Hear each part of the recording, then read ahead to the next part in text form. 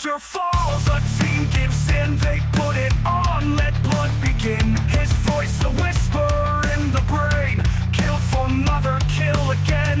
The soul is weak, the mask is strong. You'll blink once and then you're gone. Behind those eyes he takes control. One body down, 100 souls. The mask remains, the curse is true. Jason's not gone, he's inside you. Each breath you take, he twists the thread. Wears your skin and paints it red. Crystal Lake can't bury pain. He's in the mask, and the mask remains. The grave is deep, but not enough. The mask still whispers in the dust. Not dead, just waiting in disguise. You'll see him stare through your own eyes.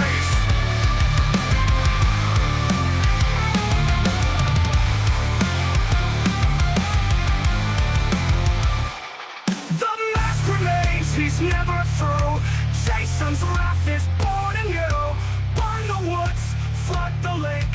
You can't stop what you can't break.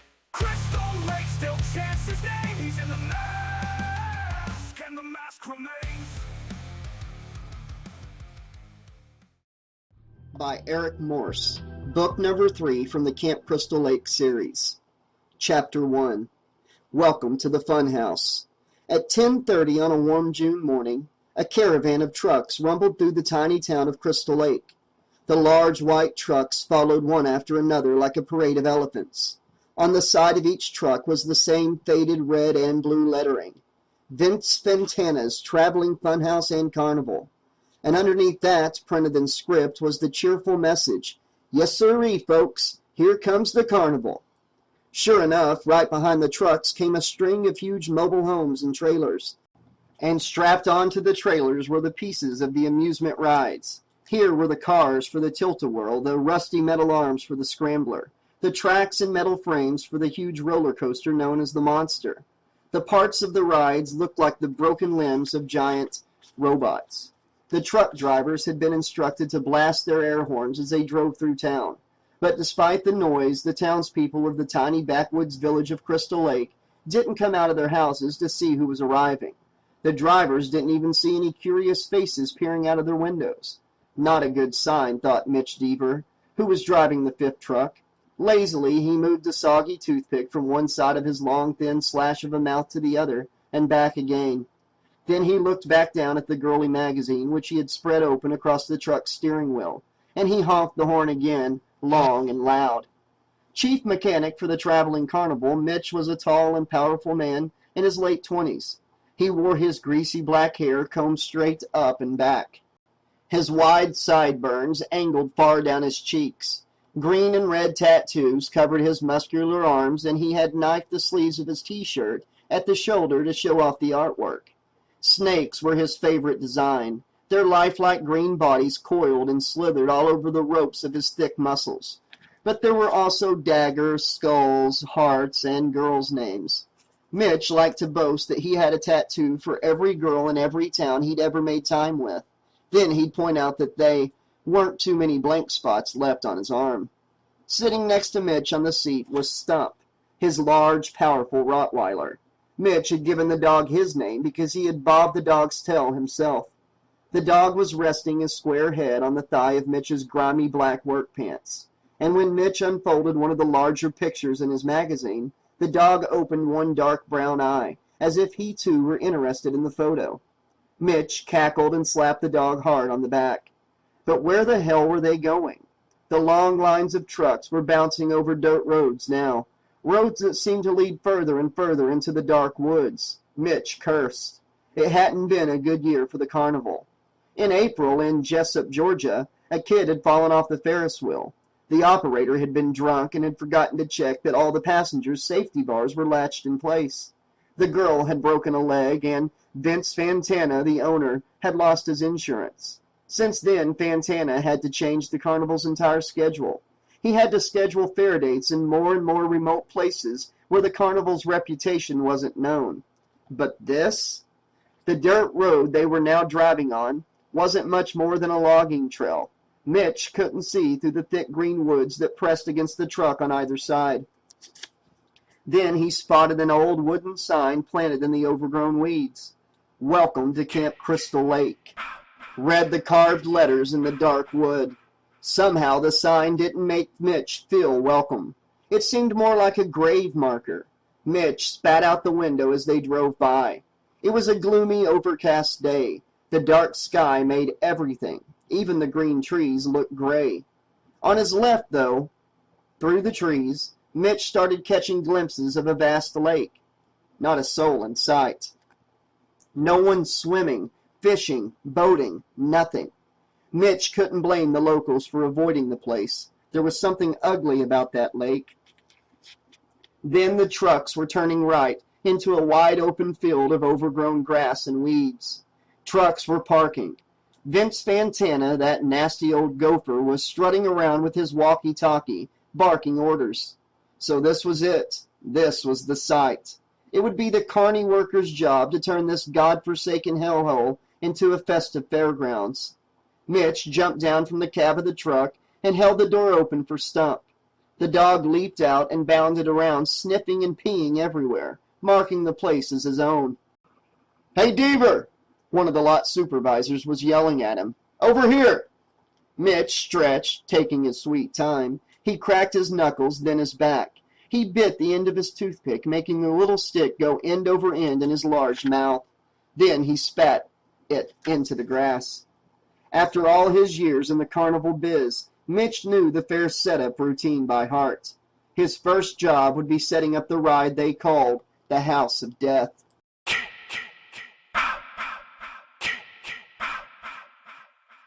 Chapter 2. Maxie.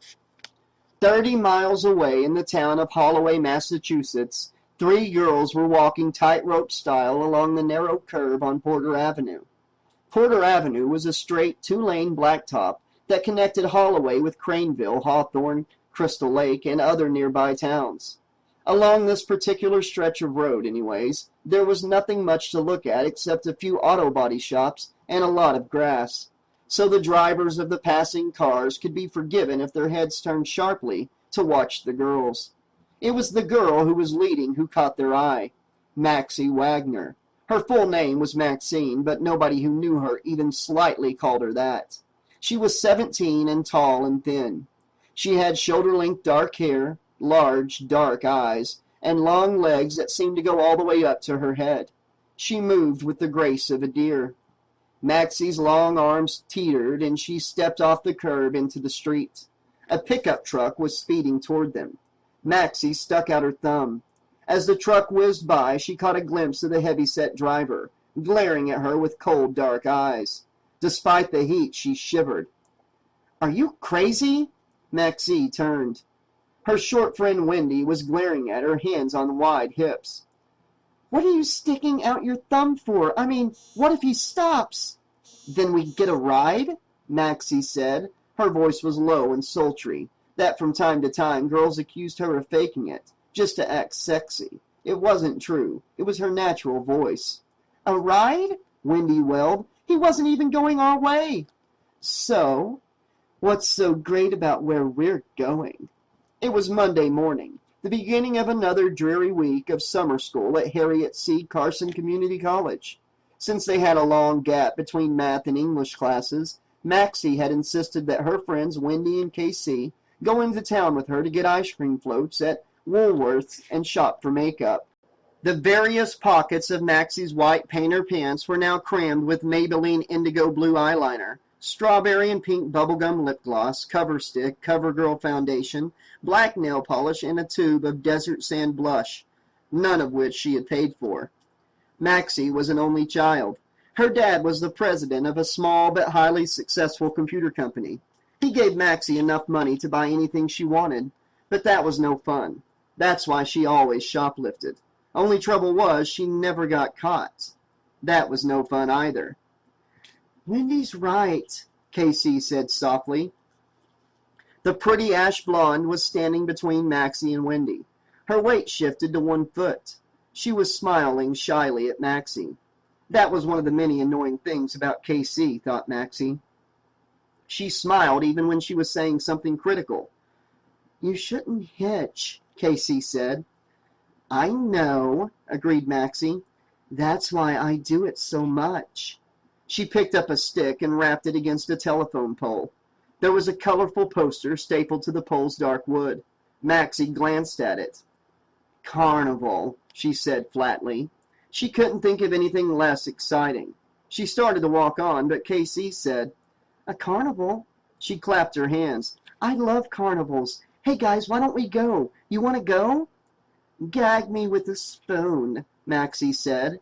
As far as Maxie was concerned, Catherine, Casey Carter, was probably one of the sweetest, most polite girls in the history of the entire world. She wondered why she stayed friends with her. Casey got interested and excited about just about everything.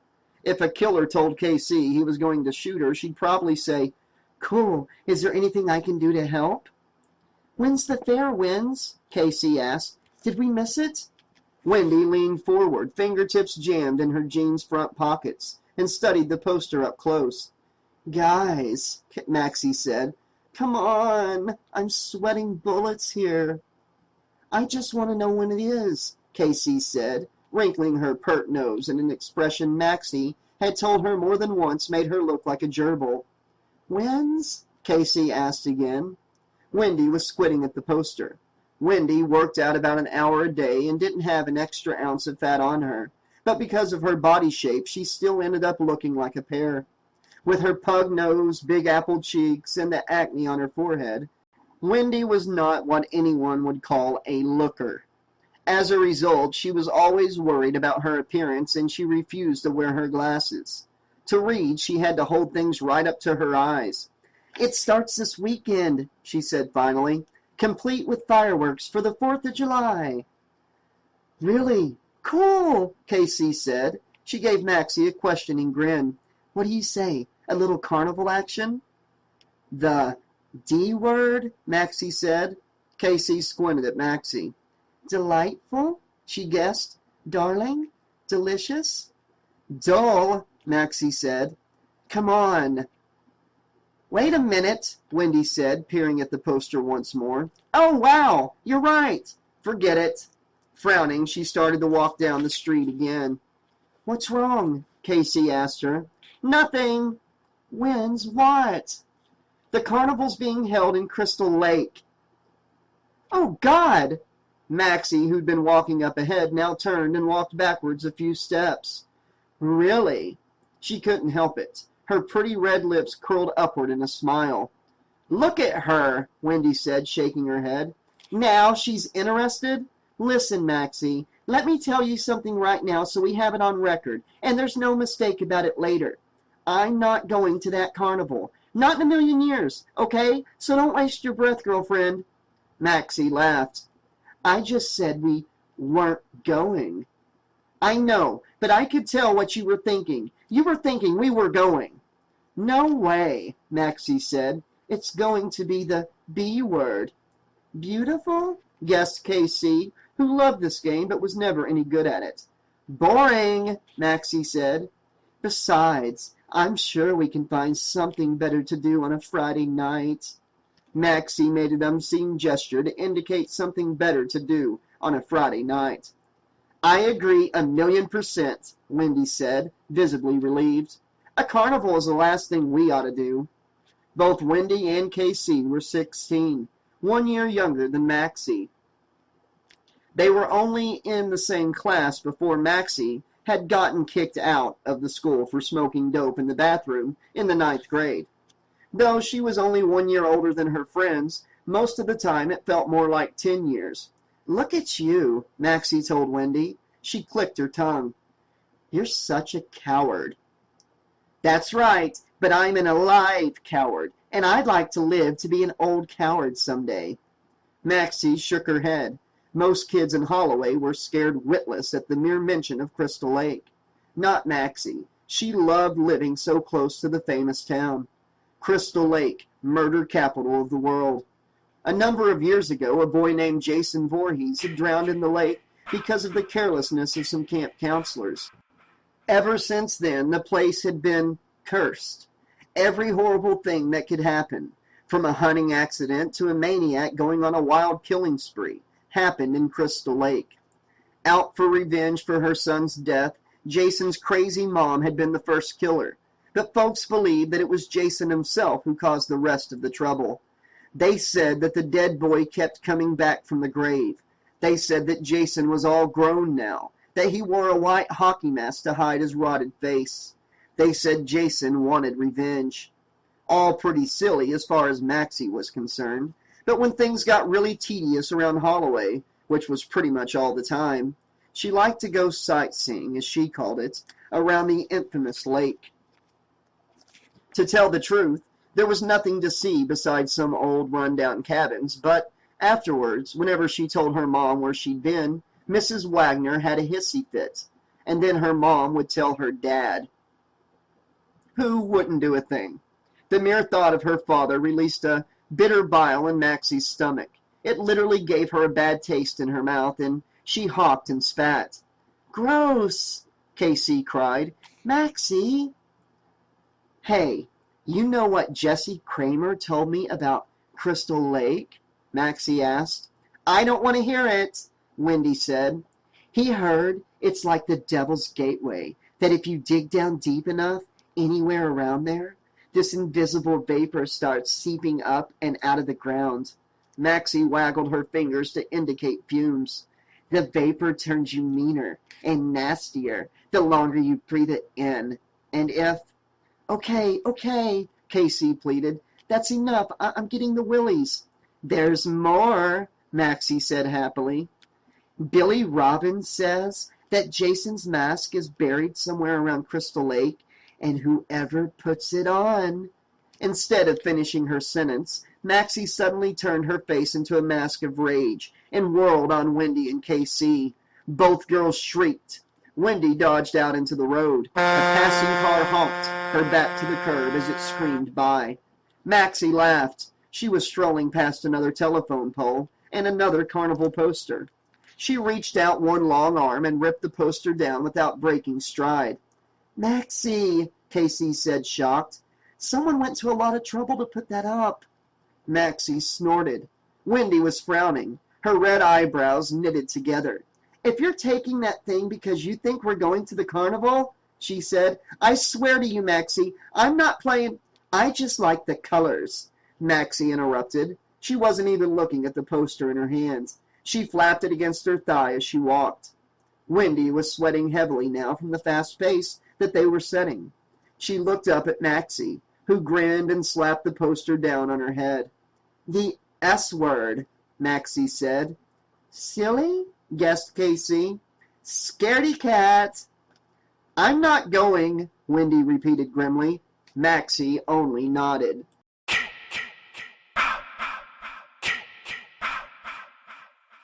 Chapter 3. Backbreaking. There were over 40 men and women traveling with Vince Fantana's carnival. The workers were divided into 3 basic groups. 1. Concessionaires. These were the people who ran the games and sold the balloons and other junk. 2. Food. This meant the people who sold the caramel corn and the candy apples and the frozen bananas and everything else the kids puked up on the roller coaster. And 3. Rides. Mitch was in the rides group. But during setup, it didn't matter what group you were in. Everyone was in the backbreaking group. To set up the biggest rides, such as the Monster, they used the big crane. But the smaller rides and the kiddie rides were put together using only the muscle power of the crew. As if they weren't working hard enough already, the carnies had to dig deep foundations for some of the bigger rides, and they had to drill post holes for the cyclone fence. The fence encircled the entire fairgrounds. That way, everyone who came to the fair had to come through the entrance gate and pay their $5 entrance fee. Then they could purchase their ride tickets. Fence or no fence, there were usually loads of kids who climbed over each night and got in for free. But this time, Vince wasn't kidding around. He'd gotten one of those electric fences that farmers use to keep their cattle from wandering off their land. And any kid who tried to get a free admission was going to get a free zap. All week, Vince kept pushing everyone hard. This weekend was the July 4th blowout, he constantly reminded them. He was counting on a big turnout, and he desperately needed the fair to be ready.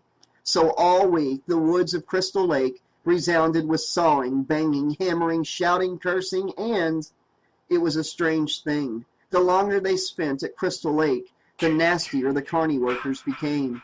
It was like there was something in the air around there, thought Mitch. The weather sure seemed nasty, with the humidity that clung to your skin like some evil creature's hot breath. Mitch found he was sweating hard even when he was standing still. But despite the heat and all the bickering, the crew still finished setting up the fair by late Thursday night, right on schedule. As most of the carnies headed for bed, Mitch strode through the fairgrounds. All the rides and booths were now in place. The trees were strung with lights, and Vince had the honky-tonk organ grinder, Muzak, going to get everyone in the mood. Mitch had to admit it. The place was starting to look pretty good. Now all they needed were some customers and some pretty teenage girls from Mitch. Then they'd be ready to rock and roll.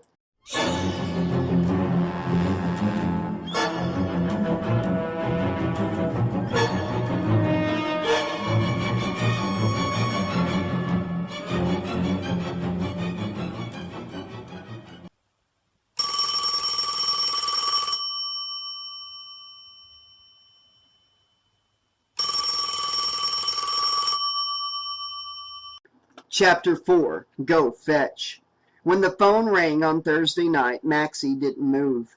Naked, she was sitting on the edge of her bed, pressing a cold can of beer against her forehead. Without putting the beer down, she bent to pick up the receiver. "Yeah," a familiar voice said. Just a second.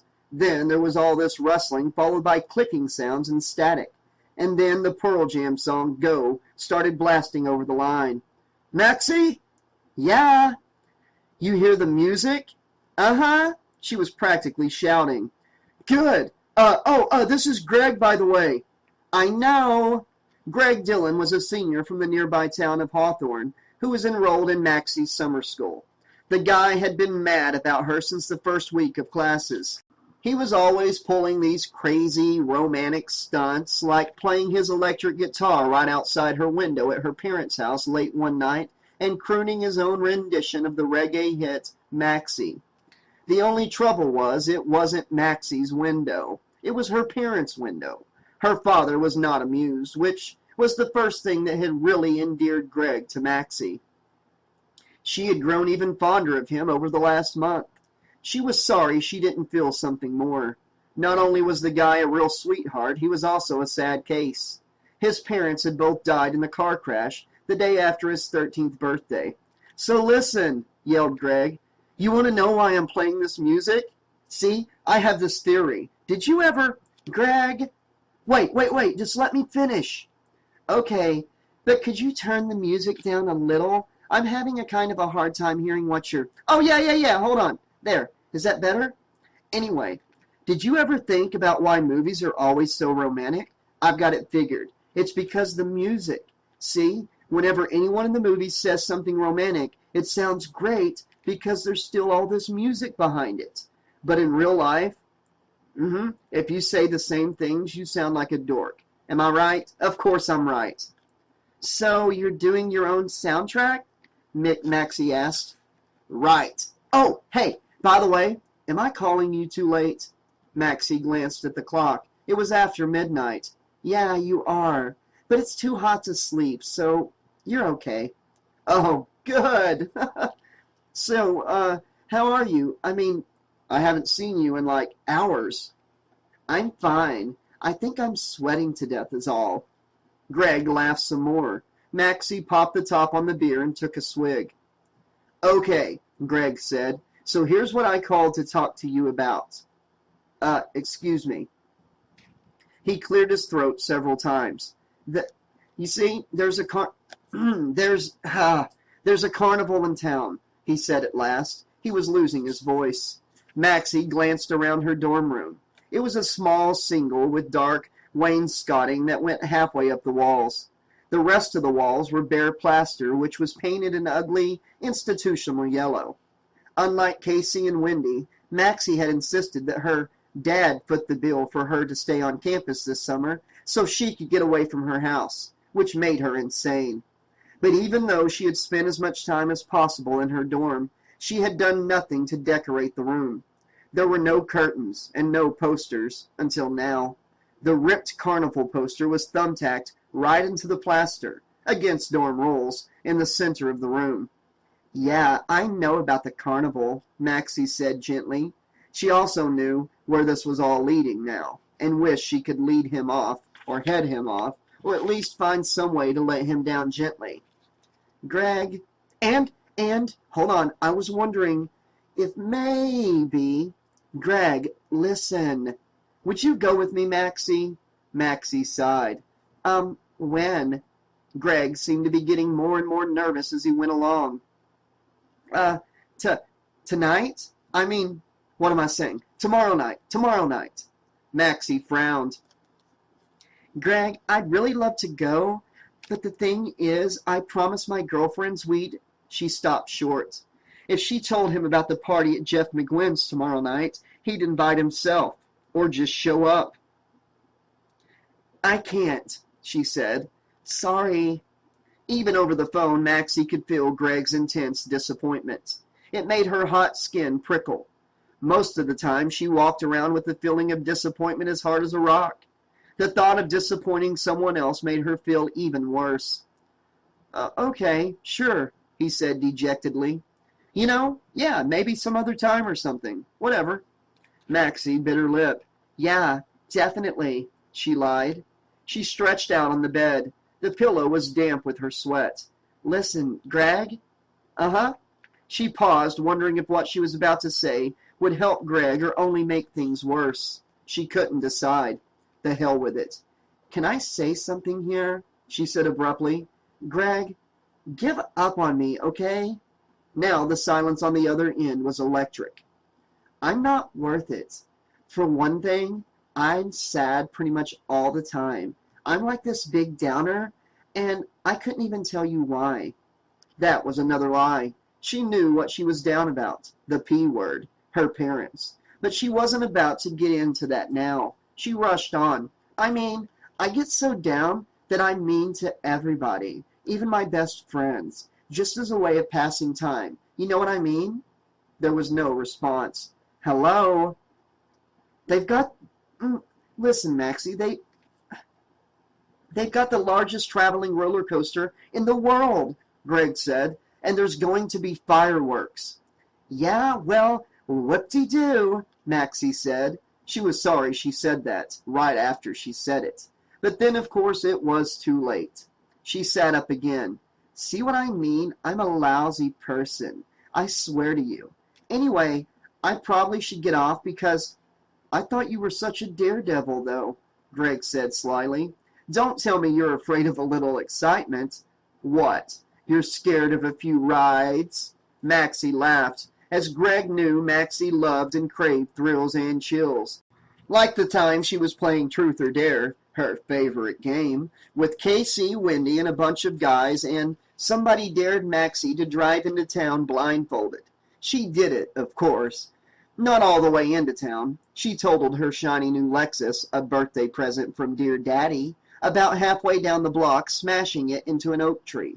That was the maddest she'd ever seen her dad. It was wonderful.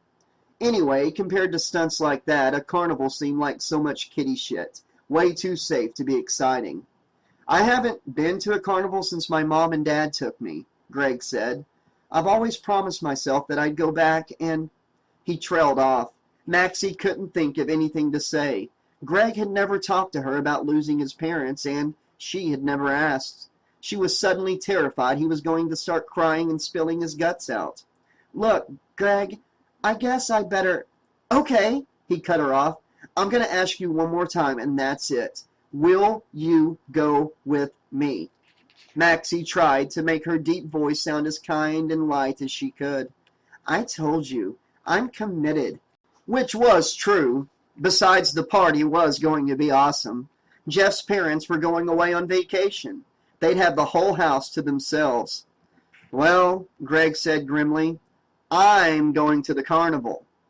Though gestures were wasted in phone conversations, Maxie shrugged. Suit yourself. It came out colder than she had intended. After she hung up, she felt even lower than before. because now she figured she had gotten Greg as depressed as she was. Maybe she should bag the party and go to the carnival. At least that way somebody would be happy. After all, it was just one date. One date wouldn't kill her.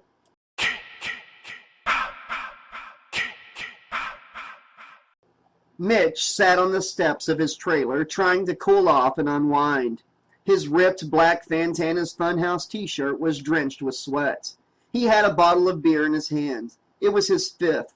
He opened it, spat the top into the grass, and took an endless swig. He watched cross-eyed as the amber liquid foamed and bucked, struggling to get out of the bottle and down his gullet. Mitch had parked his van in the first clearing, the one that was ringed with the horseshoe of cabins, right at the entrance to the old Crystal Lake campsite. He wasn't the only one who had chosen this spot. The field was filled with vans, and some of the carnies were bunking down in the cabins themselves. It was after 1 in the morning. There wasn't a sound except for the creepers and the peepers chirping in the woods. There wasn't any light except for the ravaged face of the old moon, staring down. Probably everyone in the carnival was asleep except for Mitch, and maybe except for... He whistled. There was a rustling in the brush as Stump bounded out of the darkness. Stump was a big dog, built almost like a butcher block table. The dog ran straight at him. Snarling, he leaped at Mitch's throat. Mitch knocked the dog's head to the side with the back of his arm. Stump closed his sharp white teeth around his forearm, biting a little harder than he usually did when they played. Mitch swore, yanking his arm away. Even Stump was in a bad mood, he thought, which was kind of a scary thing. The dog's jaws were so powerful, he could tear a man's guts out without breaking a sweat. He found a stick on the ground and held it up for the dog to see. Stump bared his teeth as if the stick were his mortal enemy. He lunged. Mitch stood fast, raising the stick up high before Stump could get it. But Stump leaped straight off the ground. Mitch swung the stick away from the dog's snapping jaws. Then he turned and threw the stick as hard as he could. It landed right in front of the center cabin. Stump turned around to chase the stick, turning so hard he fell. He scrambled back to his feet and raced off into the darkness. Go fetch, thought Mitch sourly. Then he tossed his empty beer bottle into the grass and went inside. He had a little trouble taking off his t-shirt, so he just ripped it off his body instead. He flopped down on the narrow bed, but he didn't feel like sleeping. He was feeling that bored feeling again, the one that could only be calmed by the company of pretty young girls, or by... He got up and sat down at the tiny fold-down Formica kitchen table. He took a switchblade with a glossy red handle out of his back pocket. He popped open the sharp, shiny knife. Then he placed his right hand down on the table, carefully spreading the fingers as wide as they would go. He started poking the point of the blade in the spaces between his fingers, moving left to right and back again, faster and faster, until the knife point made a satisfying clickety-click sound, like the carnival's big spinning wheels of chance, where people lost hundreds of dollars trying to win stuffed dolls that cost Fantana $5 apiece. Mitch had been doing this knife trick for years and had never cut himself. But it was dark in the van and he had to strain to see his fingers. Across the backs of his fingers, green tattooed letters spelled out, "I dare you." Mitch could never resist a dare, even for himself. He went faster. And when he dared himself to try an even harder stunt, he dared himself to close his eyes, just for an instant. When he opened his eyes again, the knife was sticking out of the A in dare. He swore. Then he pulled the blade out and got up to look for his first aid kit. And after he managed to stop the bleeding and get the finger bandaged, he went back to doing the knife trick again. He grinned slyly. This time he got the knife all the way across his hand with his eyes closed. It was only then that he remembered Stump. He went outside and stood on the steps of the van whistling softly. The dog did not come. Then Mitch saw the pile of dirt. In front of the center cabin where he had thrown the stick, there was a large pile of black earth, and little clouds of dirt kept flying up out of the ground, adding to the pile. What was Stump into now? Mitch started down the steps. He didn't get far because just then he heard the dog's padding footsteps. The dog's sleek black and brown coat hid it in the shadows. He didn't see it until it was almost upon him. Mitch tensed, stepping backward. Perhaps sensing the man's fear, Stump stopped short as well, only a few yards away. Stump was staring up at his master, his large brown eyes gleaming. Hanging from the dog's mouth was what appeared to be a white mask, like the kind hockey goalies wore. Mitch didn't know why, but the sight of the mask made his blood start to pound. It was as if he could see the thick red liquid inside his own body, see it pumping in and out of his heart and flooding his chest. The dog's eyes stayed locked on Mitch's for a moment. Then he trotted forward and dropped the mask at his master's feet.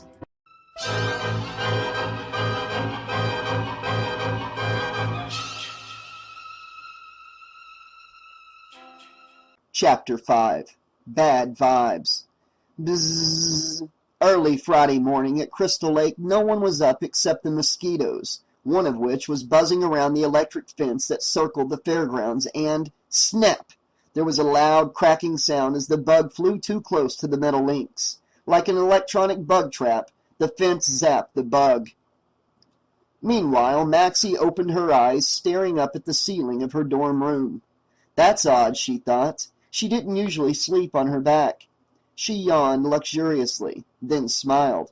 She must have fallen asleep holding hands with the man beside her, because she could still feel his large, strong fingers interlaced with hers, and her heart seized mid-beat. The man beside her! She jerked her head to her left and found herself staring straight into Jason Voorhees' white-masked face. She started to scream as the long, shiny blade plunged down again and again, and Maxie woke up with a loud gasp.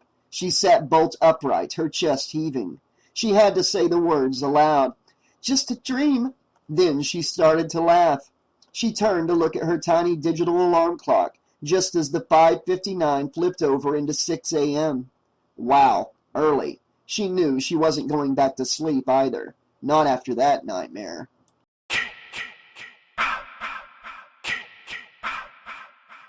Friday afternoon at the Crystal Lake campsite. Selina Tokar, the gypsy fortune-teller's teenage daughter, was strolling past a row of trailers, heading for the center cabin, which she and her mom were sharing. She had just taken a dunk in the lake. The water was shockingly cold considering the intense summer heat, but she felt better for having had the swim. Refreshed and chipper, better than she'd felt since they arrived. Maybe this place wasn't as gloomy and awful as she thought. Then she saw the dog. It was Mitch's dog, Stump. He was pawing and whimpering at the door to Mitch's van.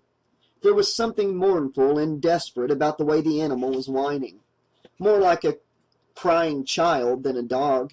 She started toward the dog, then hesitated. Selina was a tall 17-year-old with frizzy dark hair, which she wore pulled back tightly in a thick ponytail. She had dark eyes and dark eyebrows. She didn't like the eyebrows. She thought they gave her face a raccoon quality. Guys didn't seem to think so. With her lithe frame and olive skin, Selina had been getting more attention these last couple of years than she'd known what to do with. But no one had ever made her feel queasy and uncomfortable the way Mitch Deaver did.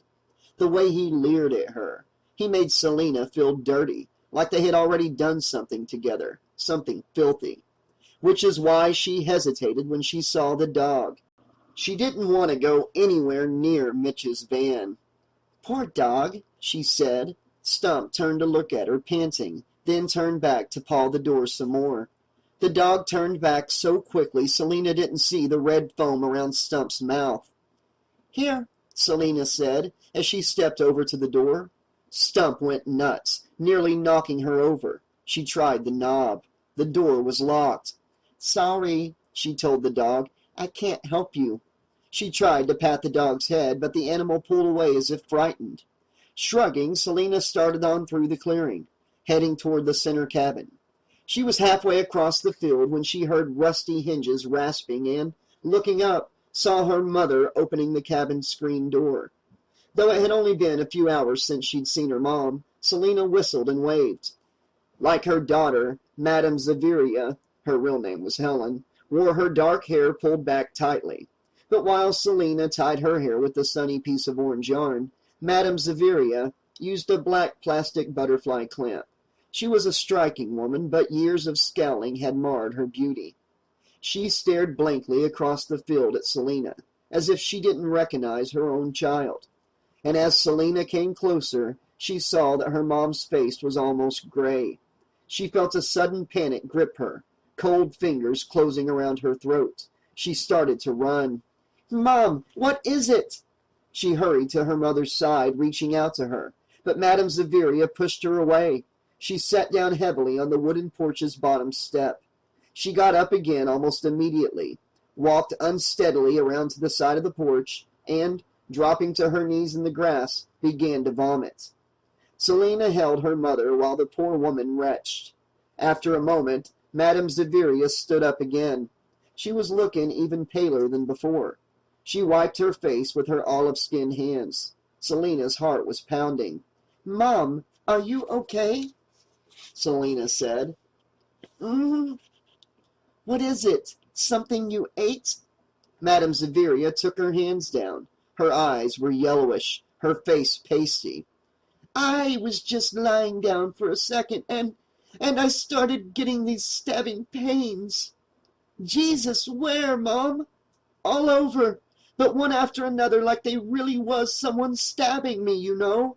And when I managed to stand up—" Madame Zaviria closed her eyes. "When you stood up, what, Mom?" "There was blood, Selina, a lot of it."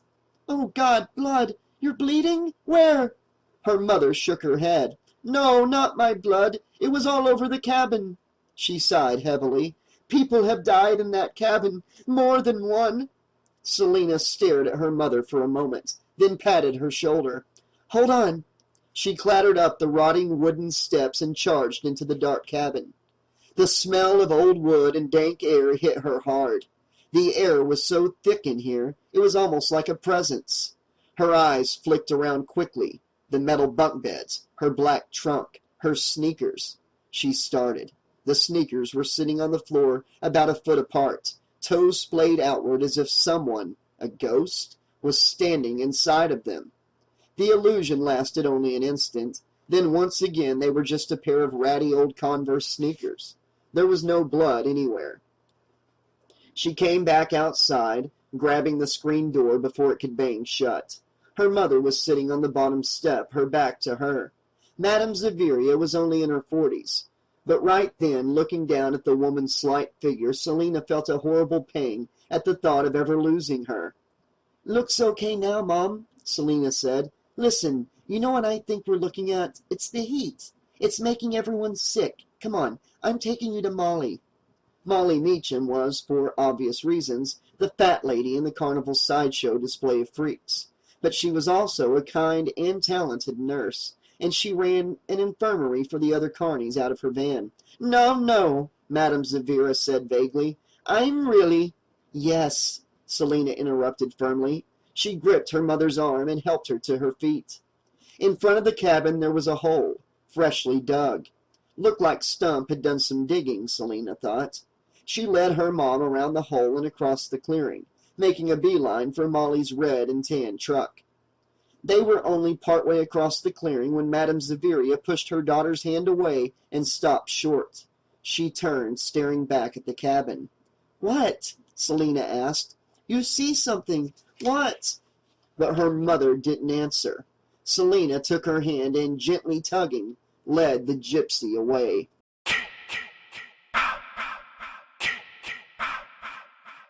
Mitch's walkie-talkie crackled. "Deaver?"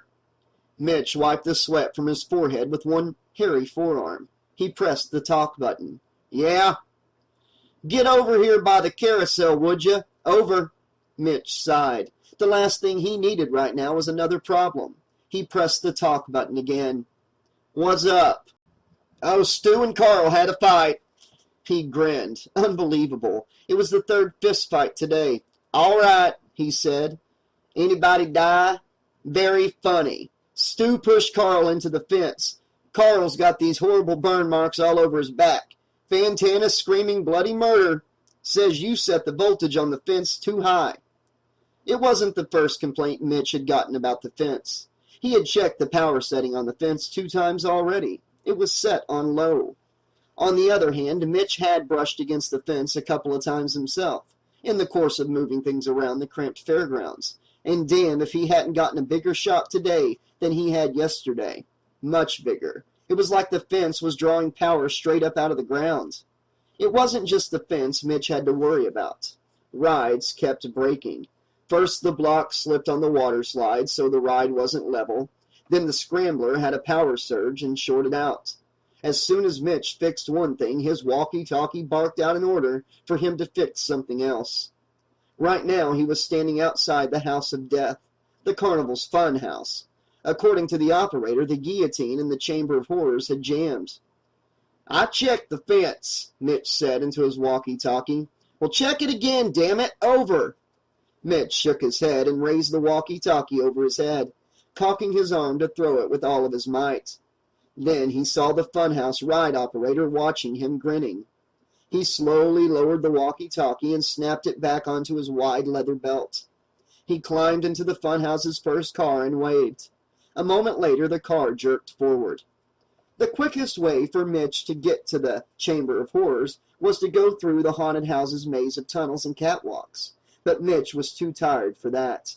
He needed a rest. He laid his head back against the car's leather cushions as the car rolled forward and pushed through the funhouse entrance, a swinging set of wooden doors. Instantly, the bright, hot afternoon sun was gone, and Mitch was plunged into musty darkness. Thank God it was a couple of degrees cooler in here, at least. The car swooped down so fast that Mitch's stomach heaved. That first dip always got a scream from the kiddies. Then the car climbed slowly up a long hill past grisly sights on either side. Bloody hands holding candles in wall sconces, floating green eyes gleaming in the darkness, heads swinging on ropes. The only trouble with all these effects was that you could see the paint on them. Nothing looked real enough to be scary.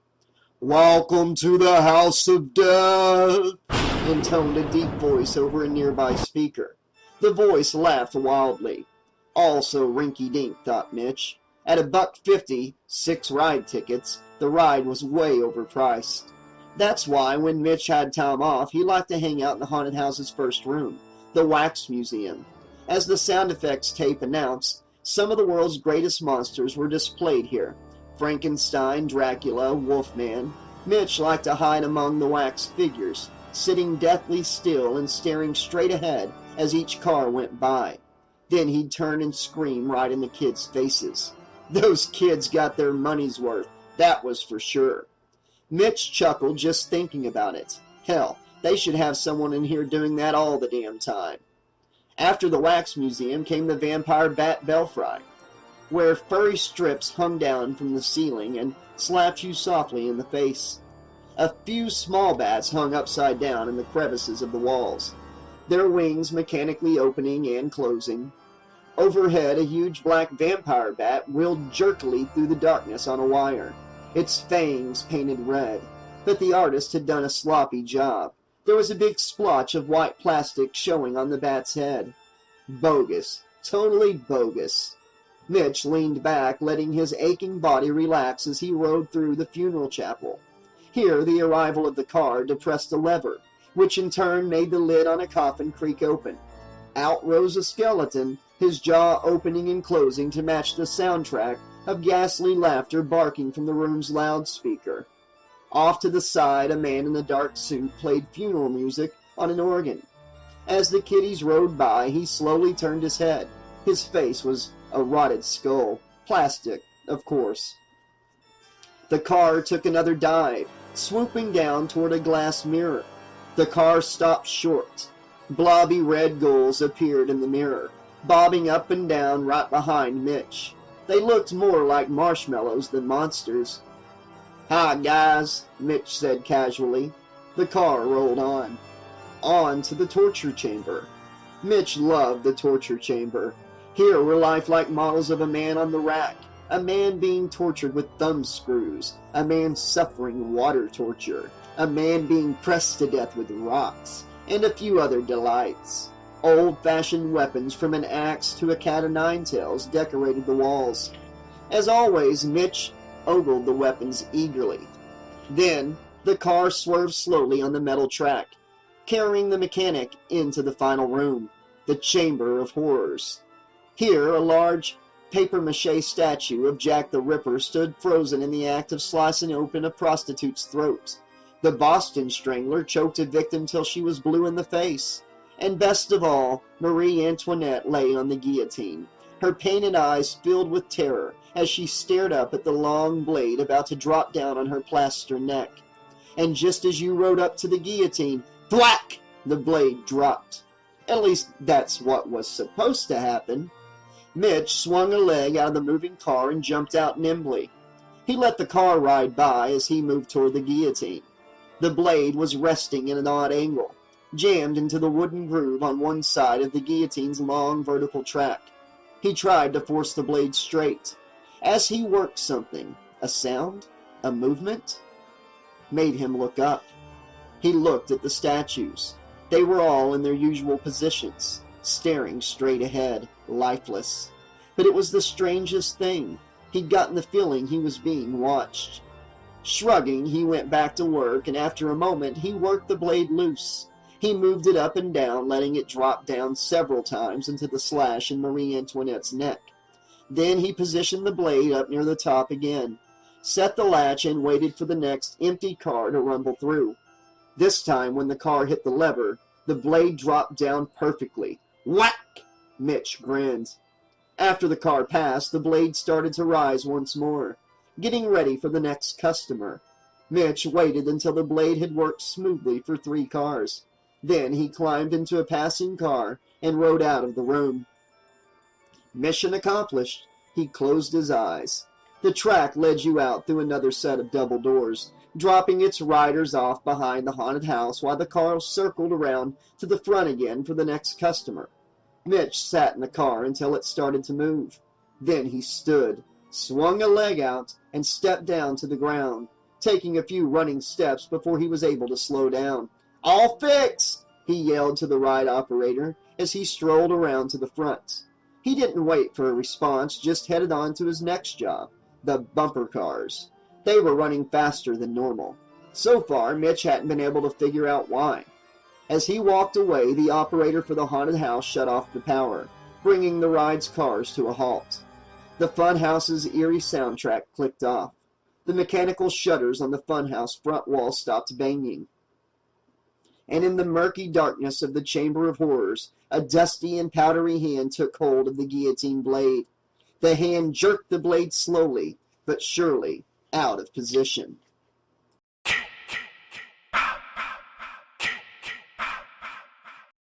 Chapter 6.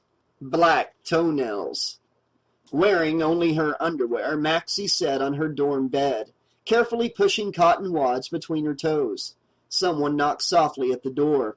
"It's open," she called. She was half hoping her visitor would turn out to be some guy, like the dorm head, Mr. Janklow, who would get all embarrassed to see her so scantily clad. She kept her head down, her eyes focused on her feet. The door opened and, "Hi," said a voice. "Hey." Maxie didn't look up. She opened the tiny bottle of black nail polish and started painting her big toe. "Are you busy?" "KC," Maxie said. "Don't be so polite, okay? My dorm room is your dorm room. I mean, does it look like I'm busy?" Maxie looked up at KC and flashed a grin, trying to take the edge off her nastiness. KC laughed nervously. One glance at her, and Maxie could tell something was wrong. She wasn't in the mood to play shrink either. The pretty blonde sat down next to her on the bed. Maxie wriggled her toes. "What do you think?" Casey's eyes widened. "Black? Oh, Maxie, you crack me up." Then Casey fell silent. Head still bent over her feet, Maxie sighed.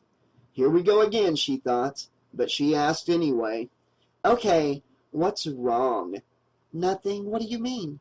"Casey," Maxie said, "I've known you since I was 2, remember? When something's bothering you, I feel it a mile away. Let me guess. You wish Graham would ask you out, and you're depressed because you don't think he ever will." Casey's mouth dropped open in shock. Graham? Asked me out? Maxie, are you insane? He's our teacher. He's a grown-up. So, you still have major hots for him. Graham Newton was their English teacher. A 26-year-old Britisher, he was soft-spoken, tall, and handsome, with dark hair that turned red by his sideburns. Casey had been mooning over him since the first day of summer school. Is it that obvious? She asked with a little smile. Are you kidding? Maxie said. You're just lucky he doesn't call on you more often. Why? Because you're always so busy dreaming about going out with him that you never really hear a word he says. Casey giggled. Then she covered her mouth as if she thought even giggling were rude. It's that British accent, she said thoughtfully. It makes me, she blushed, it makes me all gooey inside. I'll bet. And the way his shoulders shake when he laughs really hard, I can't help it. I just think that's so cute. Uh-huh. Poor Casey, thought Maxie, still a virgin. Not like her. She'd had sex at 16 and made goddamn sure her dad found out about it.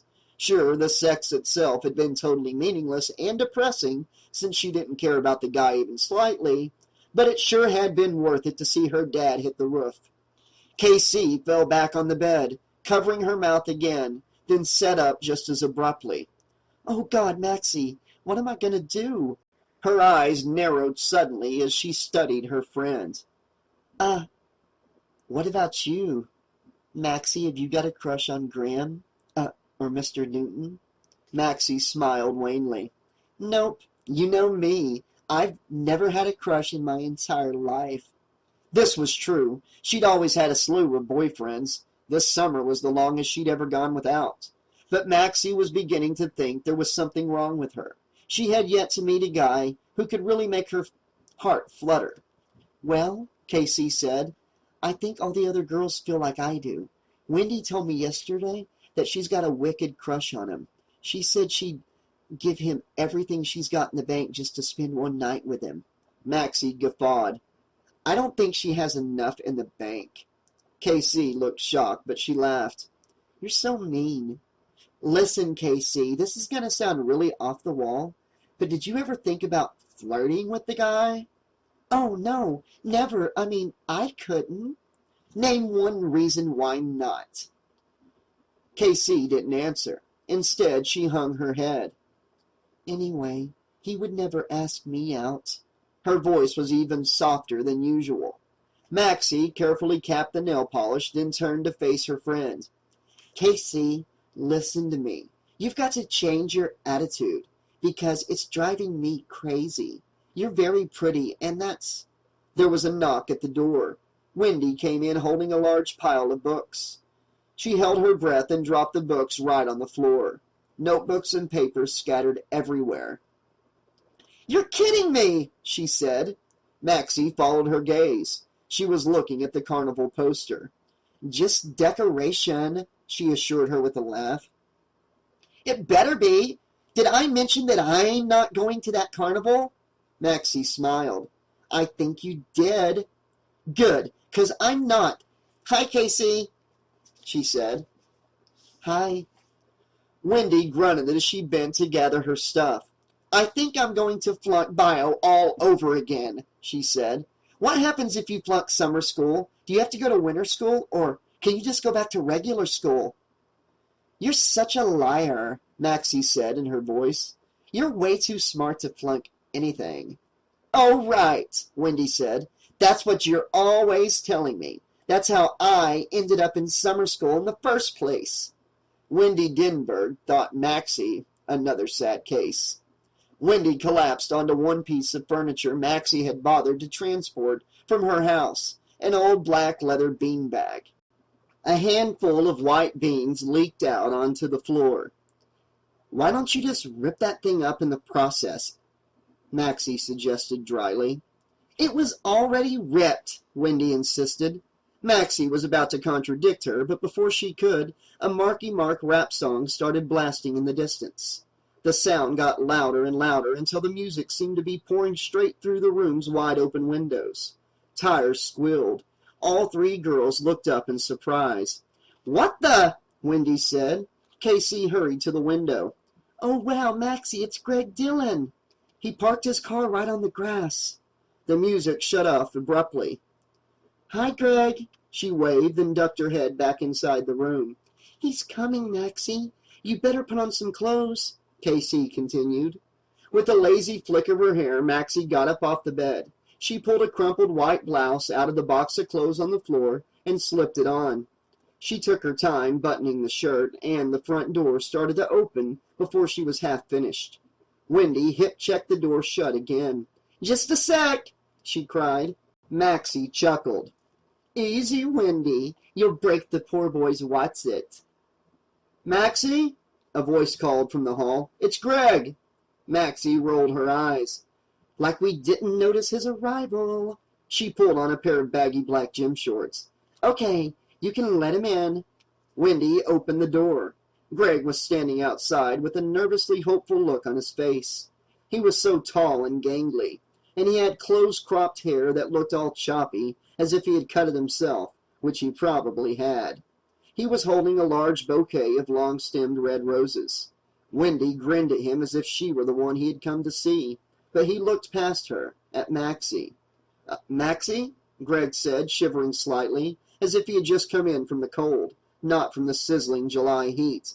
"I brought you some flowers. They're long-stem, like you."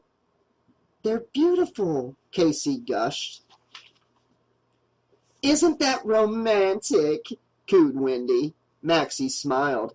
"You're such a nut," she said in her voice. "Really?" She took the flowers and gave Greg a kiss on the cheek. His freckly skin flushed red. He shoved his hands in the pockets of his jeans and scuffed his beat-up sneakers against the floor, obviously tongue-tied with delight. I wanted to apologize for last night," he finally stammered. "For last night?" Maxie asked. "What do you have to apologize for?" I don't know." Greg was talking straight down at his sneakers, and behind his back Wendy was giggling and making her "Oh, isn't that adorable" face. "I just thought," Greg said intensely, "that I was, pressuring you too much, maybe." "No way," Maxie assured him. "You're the S word 100%. "She means sweet," Wendy translated as she flopped back down on the beanbag. "Now, what should I—" Maxie glanced around for someplace to put the flowers. An empty can of tennis balls looked promising. "Maxie," Greg said, "I had a vision. I'm serious. It came to me in a dream. By the end of today, you're going to be in love with me. Stop laughing. I am serious." But Maxie didn't stop laughing, not until the light knock came at the half-open door. Maxie turned. Her mouth dropped open. Standing in the doorway, hands in his pockets, and a sheepish grin on his handsome face, was their English teacher, Graham Newton. "Hello, Maxie," he said. "Hi. I hope I'm not coming at a bad time. Wendy was struggling up out of the beanbag. "Mr. Newton!" "Oh, hello, Wendy. How are you? Nice to see you. And Mr. Dillon, hello there." Greg nodded. His eyes were turning a dark burning color. Graham stepped into the room. He always tried to keep his accent light around his students and tried his best at an American accent, but it just sounded awkward and weird. Hands still in his pockets, grinning awkwardly.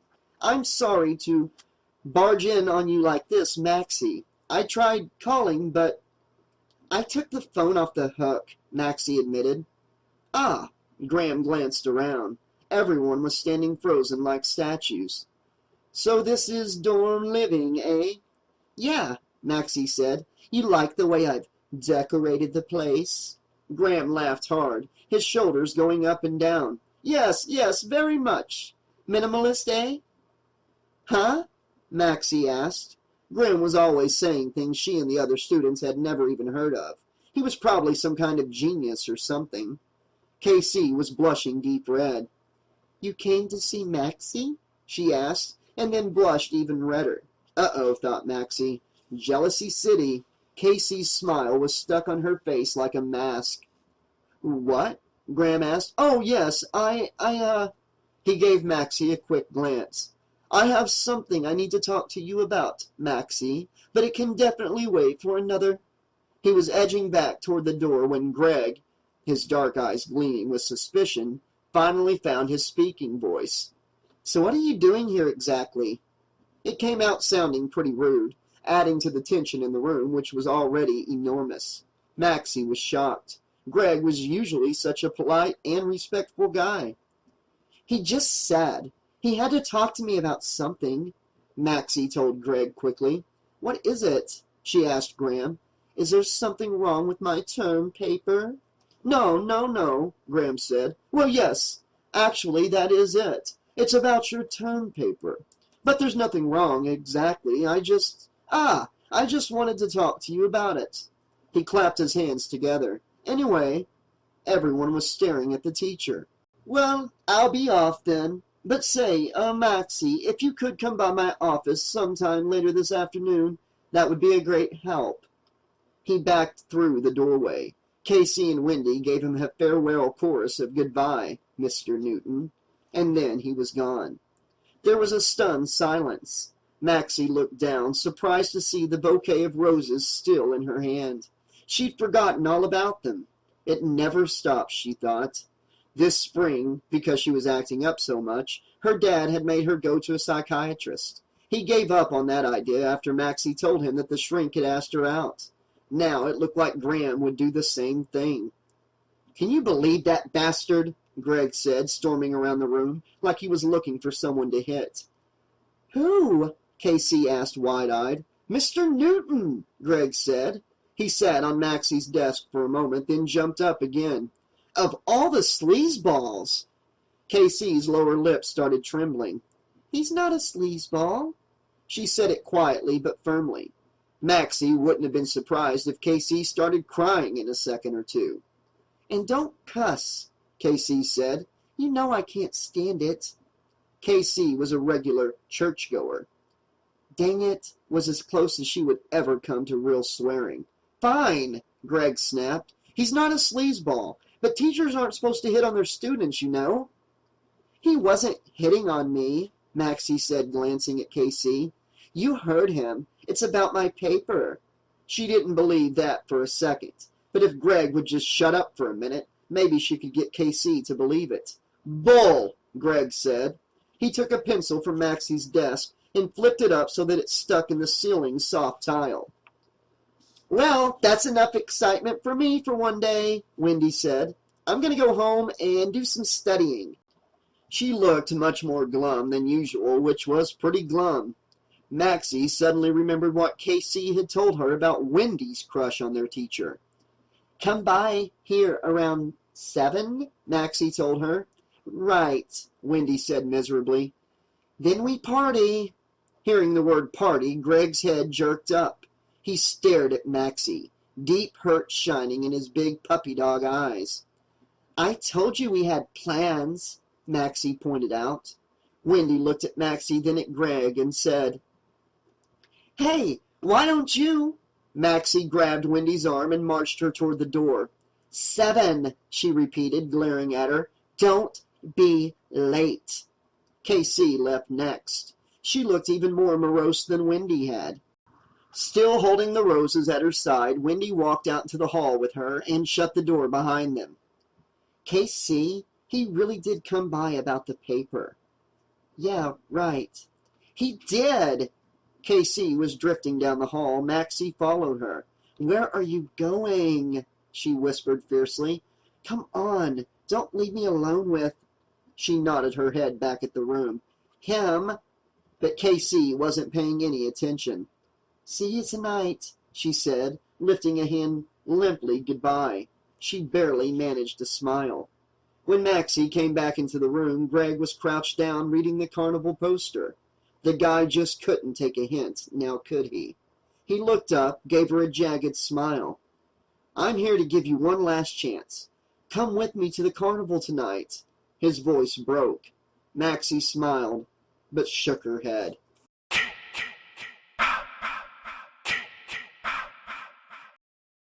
Chapter 7. Haunted. The door to the infirmary van opened and Vince Fantana came out. Vince Fantana, owner and manager of the Fantana Traveling Funhouse and Carnival, was a short, balding man with silver mutton chops and tiny pig-like eyes. He was wearing a white cowboy shirt with mother-of-pearl buttons and a black string tie. He was eating his fourth Hostess crumb cake of the afternoon. His paunch made a kind of shelf that caught the falling crumbs.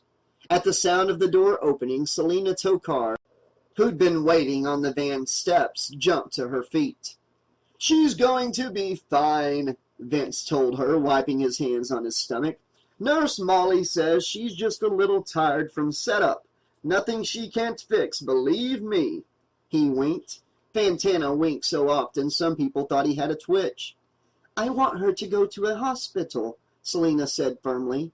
Vince took another bite of crumb cake and smiled at her with his mouth full. "No point. Nurse says she's fine. And anyway, your mom doesn't have health insurance, so—" The owner's walkie-talkie blared. "The inspector's here, Mr. Fantana. I'm coming right away."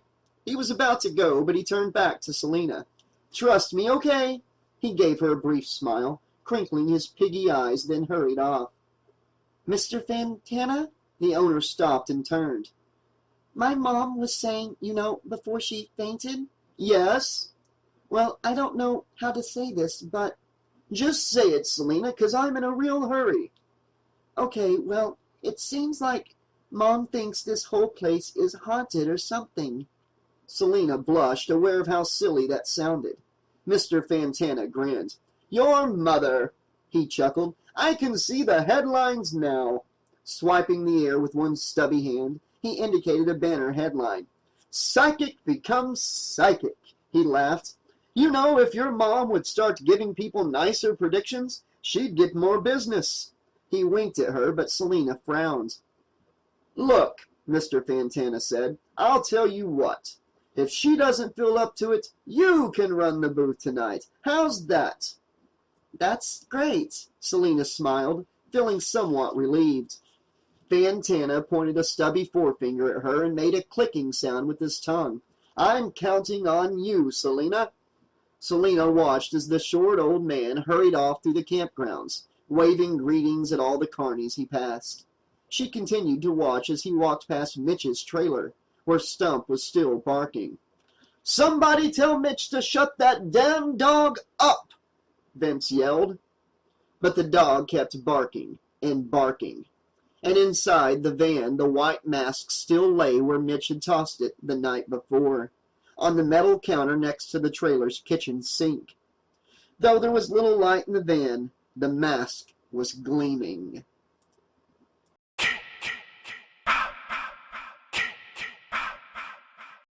Chapter 8. Let the Games Begin.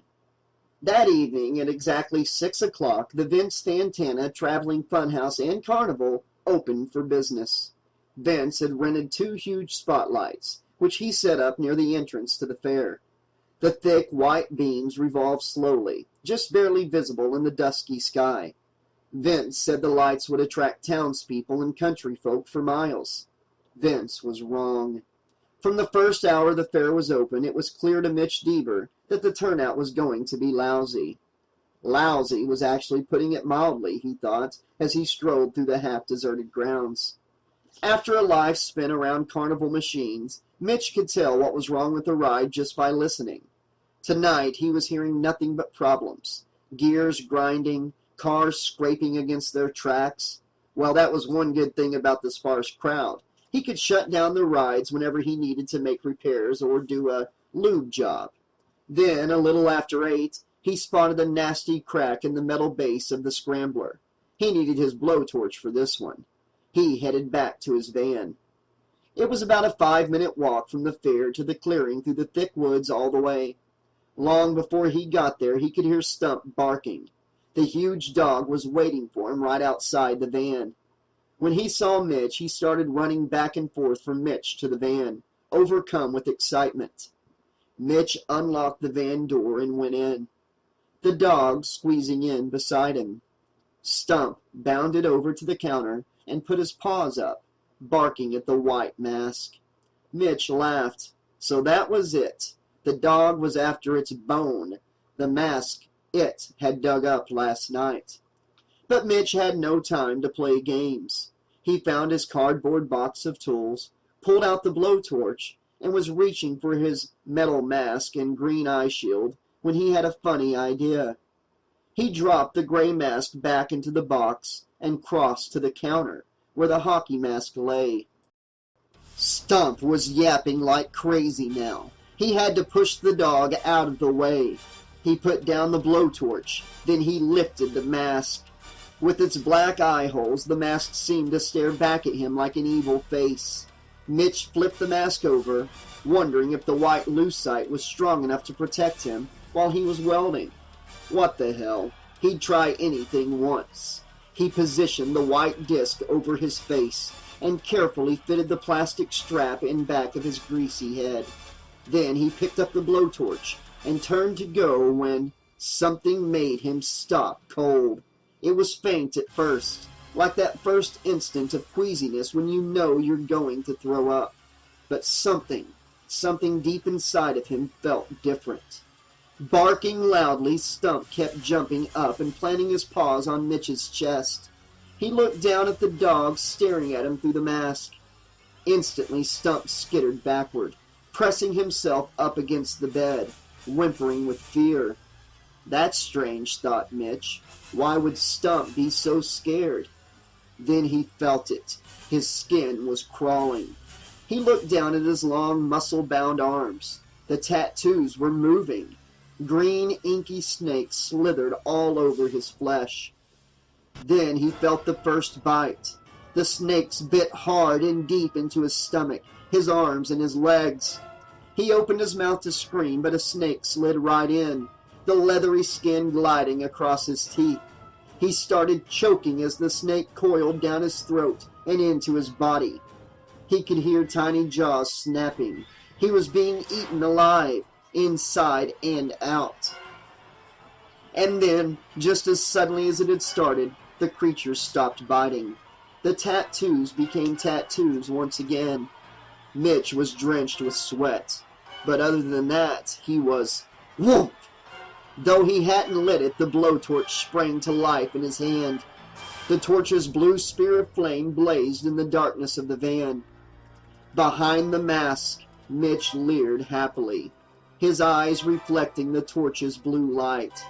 It was as if the light had gone on inside his brain as well, because now he knew what he had to do.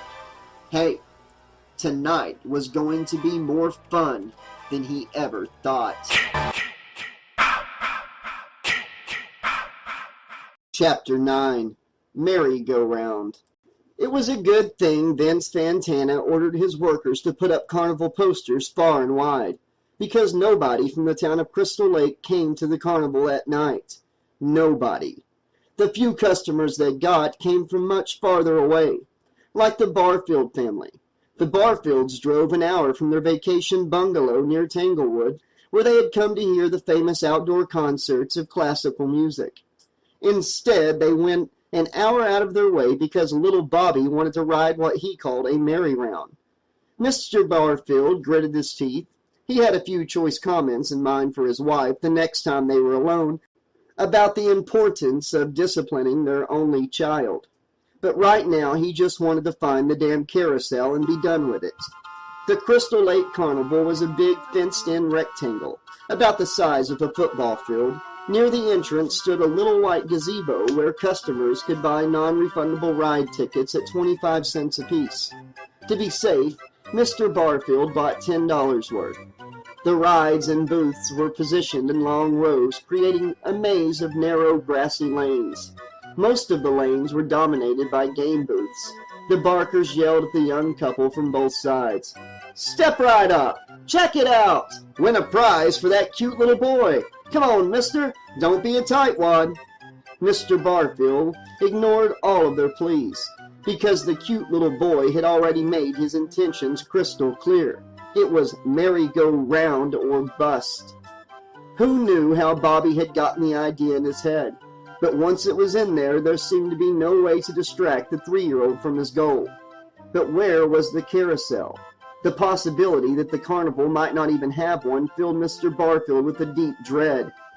"Why don't we just ask someone where the merry-go-round is?" asked chunky Mrs. Barfield in a whiny voice. "We'll find it," Mr. Barfield promised grimly. His wife glared at him.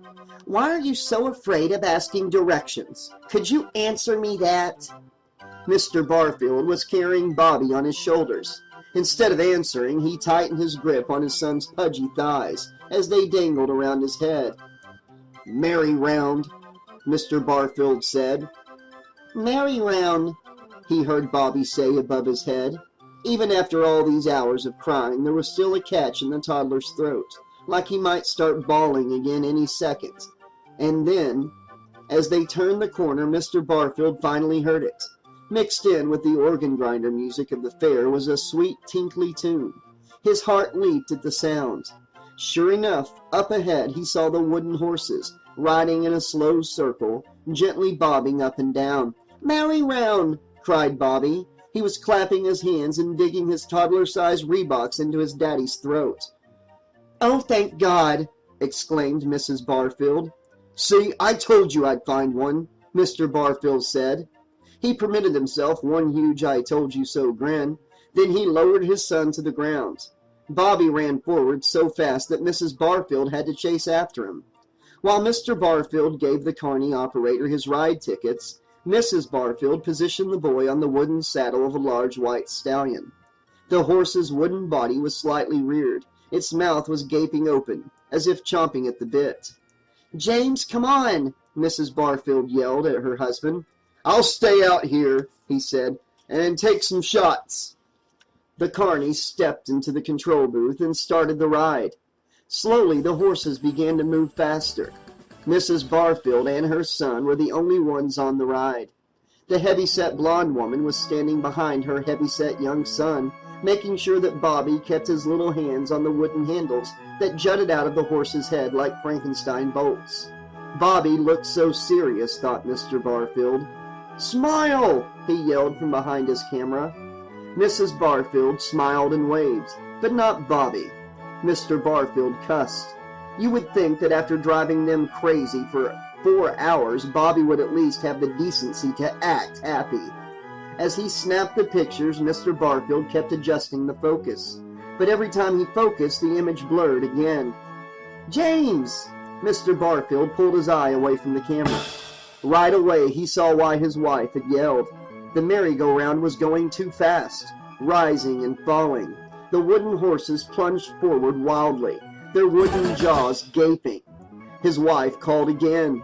She was holding on to Bobby with one hand now, holding the white horse with the other. "Tell him!" The ride whipped her around in a circle and out of view, scattering the rest of her message into the humid night air. James looked around wildly for the carny. He saw the tall, thin man emerging from the control booth, ever so nonchalant. "Hey!" Mr. Barfield yelled. The operator had already seen what was happening on the ride. He rushed back into the control booth, but the ride started going faster, not slower. Mr. Barfield could feel the wind from the whistling ride hitting his face. Mrs. Barfield was screaming now, her long blonde hair whipping behind her like a pennant. She was clinging to the horse and her son. Bobby was crying worse than he had cried all afternoon. Mr. Barfield dodged through the metal gates and rushed toward the ride. But the spinning disc was a blur of speed. There was no way he could climb on board. He turned, looking for help. Sure enough, a crowd was gathering. But everyone was just standing there, gaping at the ride. The carny was in the booth, working frantically at the controls. And then it was as if a plug had been pulled. The ride began to slow down, gently coasting to a halt. Before the ride had stopped completely, Mr. Barfield jumped onto the spinning wooden platform. He fell, banging his head against the wooden rump of a black horse. He was back on his feet quickly, though, dodging around the horses. He hugged his wife, who was hugging Bobby. Mother and son were both crying, and so, to Mr. Barfield's surprise, was he. A moment later, the carny was at their side. He was scratching his big bald head, his Adam's apple bobbing. "Don't know why that happened," he said nervously. Mr. Barfield didn't have time for the carny. Not yet. He was focused on Bobby. The boy was clutching one arm against his little chest. Both parents bent over him, gently trying to pull the arm free. "Let me see, Bobby," Mr. Barfield coaxed. "Let Daddy see." The boy appeared to be in shock. It didn't help that the crowd of gawkers had climbed onto the merry-go-round, and that the boy found himself in the center of a thick knot of people. Mean horse bite Bobby," the boy said softly, keeping his eyes down. There was laughter from the crowd. "What's that? What did he say?" The remark was passed along as if in a rapid game of telephone. There was more laughter. Finally, Bobby stopped clutching his arm and let his parents see the wound. There was a cut, all right, a mean-looking gash. "Uh-oh," the carney said. "Looks like he scraped himself on the horse's teeth." Bobby stared up at the man. He shook his head firmly. "Horsey bite me." There was a commotion as someone pushed his way through the crowd. He was a short, balding man with tiny eyes and long, silvery hair that was swept straight back. He was dressed kind of like a cowboy. By this time, Mr. Barfield had calmed down enough to get angry. He was about to start shouting at the carney, but the arrival of the man with the little eyes distracted him. "I'm Vince Fontana," said the man briskly, putting his hand on Mr. Barfield's shoulder. "I own this carnival. I want you folks to come with me, please." And within 20 minutes, the three Barfields were on their way back to Tanglewood with a million apologies from Vince and a huge stuffed bunny rabbit for Bobby, compliments of the Fontana Traveling Funhouse and Carnival. As soon as they left, Vince hurried back to the carousel, where he chewed the head off the carney operator. "You trying to ruin me?" Vince shouted. "Mr. Fontana, I swear it wasn't my fault. It just took off. I don't know how, but—" "All right," Vince said, turning away in disgust. "Get Deaver. Tell him to take a look at it right away." "I've been calling him," the ride operator said. "He doesn't answer his walkie-talkie."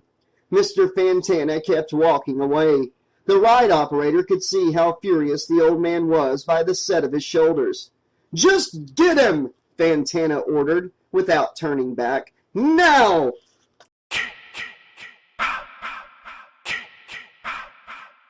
Maxie had the air conditioning in her mom's BMW going full blast, but she was still sweating. She slapped the steering wheel as hard as she could. "I should go back and apologize, right?" "Definitely," Casey agreed, nodding her head vehemently. "Yeah, I know I should. Right, Wendy?" "Right." It was almost 9. Maxie was driving about 20 miles an hour too fast down Birch Lane, a narrow country road. It wasn't so much that Maxie was in a hurry to get where they were going. It was that she needed to get away from where they had been. Why did everything always fall to pieces? First, this morning, Jeff McGuinn's grandmother had had a stroke. Maxie couldn't have cared less about the old crone, but it meant that Jeff's parents canceled their vacation plans and Jeff's party. So Maxie, Casey, and Wendy trooped over to Maxie's house to borrow her mom's car and go to the movies. But Mom was drunk, as usual, and Dad wasn't home, as usual, and when Maxie made a nasty crack about his absence, she and her mom ended up having a huge raging fight, as usual. Maxie had said things that she knew she'd regret. In fact, she'd already regretted them, and when she drove off, her mom stood on the doorstep crying and saying, "Please be careful." Maxie couldn't get that image out of her mind. "It just pisses me off so much," she said. "The way that she just takes it from him, you know."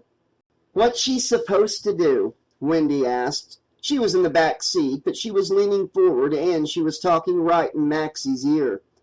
"Divorce him," Maxie said bluntly. She turned right so sharply that the wheels screeched. "She's supposed to divorce him." She was on a wider, faster road now. She stepped on the gas until she was once again exceeding the speed limit. "Maxie," Casey said, "that's your own father you're talking about." "I know who I'm talking about, Casey." "Thank you very much.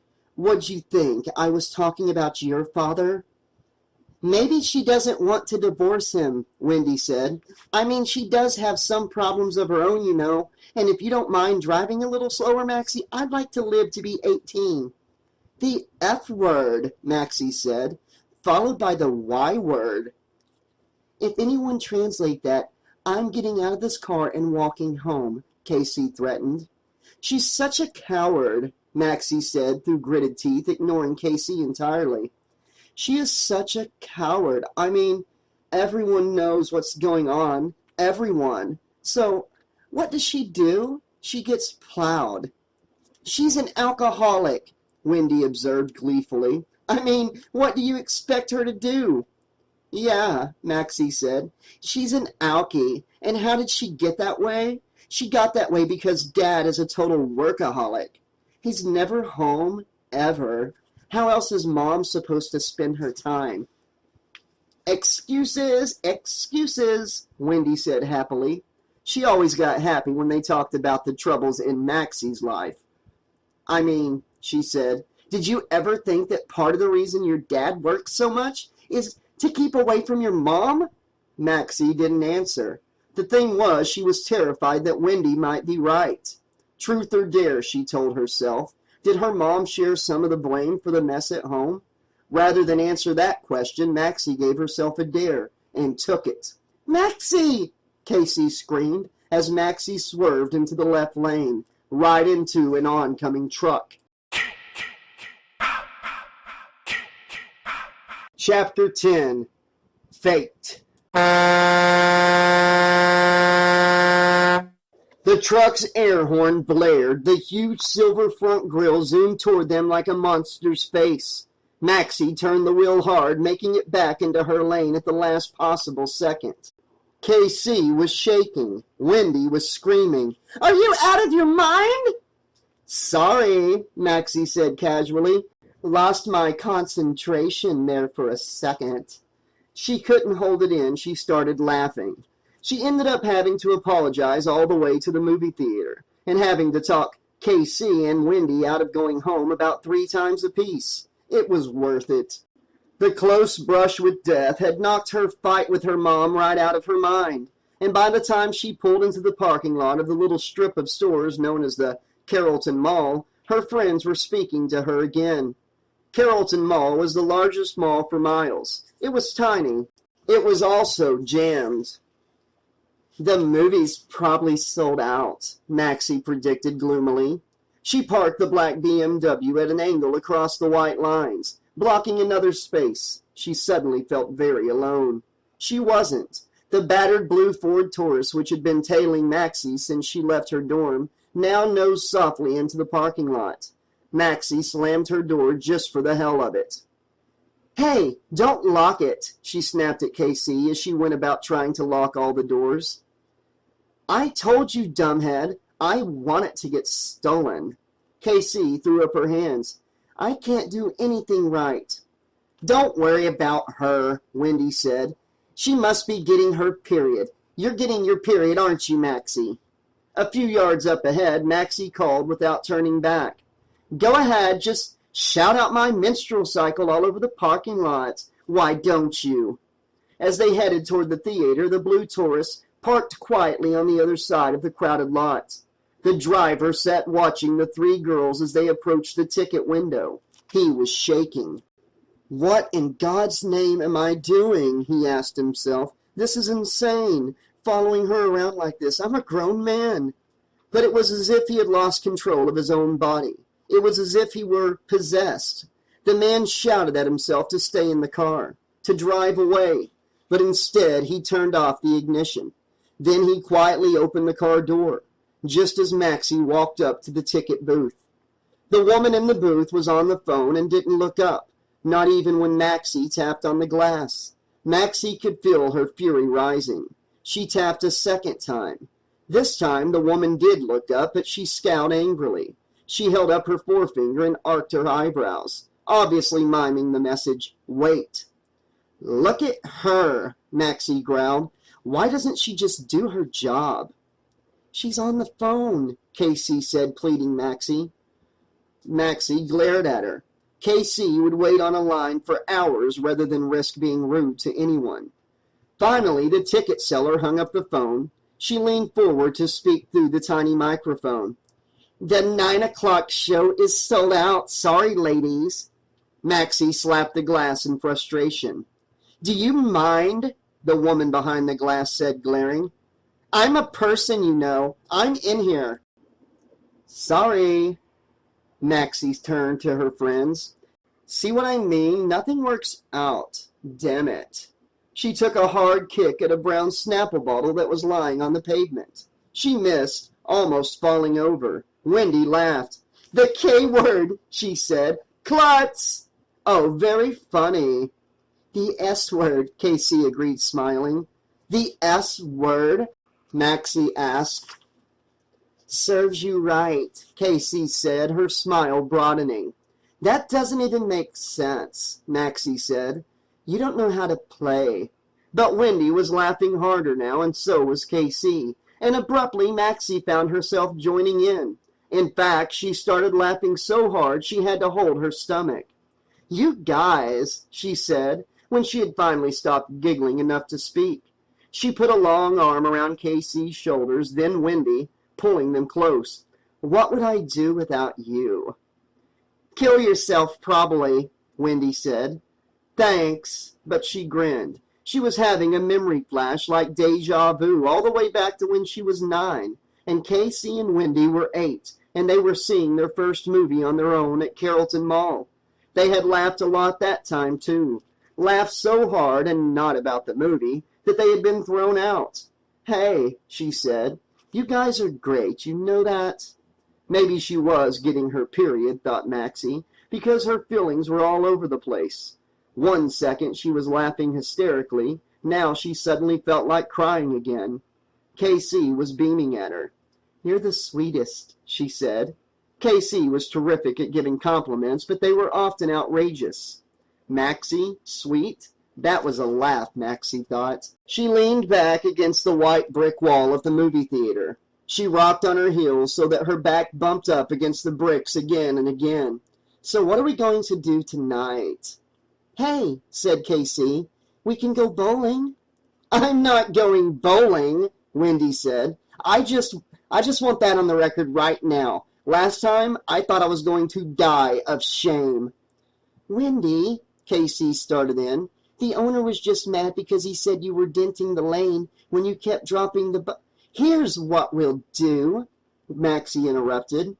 "We find someone to buy us some liquor or drugs, and then we get totally wasted out on the athletic field." "Maxie," Casey said, "you better be joking." "Why?" "Why what?" asked a familiar voice. All three girls looked up. "Graham," Casey gushed. "I mean, Mr. Newton." "No, you mean Graham. Graham is just fine." The teacher was standing in front of them, arms crossed. He was wearing a torn old t-shirt, khaki shorts, sandals. It was strange to see him out of his usual teaching clothes, but Maxie had to admit he looked more handsome than ever. "What are you doing here?" Wendy asked. "Well, I was going to see a movie, but I see by that little notice in the box office window that I am a bit too late." "Join the club," Casey said in a sing-song voice, and laughed nervously. Maxie hadn't gone by Graham's office that afternoon, as he had asked. Frankly, she wasn't interested, but she was still glad to see him. She loved distractions.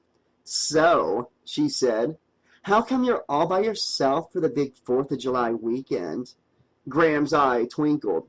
"Ah, well," he said, "for us Englishmen, your country's Independence Day is really more of a day of mourning, you know. I like to be alone with my thoughts." Everyone laughed, and Graham proudly grinned his toothy grin. He started with KC, but he ended up smiling at Maxie, and he kept his gaze there. "This is quite a coincidence, eh?" he asked. No one answered him. There was an awkward pause. Maxie was about to say something, but she stared at KC, willing her to talk instead. They had had plenty of fights throughout the years where Casey accused Maxie of stealing her guys. The fact was, Casey always panicked around men and got deathly silent. What was Maxie supposed to do? Stay silent along with her? This time they were literally saved by the bell. It sounded like organ grinder music, a mindless, happy tune that was playing slightly off-key and kept repeating itself over and over. "Look," Maxie said. Everyone looked. A large white truck was pulling into the parking lot. Painted across one whole side of the truck was a colorful ad for the Carnival in Crystal Lake. The driver of the truck was a clown. There was a second clown on the passenger side, waving slowly and broadly. Despite their huge, brightly painted smiles, both clowns looked quite grim. The truck made a slow circle through the lot. "Hey, everybody," one of the clowns yelled as they went by. "Why don't you come to the carnival?" "Maybe we will," Maxie called back. "You better," the clown said. He pointed his finger like a gun and fired an imaginary bullet. "Bang," he said. Maxie laughed. "Don't even think about it," Wendy said as the truck drove away. "I don't think we have any other choice," Maxie said. "It's beginning to look like fate." "We have a choice," Wendy said. "Believe me." "What's all this?" Graham asked. "Wendy's afraid of the carnival because Crystal Lake is supposed to be haunted," Maxie explained, enjoying the embarrassed look on Wendy's round face. Wendy shoved her. "Shut up! That's not true!" To their teacher, she added, "That's a total lie. Afraid of a carnival. That's so ridiculous, Maxie." Maxie just laughed. Nothing like teasing a friend to pass the time. "I'll get you," Wendy warned under her breath. But Maxie only laughed harder. Graham was laughing too. "A haunted carnival! But that only adds to the fun now, doesn't it?" "That's what I think," Maxie agreed. She smiled at him, her best sexy smile. Over the last couple of years, she'd found that it only took a few of those smiles to get any guy to ask her out. They were like magic bullets. "Want to join us?" she asked. "Ah, I would love to. It's just—" Blushing, he glanced quickly at Casey and Wendy. He couldn't seem to come up with an excuse. "It's just what?" Maxie asked, giving him a sly look. Graham wiped the sweat from his forehead. "God, this heat. It makes me feel brain dead, you know. Anyway, I'm sure they're all so very exciting." He held up one hand in a sort of salute. "Anyway, I'll take a rain check. Good weekends, all. Cheerio." The three girls gave him a chorus of farewells as he turned and headed off into the parking lot. Maxie watched him go. Was she right about him or what? If he was interested in her, why didn't he agree to come along? There was no way to know. She watched him get into his car. She was feeling mad again. "Come on," she told her friends. "Let's get out of here." "Where are we going?" Wendy asked warily. Maxie grinned and slapped her loudly on the back. "The C word." "The carnival?" guessed Casey, clapping her hands. "The carnival," Maxie said.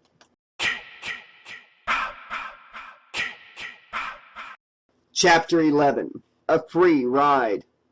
The Fantana Carnival was bright, loud, and flashy, but less than 100 yards from the fairgrounds loomed the dark woods of Crystal Lake. Here the noise from the fair was muted and distant. Here nature still ruled. For a moment the forest was deathly silent. Then suddenly the quiet was shattered. An owl screeched as it caught its prey, a tiny rodent with its razor-sharp talons. "What in God's name was that?" asked a low voice. "That was an owl, stupid. Geez, haven't you ever hiked around the woods before?" "Are you crazy? I told you, I'm from New Rochelle. We don't hike, we ride in carpools." "Just come on." Crunching over leaves, the two boys emerged into a patch of moonlight. One of the boys was a stocky 15-year-old with a round, immediately likable face. His name was sewn into every piece of his expensive clothes, from his shirt to his socks. Bernard LeBlat. "How much further?" he whined. "Just listen, stupid," the other boy said. He put his hand on Bernard's shoulder. "Can't you hear it?" Bernard listened to the sounds of the woods, the crickets and the frogs, and also he could hear the carnival in the distance. What if we get lost? Then what? Nick Harris laughed. You're pathetic. You know that? How could we get lost? Nick was right. It was almost impossible to get lost. For one thing, there were those huge revolving spotlights way up in the sky guiding their way. Also, they could occasionally see the top of the Ferris wheel spinning through the breaks in the trees. And as they trekked through the thick triangle of brush, the fair's organ grinder music chimed louder and louder, drawing them forward like a magical lure. They were almost there.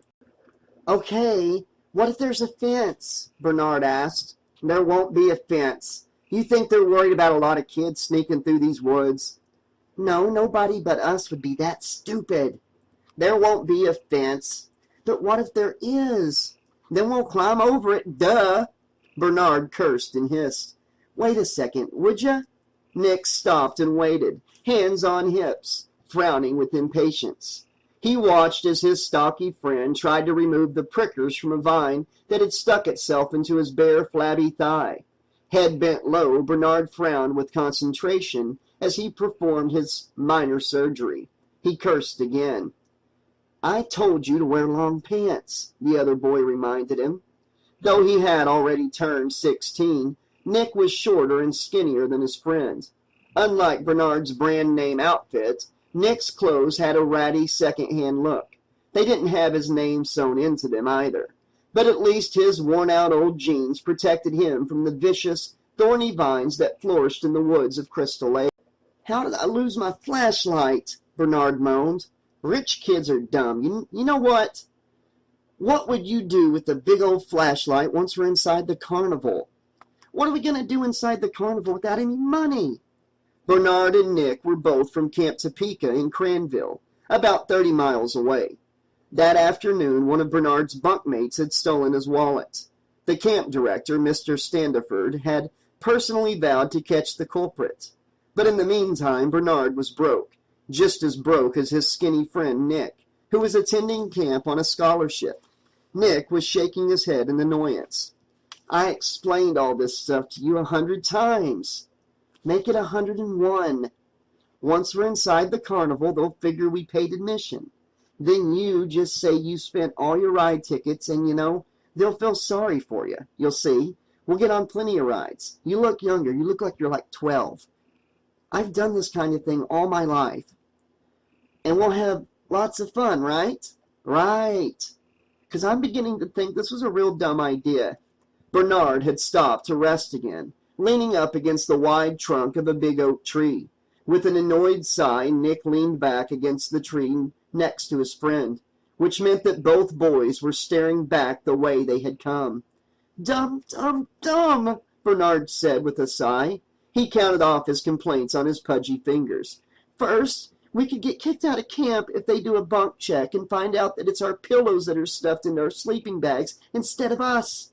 Second, we could have gotten killed hitchhiking over here. That guy, he was just a little drunk, Nick said, waving the complaint away. And third, Bernard didn't finish his third complaint. Instead, he stared bug-eyed at his friend in the darkness. What's third? Nick asked, but he had caught the other boy's fear. He lowered his voice to a whisper. Sorry, Bernard said at last. I thought I heard something. Third is what those counselors said at the campfire last night about Crystal Lake. All that stuff about that guy Jason? Nick's jaw dropped. You believe that crap? Bernard shrugged his round shoulders defensively. No, of course not, he said. But The truth was, Bernard thought the counselors had been very convincing.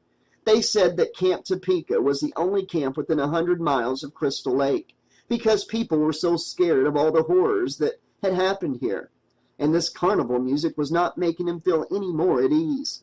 Dumbhead, Nick said. Counselors love to scare you. Bernard shrugged again. How did he get himself into these things? He knew how. Nick was pretty much the only kid at Camp Topeka who was nice to him. He didn't want to risk losing Nick's friendship by refusing to come along. The pine trees swayed and rustled as if in a breeze, but Bernard didn't feel any cold drafts. All he felt was the humid air pressing down on him like a hand. You know what I am looking forward to? he said, talking a little bit louder. "I can't wait to tell the guys what we did tonight, and—" He gulped. "I think I heard footsteps." His eyes were locked on Nick's. His voice was barely audible. Nick peered into the pitch-black woods. He didn't see anything. "You're such a wuss, man," he said, but he was whispering too. "Listen," Bernard insisted. And this time Nick had to admit he did hear footsteps. They seemed to be coming right this way. Then he heard something else, a faint hissing sound, like someone letting the air out of a tire. Bernard grabbed Nick's arm, gripping it hard. "Let's run!" "Wait," Nick insisted, because he still couldn't see anything coming through the woods. Bernard grabbed him with both hands, shaking him. "Nick!" But still Nick did not move. And then Bernard grabbed him again. Only this was Bernard's third hand. Nick looked up. A tall man in a white mask was staring down at him, eyes leering through the mask's dark holes. The man had come up behind them, from the other side of the tree. He had grabbed the skinny boy by the neck of his ratty white t-shirt. Now he pulled Nick several inches off of the ground, scraping him upward along the tree's rough bark. It all happened in an instant. For 1 second, Nick saw the snake tattoo slithering on the man's hairy forearm. For 1 second, he had a spasm of guilt. It was about Bernard's wallet, which was resting comfortably in his back pocket. Then the man in the mask raised his other hand. This hand was holding a blowtorch. Nick tried to scream, but as he opened his mouth, the searing flame went past his lips, burning, burning, burning its way through the back of his throat. Bernard took a step back, hands hanging limply at his sides. His mouth hung open. He felt as if everything inside of him, flesh, bones, organs, feelings, had instantly drained out onto the leafy ground beneath his feet. He felt as if he had become utterly weightless, as light as a feather, and feathers couldn't move, they could not run. So he just watched stupidly while the large man with the tattoos worked away on his friend, the blowtorch hissing. The skinny boy's flesh was crackling and burning. Then the man let go. Nick crumpled, falling straight down with a thud as if he had dropped out of the tree above. The man in the mask turned and looked at Bernard. Suddenly, with a jolt, the stocky boy's limbs came back to life and he ran. The man was right behind him, loping easily through the darkness, dodging around trees, walking so fast, but not running, and still keeping pace. Bernard was too scared to scream. Though he had just started to run, he was totally out of breath. Fear had knocked the wind right out of him. Bernard's left arm smacked into a tree trunk that felt hard as a rock. He was sure his arm was broken, but he didn't have time to worry about it, because just then the crazy maniac's big hand clapped down on his back. The man had him by the scruff of his checkered shirt. There was a ripping sound as the man tore off the part of the shirt they always called the fairy loop at school. Bernard hated the way his classmates always ripped that loop. This time, though, he was immensely glad because it meant he was free. He raced forward so fast he almost fell, and then the man grabbed him a second time. The hand caught his shoulder this time, but Bernard managed to shake himself loose. He kept running. Now he felt the man's fingertips touching his neck. But before the large, strong hand could close around his throat, the boy dodged to the left and saw it. The Carnival! He had come out of the woods, and it was as if the fairground's bright lights were physically smacking him in the face. The sight was so shocking and sudden. But between Bernard and the safety of the Carnival, there was, despite all of his friends' promises, a fence. The fence was high with barbed wire on top. Bernard ran toward it. The man was right behind him. Bernard could hear the hiss of the torch, feel its heat on his back. He could also feel the man's footsteps thundering behind his, could feel him looming over him, reaching down for him. Bernard reached out with his good hand, the one that didn't feel useless and broken, and gripped the metal fence with all his might, hoping to scramble up and over as fast as lightning. He probably never would have made it anyway. Climbing fences had never been one of Bernard's talents. But the instant his stubby hand touched the fence, he heard something else sizzling. He felt a pain so great it boomed in his ears like gunfire. His hair stood on end. Then there was smoke, curling up from his hand, but he couldn't move it. He was paralyzed. His whole body started shaking violently. First his hand and then his entire body began to blister and pucker. A gigantic microwave couldn't have done the job any quicker. In less than a minute, Bernard LeBlanc was done to a crisp.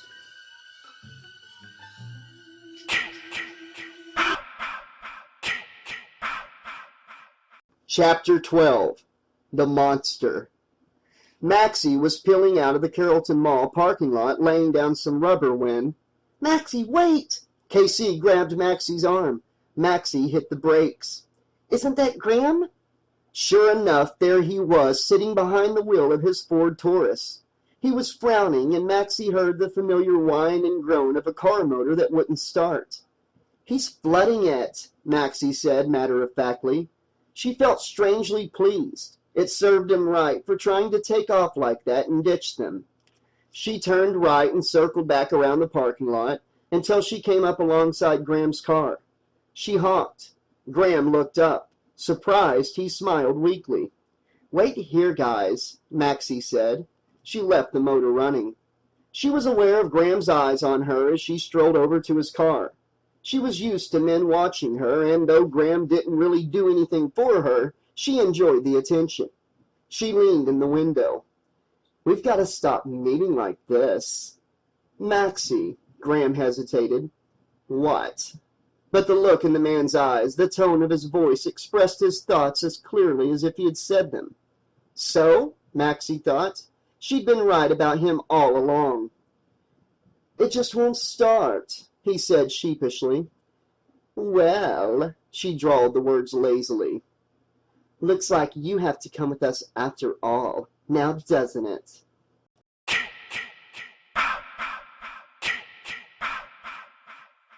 Greg Dillon stared up at the monster. The roller coaster hulked against the dark sky like some gigantic dinosaur skeleton. Greg didn't consider himself a particularly brave guy, but as scary as the ride looked, he couldn't muster any fear. Glumly, he counted out his ride tickets, handed them to the carny, stood at the gate for a moment, and started forward. The man held out a greasy hand. "It's 8 ride tickets." "What? Oh, sorry." Greg tore off 2 more tickets. Everyone at this fair was so nasty, he thought. There weren't exactly a whole lot of customers, so you'd think they'd be nicer to the ones they had. He wound his way through the twisty path of metal railings. The path had been set up to hold a long line, but for this next ride, Greg was going to be the monster's only victim. In a way, it should have been a dream come true, the fair being so deserted. For one thing, it meant Greg didn't have to wait for any of the rides. But instead, the empty fairgrounds made the whole carnival feel pointless. Why should he bother to go on these rides when there weren't a lot of other kids around, laughing and screaming their heads off? Well, it wasn't just that there weren't a lot of kids and other teens around, he thought bitterly. It's that one particular kid wasn't around. Maxie. The same carny who had taken Greg's tickets now hopped over the metal barricades and locked Greg into the first car, angrily snapping the safety bar in place. "Is this really the world's largest roller coaster?" Greg asked. "I mean, it doesn't look all that big." "What do you care?" the man demanded. He had rotten teeth and his breath smelled fishy. "Don't worry, kid. It'll take you around so fast you'll wish you were on the kiddie carousel. Keep your hands on the bar at all times or you're gonna die. You got it?" The carny gave him a happy grin, as if the thought of Greg dying cheered him greatly. Then he hurried off to the control booth to start the ride. The carny didn't check the safety bars on the other cars. Why should he?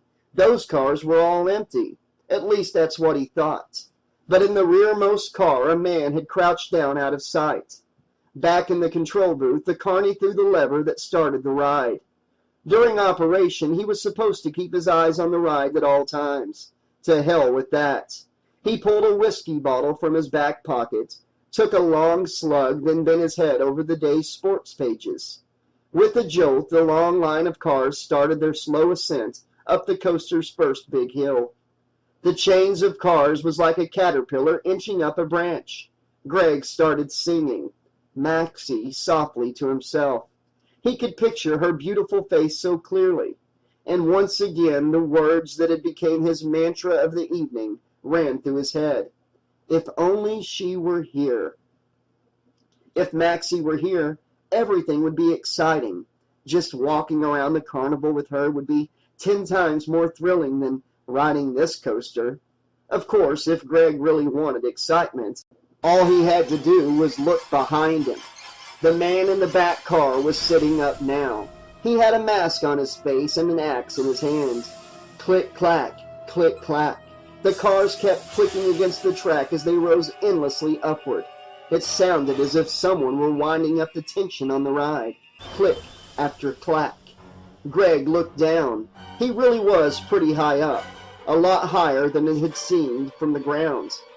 Maybe it was the world's largest traveling coaster after all, he thought idly. He watched as the car rose up out of the brightly lit fairgrounds, and he saw the dark woods spread out below him. The green tops of the trees looked like a soft carpet, waiting to catch him if he fell. In the back car, Mitch was cursing. All those empty cars, only one lousy kid for him to butcher. Where was the fun in that? He swung one long, limber leg over the back seat of the next car, just as the monster's long line of cars began its first screaming descent. Greg screamed just for the hell of it, trying to get into the spirit of the ride. Ignoring the carny's instructions, he raised his hands off the safety bar. It didn't help. He still felt totally safe. He still knew that this was just a ride. Meanwhile, 7 cars back, Mitch almost did some screaming himself. He had come damn close to being thrown off the coaster, and he had dropped the axe. But luckily, the large metal weapon had landed in the wet, dank bottom of the car he was trying to climb into. Unluckily, one of Mitch's long legs was still sticking out the side of the car, and it was thwacking against the side of the metal track as they hurled downward. Sparks flew. It felt like his leg was getting electrocuted. Cursing wildly, Mitch finally managed to pull his leg inside. He righted himself. His body felt like it was burning. His snake tattoos hissed angrily. He grinned through the pain. That was quite a stunt. He congratulated himself. Only 6 more cars to go. But the monster was going faster now. So fast that Greg put his hands back on the safety bar. Where was Maxie right this second, he wondered. It wasn't a good question for him to ask. He knew the answer. She was out partying, probably dancing up close with some studly hunk, or worse, off in a dark corner making out. The idea twisted in his gut like a knife. Well, what did he expect? She had told Greg to forget about her. She couldn't have been much clearer than that. But the thing was, he didn't know if he could ever forget her, not even for a single. The cars lurched through a hairpin turn, and for the first time Greg found himself screaming for real. Wow, they were really cooking. 5 cars back, Mitch turned his masked head, trying to get a look down at the control booth. What was that idiot up to, running them around the track this fast? How was he going to kill that kid at this speed?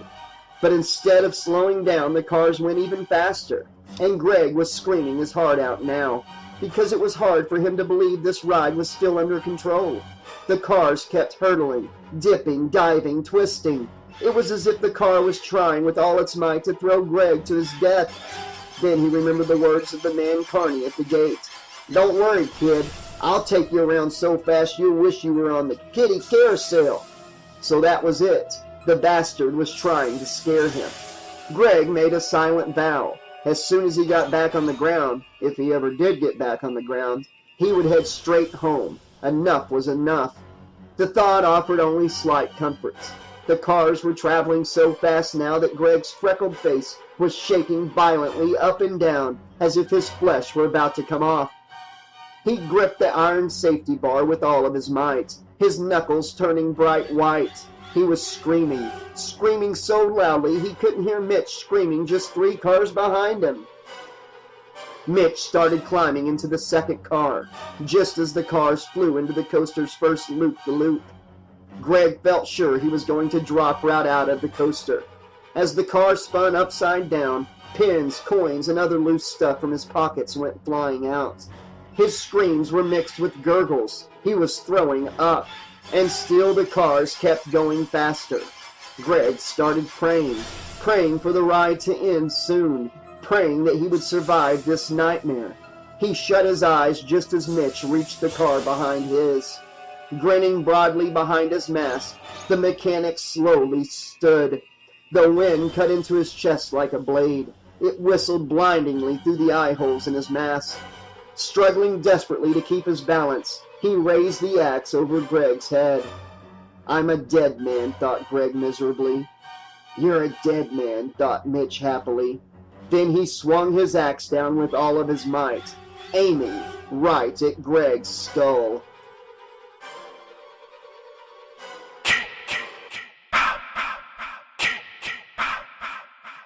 Chapter 13. Fortune Telling. As he threw up for a second time, Greg wasn't feeling particularly lucky. He was more lucky than he knew, because the cars had gone into their second loop-the-loop. So instead of Mitch's axe burying itself deep into the back of Greg's skull, it slashed down into the track. There was a loud crack, followed by a horrible sizzling.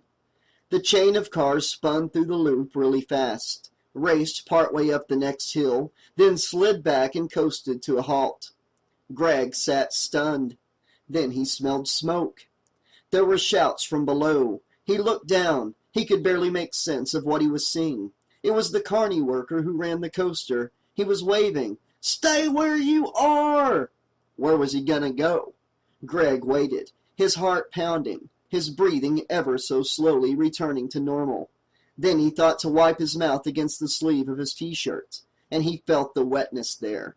When he looked down and saw the circle of white and yellow crud on his chest, he almost threw up for a third time. The carny was clambering toward him, making his way up the track and easily as a monkey. When the carny reached him, Greg found no comfort in the man's large, scowling face. "You okay?" The question was gruff, as if the ride's malfunction were somehow Greg's fault. "I think so." "Come on," the carny said, unsnapping the safety bar and holding out a large, hairy hand. "I'll walk you down." The lights on the monster had shorted out, leaving only occasional crackling sparks. That meant the ride was dark. Thanks to the darkness, neither Greg nor the carny noticed Mitch as he climbed quickly down the other side of the ride. He jumped down into the grass and disappeared into the shadows. As soon as he was back on solid ground, Greg felt another wave of nausea and dizziness wash over him. But the carny had a firm grip on his arm, holding him upright. The burly man handed him a dirty yellow rag, which he plucked off the floor of the control booth. "Here," he ordered, "wipe yourself up." While Greg wiped the vomit from his shirt, the carny looked back in the booth. This time he came out with several strings of ride tickets. "Here you go, kid," the worker said. "Have yourself a blast. I gotta see if I can figure out what the hell is wrong with this thing." The carny gave him a rough push toward the exit, and Greg wandered off in a semi-daze. As the ride spun out of control, Greg had comforted himself with the promise that once he was on the ground again, he'd head straight home. But now, he stared at the free ride tickets in his hand. Maxie drove fast, and in less than half an hour they were whipping through the dark, deserted streets of Crystal Lake. 5 minutes later, the paved roads became bumpy dirt roads that jolted them deep into the heart of the forest. Maxie knew the way with her eyes closed, almost, but the thing was she couldn't have gotten lost if she tried. Almost every 50 yards there were signs for the carnival stapled to the trees. "Doesn't seem like there's much traffic headed out here," observed Graham, who was sitting in the back seat with Wendy. Even though Maxie wasn't really interested in Mr. Newton, it was still a heady feeling having the teacher ride with them, as if they had kidnapped him or something. She glanced at him in the rear view, and he smiled back. The look in his eyes seemed to say she was the only one in the car. "That's because most people aren't crazy enough to come out here," Maxie said. "Right, Wendy?" "Right." Oh, yes," Graham said, grinning. "I forgot the place is haunted." "Worse than that," said Maxie with solemn pride. "They say Crystal Lake is the Devil's Gateway." "Oh my," Graham said. "You better believe it," Maxie replied. She wished she could scare the daylights out of him, or at least wipe that wolfish grin off his face. "They say that if you dig down deep enough anywhere around here, the invisible vapor starts seeping up out of the ground." She took one hand off the wheel and waggled her fingers to indicate fumes. "The vapor turns you meaner and nastier the longer you breathe it in." "Sort of like secondary smoke, I suppose," joked Graham. Maxie smiled. So did Casey. Wendy guffawed. She'd been laughing way too hard at everything Graham said the whole trip, but this time she laughed so hard she snorted. She covered her face with her hands. "And," Maxie said, "if you dig down even deeper, the worst creatures of hell can get loose and come up for a little visit. Like Jason Voorhees. He's visited these parts plenty of times." "Okay," Casey pleaded. "That's enough. I'm getting the willies." "Yeah," Wendy agreed. "I'm scared enough of carnivals without—" "Look!" Maxie jammed on the brakes. Standing right in the middle of the dirt road, waving a big flashlight, was this tough-looking greaser in an orange reflector safety vest. He was waving Maxie's car to the left, where a bunch of other cars had parked in a grassy clearing in the woods. As she parked, Maxie glanced over at KC. She was looking paralyzed again. Maxie caught her eye and indicated with a shake of her head that KC should say something to Graham.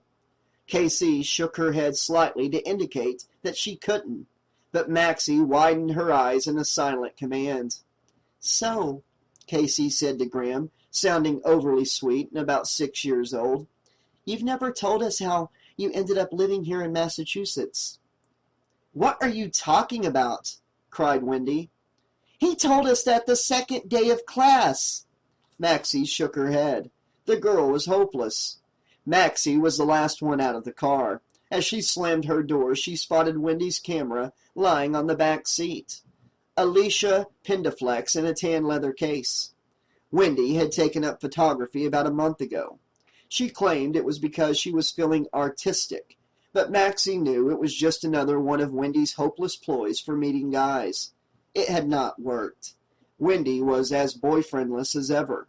Then again, Wendy never remembered to take any pictures. On an impulse, Maxie retrieved the camera, looped the strap around her long, thin neck, and followed her friends. As they trampled across the field toward the carnival, they started hearing organ grinder music, screams, and shouts. Maxie was surprised. She thought she was too old for fairs, so why was she getting so excited?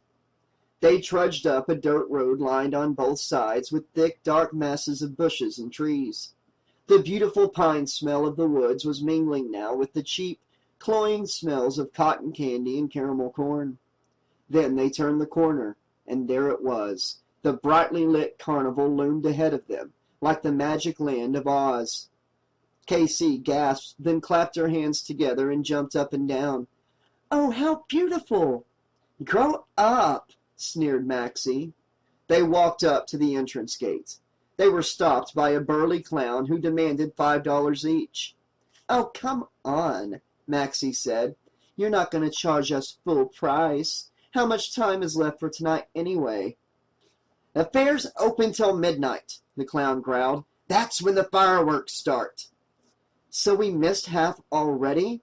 "That's not my fault. No discounts." "Hey, it doesn't look like you've got crowds of people dying to get in here," Maxie said. "Let us in for half price, or you lose out on 4 customers."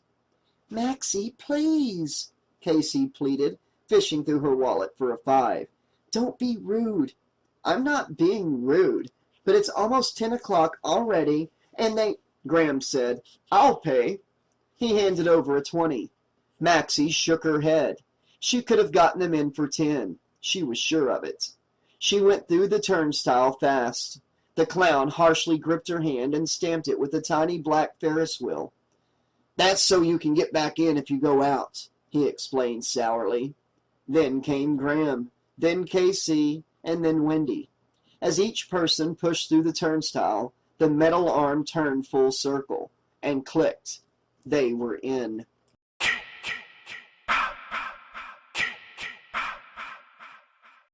Selina sat on the plush chair behind the star-covered curtain in the rear of the fortune-telling booth, fidgeting nervously. Mr. Fantana had promised to come by with news of how her mother was feeling. But so far, no Fantana. She checked her watch. 10 after 10. She'd had so few customers. There was no way she was waiting around any longer. She decided, even though Fantana had threatened to fire her mother if Selina left her post. The truth was, carnies were always leaving the fair every chance they got. If a worker developed a love interest or any kind of job in town that they passed through, it was almost a sure bet that that worker would ditch the fair. Fantana was always struggling to hold on to his crew. He would never fire her mother, Selina realized. She'd been stupid to worry about his threats. She jumped up and started out the door of the booth. She almost collided with Mr. Fantana. He was grinning at her, but in the meanest possible way. "Leaving?" No, she stammered. "I just thought it, might help if I waited outside, to attract the customers." "Uh-huh." He kept smiling at her, his pig eyes twinkling, as if to say, "We both know you're lying." "Anyway," he said, "I only have a second. But I just came by to tell you that your mama's fine." A large smile of relief burst across Selina's face. "She is?" "Uh-huh. I stopped by the infirmary, and she was on her way over here. I had a hell of a time convincing her to stay there and rest." That sounded like her mother, all right. Selina's feeling of relief deepened. "I told her you'd watch the booth till midnight. Then you can go see her," Fantana said. He turned to leave. He stopped short. Vince Fantana was staring at one of the most beautiful girls he'd ever seen in his life, and he'd seen plenty. This one was tall, with long, dark hair. She was making her way toward the fortune-telling booth. She had some friends straggling along behind her, a dumpy little redhead, a pretty blonde, and some older guy. But the girl, Vince had trouble taking his eyes off of her. He turned back and flashed Selina an oily grin. "Looks like you've got some business," he told her. "Don't blow it." "This is such a waste of money," complained Wendy as they stopped outside the fortune-teller's booth. "Really, Maxie, you can't tell me you believe in this nonsense." "I believe in this nonsense," Maxie told her levelly. She had her back to Graham, so she gave Wendy her rat face. When they were all 10, this face used to drive Wendy and Casey wild. The two girls would scream and beg her not to make the rat face. This time, Wendy only rolled her eyes. Maxie turned and ducked into the booth. A cowboyish old man was just coming out. He had yellowish, swept-back hair and awful little eyes. He gave Maxie a big grin and said, "Evening." Then he slid by her, bringing their bodies close together. Gross. The fortune-telling booth was small, with a couple of white plastic chairs set right on the grassy ground. All around the booth, on ledges and shelves, sat burning candles, silver zodiac signs, and other occult paraphernalia. In back, there was a curtain with 2 more chairs, both plush. There was a teenager sitting in one of the chairs, her dark face half obscured by the starry curtain. Maxie stopped short when she saw how young the girl was. She'd been expecting someone a lot older. Getting a palm or tarot reading from some kid did seem dumb, just like Wendy had said. Maxie had a sudden impulse to push everyone back out of the booth. But it was too late. The young girl was coming out from behind the curtain. "Can I help you?" she said. Maxie shuddered. The girl was staring straight at her. Maxie couldn't take her eyes off of her. It wasn't that she knew her. Somehow, deep in her bones, she felt as if this girl was her, as if she was looking into a full-length mirror, which was odd, because there really was no physical resemblance between the two of them. "Help us? Probably not," Wendy answered. She gave Maxie a pleading look. "Come on, Maxie." Maxie still had her eyes on the girl and said, "I wanted to know if I could get a group fortune-telling. A tarot reading, but for all of us at once." The girl smiled. "A bargain hunter, eh?" Maxie searched for sarcasm in the girl's face, but there was none. "Hey, maybe she is psychic," Wendy said to Maxie. "You are always looking for bargains, or just stealing the stuff." "Shut up." "Girls, girls," Graham said. "A little decorum, after all. We are in a mystic presence." "Aren't you kind of young to be doing fortunes?" Wendy asked. The girl laughed. "Yeah, I guess I am. I'm kind of filling in for my mom tonight." "Do you live with the Carnival?" Casey asked wide-eyed. She shook her head. "I only travel with the Carnival in the summers. The rest of the time I'm in school just like you guys." "We're in school all the time," Wendy said. Maxie said, "Guys, she's supposed to answer questions about us, okay?" Graham had already gotten his wallet out. The teacher was really eager to spend money on them, now wasn't he? Maxie didn't need a fortune teller to tell her what that was about. Another horny old man.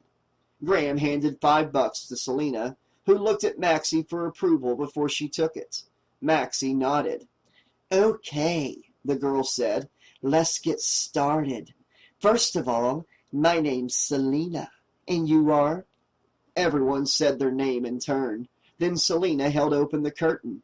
"Why don't you all step back here?" There wasn't much room, just 2 chairs with a small table in between. Next to one of the chairs was a back door, which was slightly ajar. Selena told Maxie to sit. Selena sat as well. Again, Maxie found herself staring. She couldn't help smiling. Selena spread a silk scarf over the table with a gentle flourish. Then she handed Maxie a well-worn pack of tarot cards and told her to shuffle them. "Now hold the cards in both hands," she instructed, "and speak your question aloud." Maxie held the cards as she tried to think of a question. Graham and her friends had positioned themselves right behind her, which was making it kind of hard for her to think. She wanted to ask if her mom would ever stop drinking and a few other questions, but she would need a private session for that, and "Ask her when we can leave this lousy carnival," Wendy suggested. "Wins," Casey said. "You're going to offend her." No, you won't," Selena said easily. "But if you don't let your friends concentrate, it could mess up the reading." "Oh, yeah, sure," Wendy said, but she didn't say another word. Maxie twisted her head and glanced up at Graham, who was smiling down at her. Right then, she had a psychic prediction of her own. If Graham got her alone tonight, he was going to blubber on about how much he loved her. She turned back to Selena. "Okay, I guess I just want to ask what the future holds for, all of us. Your whole group." "Yeah." "Whew," Graham said. "I was afraid you were going to ask what your grades will be." Casey and Wendy both laughed, but Maxie kept her eyes on Selena. Suddenly, she felt afraid, which was weird because the truth was she didn't really believe in psychics. But right then, she felt as if this girl might really be able to see her future. Then the dark-skinned girl took the pack of cards from Maxie and started laying them out one at a time, gently turning each card as if she were turning the pages of a sacred book. The cards looked so old and beautiful, too, with their odd colorful figures. As she turned the cards, Selena recited the names of the cards out loud. 3 of Cups, 2 of Wands, the Tower. She positioned the cards in 3 rows with every other card horizontal. When she was laying out the center card of the center row, her hand jumped slightly. For the first time since she started putting out the cards, her eyes met Maxie's. Maxie looked down at the card that Selina had just turned. It showed a figure in a dark cape riding a horse. The figure's face was only partly visible. It was a skull. "It's the death card," Selina said softly.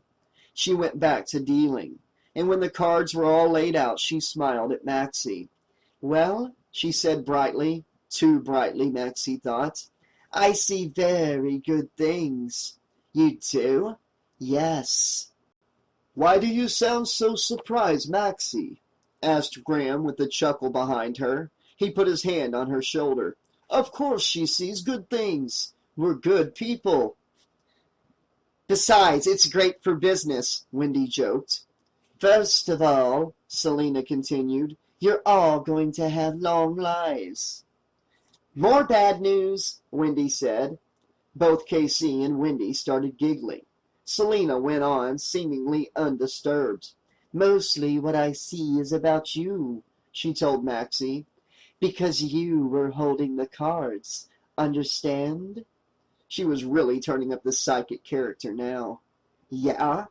I see that you have a lot of doubt in your heart, that you're not a true believer. I also see a lot of pain in your past. Someone has done something to hurt you." "That's amazing," Casey gushed, suddenly serious. "That's so true, Maxie. She's reading your mind." "Casey," Wendy said, "how lame-brained can you get? Everything she says could apply to anyone in the whole—" "I see that it's your father who has hurt you the most," Selina said, peering down at the cards. There was a different kind of silence in the booth now. Selina was looking at Maxie intently. Maxie felt like the girl could see inside of her, into her heart. That she could see the tremendous love she felt for her handsome, charming father when she was little. See the intense feeling of abandonment both she and her mom experienced as Mr. Wagner started to work longer and longer hours. He always said he was doing it for all of them, but— "You have to let the pain go," Selina intoned. "I've had pain like that myself." She paused, looking shy. Maxie nodded for her to go on. "My father was a carny worker. He got my mom pregnant, then ran off and left her. I've never even met him. When I was growing up, my mother always used to tell me that we had to forgive him and forget him. Otherwise, she said, the bitterness would ruin our lives. I think I was able to do that, to let him go. But my mom could not, and it's like her own prediction has come true on herself. Do you understand?" Maxie nodded slowly, mesmerized. "Okay," Selina said with a soft smile. "That's it, I guess." She smiled broadly, breaking the spell. "I hope you feel like you got your money's worth." "Wait," Maxie said as Selina started to rise. "What about—" She pointed at the center of the spread of cards, where the death card lay. Selina smiled again. "That can mean a lot of things. For one thing, the death card often stands for transformation. Something needs to die inside of you for you to be reborn. That something, I believe, is your anger at your father. Understand?" Maxie nodded, but she had the uncomfortable feeling that the girl was lying.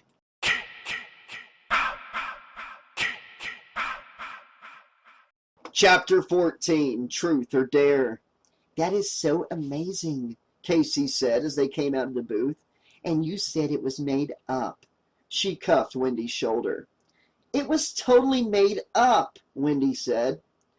"Oh, come on. How can you say that?" They were strolling past the bumper cars where kids were smacking into each other at alarming speeds. "I mean, she knew all about Maxie's father," Casey said. "What about Maxie's father?" Graham asked, smiling, as usual, right at Maxie. "Nothing," Maxie said, her heart starting to pound. She eyed her friends. "Nothing I'm going to tell Graham about anyway." "Say, Maxie," Wendy taunted. "How about a little game of truth or dare?" Maxie had never backed down from a dare in her life. She wasn't going to start now. "Go ahead," she said lightly. "Cotton candy!" sang a vendor strolling toward them. Maxie kept her eyes locked on Wendy. "I said go ahead." "Hold it," Graham said. He had his wallet out again. He was buying 3 cotton candies. As he handed around the pink blobs of spun sugar, Wendy said, "Okay, my question is—" "Remember," Maxie interrupted, "it's going to be my turn next. So watch what you say." Wendy grinned mischievously. "My question is, why have you been so angry at your father lately? And the dare is, you have to strip buck naked and streak the carnival. You're really asking for it tonight, aren't you?" Wendy shrugged. "Truth or dare, your choice." Maxie handed her cotton candy to Graham. "Hold this a second." Crossing her hands, she reached down and started to pull her gray t-shirt right over her head. Graham's jaw dropped. KC's eyes bulged. Wendy couldn't believe what she was seeing. Maxie got the shirt about halfway off when she remembered 2 things. One, she still had Wendy's camera around her neck, and it was getting tangled in her t-shirt. 2, she wasn't wearing a bra. But neither of these things was the reason she let the t-shirt drop back down. The problem was, if Maxie stripped, Wendy would feel like she had won the game. Because Wendy knew that running around the carnival naked was going to be less embarrassing for Maxie than answering that question. So Maxie turned to face Graham. "Here's the truth," she told her teacher. "My dad is cheating on my mom." Maxie was right. Wendy looked more shocked than when Maxie had started to strip. She forced herself to go on. The words burned like acid in her mouth. "He's been having this affair with his business partner for over a year. Her name is Beverly. She's this really waspy woman with long red hair and one of those jaws that always looks like it's wired shut. Everyone in town has seen them together and has been talking about it, and it really kills me." Graham was frowning. "Wow," he said. "That's pretty heavy. I'm sorry, Maxie." "Don't worry about it." She tossed her hair, turned to Wendy, and in a sing-song voice said, "My turn." Panic flickered in Wendy's eyes. It was a familiar and pleasing sight. "Truth or dare," Maxie said. "Did you tell KC that—" "Maxie," Wendy begged. "Let's stop. I don't—" "Did you tell KC that you've got a wicked crush on Graham? You said you'd pay all the money you own just to sleep with him for one night. True?" Tears formed instantly in Wendy's eyes, as if Maxie had slapped her, which in a way she had. Good, she thought as Wendy lowered her head. "I'll make my dare real easy, not like you did," Maxie added, turning to look around at the carnival. "Let's see. All you have to do is ride," she pointed, "that roller coaster and not hold on to the safety bar." She smiled triumphantly. "Well, which is it? Truth or dare?" Wendy chose the third option. She turned and ran. Maxie laughed as the short redhead disappeared into the large, dark fairgrounds. "Go ahead and run, coward," she yelled after her. "That was mean," KC said. "A lot less mean than what she did to me." Her hands behind her back, Maxie leaned against the counter of a locked game and smiled insolently back at KC and Graham. Standing in the shadows just a few yards behind her, Mitch Deaver smiled as well. Though his leering grin was hidden behind his white mask, he was pressed into the narrow grassy strip between 2 booths. He was ready to strike. "You know," Graham said, "I think I'm beginning to understand how this truth or dare business works." "You like it?" Maxie asked. "Not much, no." Mitch carefully pulled out his switchblade. He clicked open the blade. "We better go after her," KC said. "Nah," Maxie said. "Let her stew. You know Wendy. She just needs to sulk for a few years and she'll snap right out of it. Besides, I've got her camera." She pulled on the strap, trying to get the rough leather off her neck. It kept tightening like a noose. Look at that sexy beauty, thought Mitch. Isn't she sweet? She's baring her neck for me to slash it. That's very empathetic of you, Graham said. Huh? That means you're being caring, he explained. You can go running after her if you like, she shot back. After all, you're our teacher. She put an extra spin on the last word, trying to jab him with it. He got the point. He reddened and looked away. Well, maybe if we wait, she'll come right back, he mumbled. It was as if Mitch's body and his mind were working independently.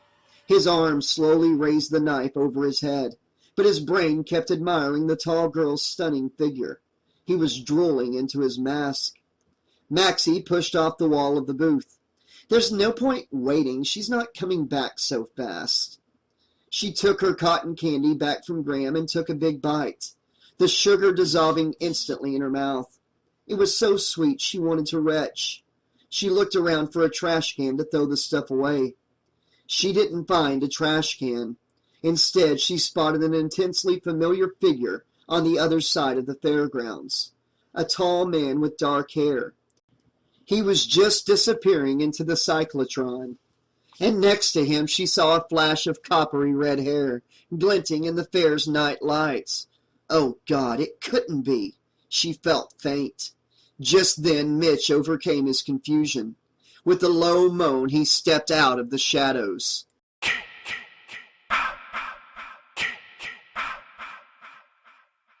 Chapter 15. The Figure in the Darkness.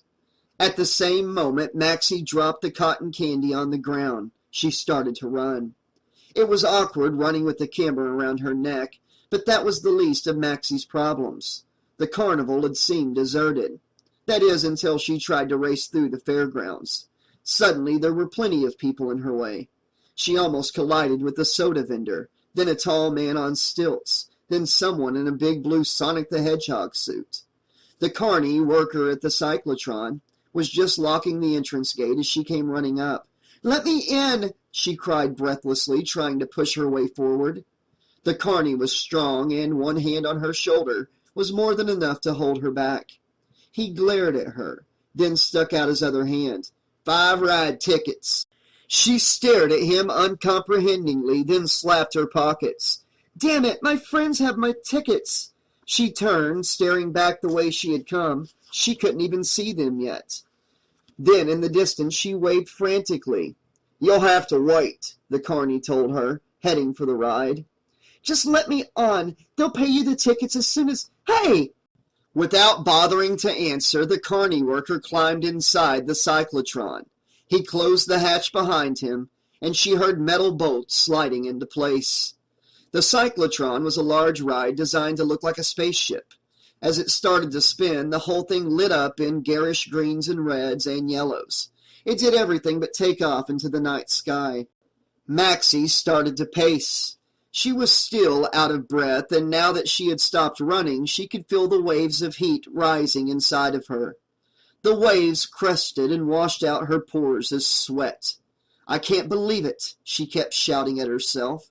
Of course she had known about the affair for over a year, but running into them, it seemed like the ultimate betrayal. From inside the cyclotron, there were screams.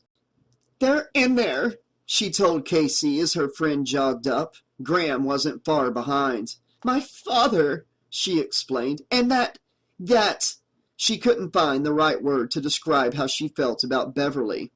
Are you sure? Casey asked. Yeah, I'm sure. Maxie stared at the spinning ride like a cat eyeing a hole a mouse had disappeared into. If she could have, at that moment, she would have torn her dad to pieces. While she watched the ride, a figure hidden in darkness watched Maxie. Maxie, Graham said, maybe we shouldn't hang here. I mean, maybe this is the kind of thing you'd be better off talking to your father about in She pulled her arm free. She kept staring at the ride, waiting. The figure in the shadows was waiting as well, waiting until the small knot of passerby wandered past the cyclotron and out of his way. Then the figure started forward, moving quickly.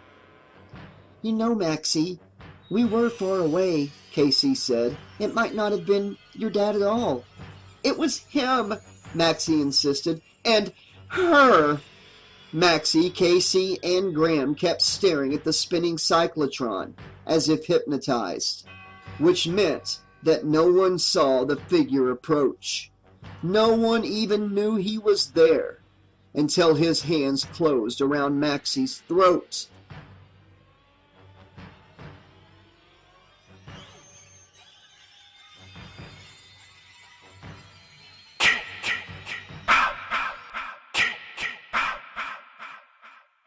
Chapter 16, Haunted House. Greg, Maxie said. Her face broke into a happy smile. It surprised her how glad she was to see him. Greg was grinning back. His freckly skin looked paler than usual and a little green. Hey, you okay? She asked. Wow, you look like you've been through a food processor. I have, he said ruefully. First, I got whiplash on the bumper cars. Then the roller coaster shorted out and nearly killed me. KC gave an exaggerated gasp, mostly, Maxie figured, as an excuse to put her arm around his shoulders. That's horrible, she exclaimed. Greg gently removed her arm. He turned to Graham and stared, not even saying hello. So perhaps these carnival rides are a little too scary after all, eh? Greg told him, eyes twinkling. Greg didn't smile at Graham, as Graham bantered on. The way he was glaring, Maxie thought he might charge the teacher and fight him right then and there. She didn't care. All she could think about was her father. Hey, Maxie, Casey said. The ride stopped. She whirled. Casey was right. The ride had stopped. The lights were off and the carny worker was coming out. He left the metal hatch open, but no one came out after him. He walked toward them. Okay, step right up and experience the world's fastest salad spinner. It'll dry your lettuce, fry your brains, and anyone who thinks they can ride it twice in a row rides the second time for free, courtesy of yours truly. Now step right up. The big spill seemed to be a little silly since the only customers were Maxie and her friends. The carny held out his hands. Tickets, please? But where is everybody? Maxie stammered. The carny looked puzzled. Oh, you mean the folks on the ride? We let our riders out the back. The back? Maxie raced around the side of the cyclotron. Metal gates led away from the back exit, leading the riders back to the fairgrounds. There was no one in sight. She groaned with frustration. She had lost them. When she came back around to the front, Graham took her arm. Come on, Maxie, he said. He started leading her toward a game booth. It's time to take your mind off of your troubles. I'm going to win you a stuffed bear. Just a sec, Maxie said. She didn't like him touching her. She pulled free, turning to look back at her friends. Greg and KC were both staring at her. The way they were looking, she knew she wasn't the only one who was feeling upset. Go ahead, I'll catch up, she told her teacher. Hands in her pockets, head down, she loped over to KC and Greg. What's the matter? She asked Greg in a low voice. What are you so mad about? Greg didn't answer. Don't forget, he's faculty, she said. He could flunk us. What's he doing here? His car broke down, Maxie answered. We ran into him and gave him a lift. She kept looking around the nearby booths, hoping and not hoping to catch sight of her dad. Maybe it wasn't them. She forced her concentration back on Greg. He shouldn't be hanging out with you guys, he said. It's not right. He could get fired for that, you know. First of all, Maxie said, glancing quickly at KC, he's not hanging out with me. He's hanging out with me and KC and Wendy, okay? And second of all, chill. He's just along for the ride, no biggie. Greg searched her face. She tried to look reassuring, as opposed to totally angry and frazzled, which was how she felt. It didn't seem to help. Finally, Greg turned and stalked toward the booth where Graham was standing. I'm going to whip his ass on that game. He called back to Maxie. You watch. I'm the one who's going to win you a stuffed animal. Go for it, Maxie said, forcing a grin. Then she looked at Casey. There was a haunted look in the girl's pale green eyes. She was close to tears. Now what's wrong? Maxie asked sullenly. Didn't you hear what he said? He said he's going to win a doll for you. So? Come on, let's go watch. He'll win for you too. The stone of disappointment had rolled back into place in Maxie's gut. After seeing her dad with Bev, it felt more like a boulder. KC did not move. I can't believe it. He bumps $20 from me so he can win a doll for you? KC. Casey's hands were clenching and unclenching at her sides. Maxie, I don't care about Greg. It's Graham that really... Casey, don't start, Maxie said. I mean, cut me some slack, okay? We've already got Wendy acting nuts, and my own father... She had to pause to get the choke sound out of her voice. My father's screwing around right in front of my eyes. I mean, I've got more than I can handle right. You lied to me, Casey said flatly. What? You did. You lied, like you always do. Maxie glanced back at the game booth where Graham and Greg stood side by side, throwing darts at a row of tiny balloons. They stopped throwing. They had lost. They both slapped down more money. Casey, she said, trying and failing to keep her impatience out of her voice, you're making a whole big thing out of nothing. What difference does it make what he said? It was just... No, Maxie. Why don't you flirt with him, you said. But you knew all along, didn't you? You knew! You knew he liked you, just like... Her voice caught. Just like they all do. And you enjoy it. You keep stealing them away. Anyone that I'm interested in. Casey, you know that's not true. Though actually, thought Maxie, it was true. Look, I mean, I can't help it if... It was an old argument, and Maxie knew from long experience that the line she was about to use was a bad one. She stopped herself, but not in time. Casey glared at her. You can't help it if they all like you better than they like me. That's what you were going to say, wasn't it? Wasn't it? Well, I can help it, okay? All I have to do is never hang out with you again. Casey! Maxie grabbed Casey's hand, but she angrily yanked it free and stormed off into the fairgrounds. Maxie sighed. 2 down. Graham shouted, and she turned. Her teacher was holding up a tiny doll. It looked like a skunk, and was waving happily at her, signaling for her to come over. Greg looked furious. He wasn't holding up any doll. Maxie motioned that she would be there in a second. Then she turned and jogged after Casey. But Casey saw her coming and ran even faster. She had her head down, in a way that told Maxie she was crying. Maxie slowed to a halt.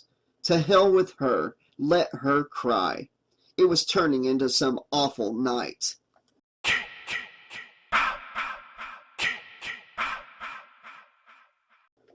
The operator at the House of Death sullenly watched the pretty blonde teenager hurrying toward him.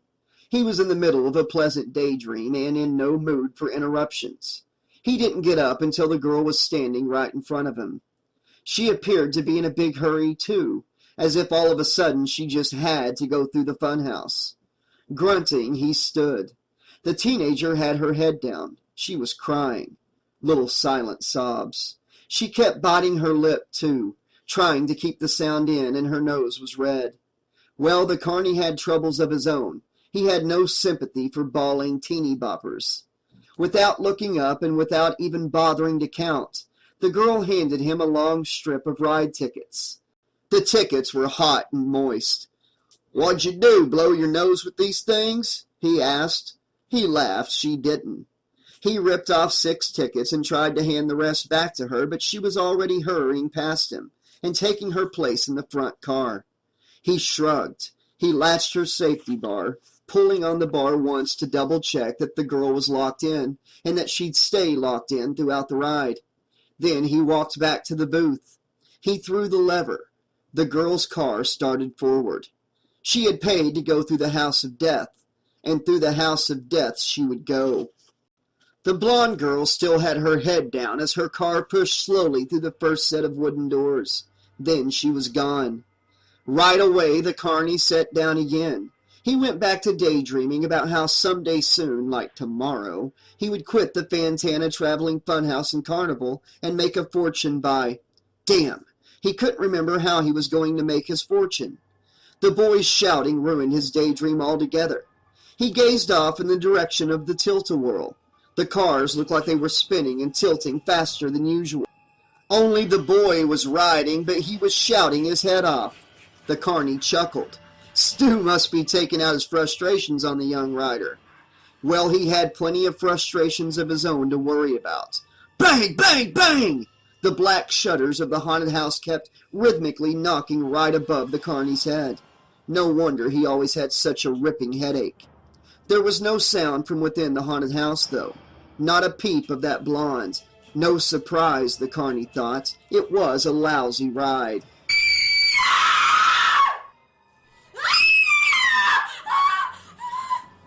Then he heard the screams.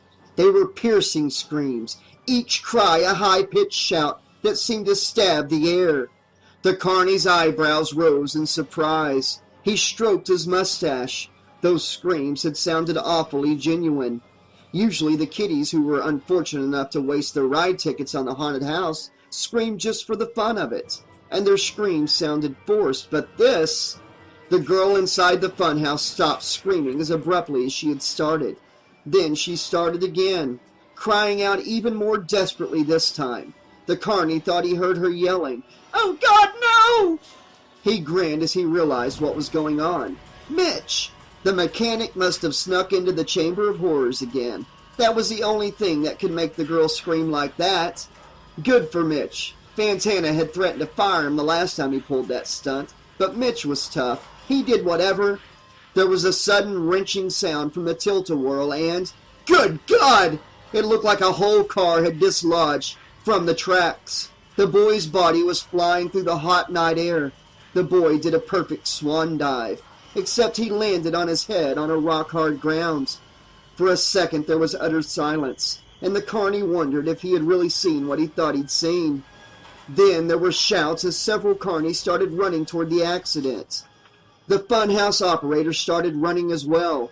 He arrived just as Vince Fantana drove up in his small brown minivan, which he used to get around the fair quickly. Someone had already thrown a blanket over the boy. The carny tried not to look. "Get him in the van!" Fantana was ordering in a low voice. "You, Mike, get him to the hospital. Stu, get some guys to help you get that broken tilt-a-whirl car out of sight. Just put up a closed for repair sign and get back to work. Not a word about this to anyone. Understood?" And a few minutes after that, the boy and the van were gone, vanished, as if they'd never existed. Meanwhile, back at the unattended funhouse, KC's car had pushed out through the double doors in back. The young girl lay slumped over her seat. Only her head was now missing.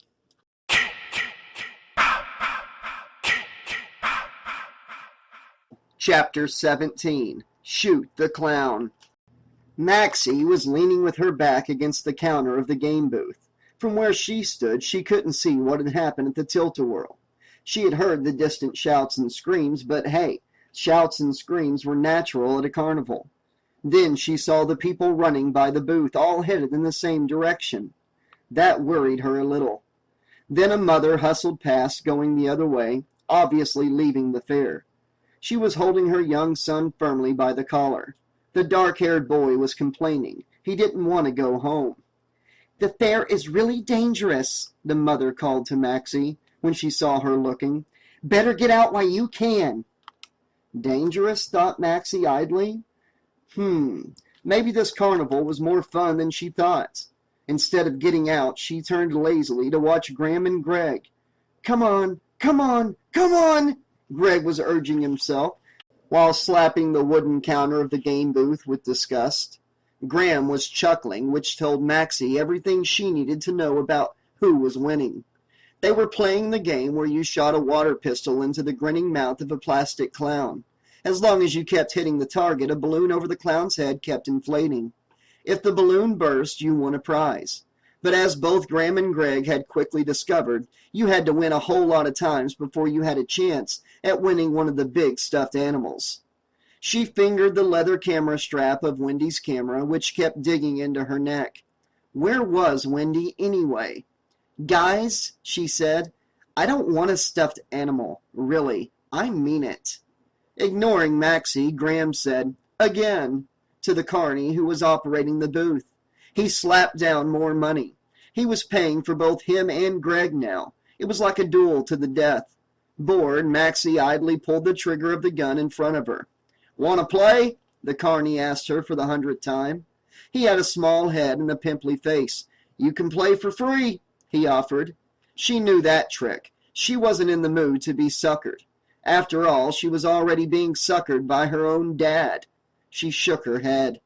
Then she saw him. Directly across from her, there was a man standing behind the booth, his eyes staring out the holes in the clown mask, staring right at her. At that moment, bang! The shot rang out.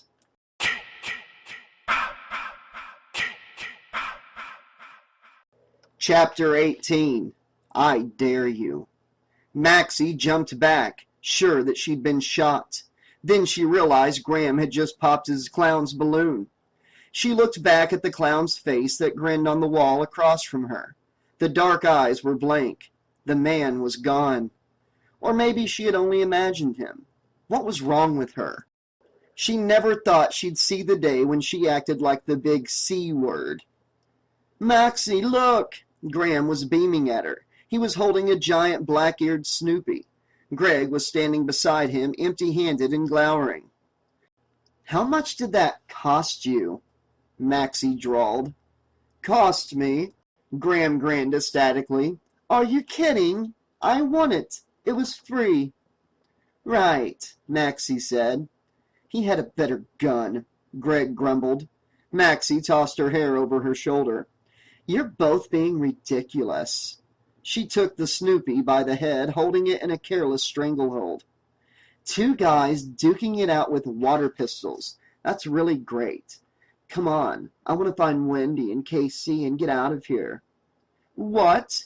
Graham looked stunned. "But we haven't been on any rides yet, and at midnight there's the fireworks." "You stay," Maxie suggested. "Maxie, wait," Greg said.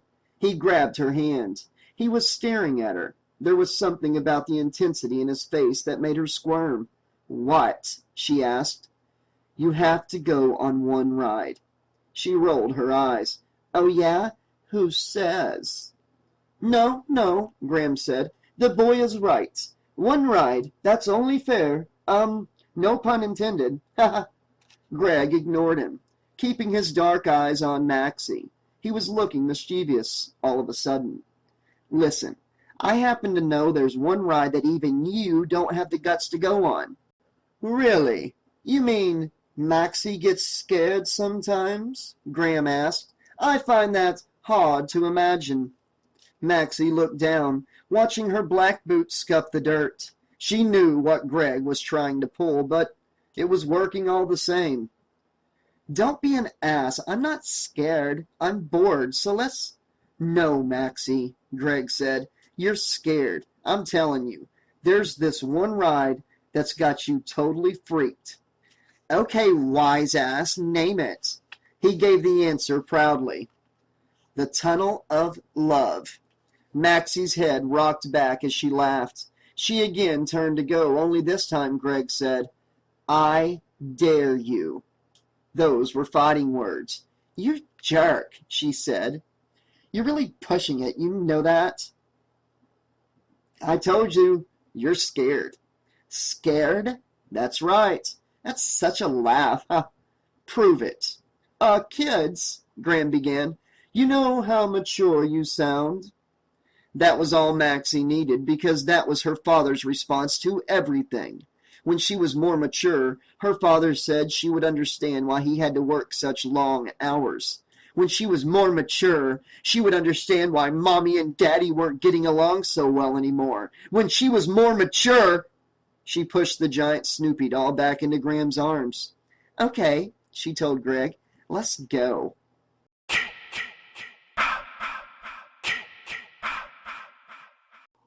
As she wandered miserably through the carnival, Wendy kept shoving handfuls of caramel corn into her small mouth. Her jaw ached from chewing the sticky candy.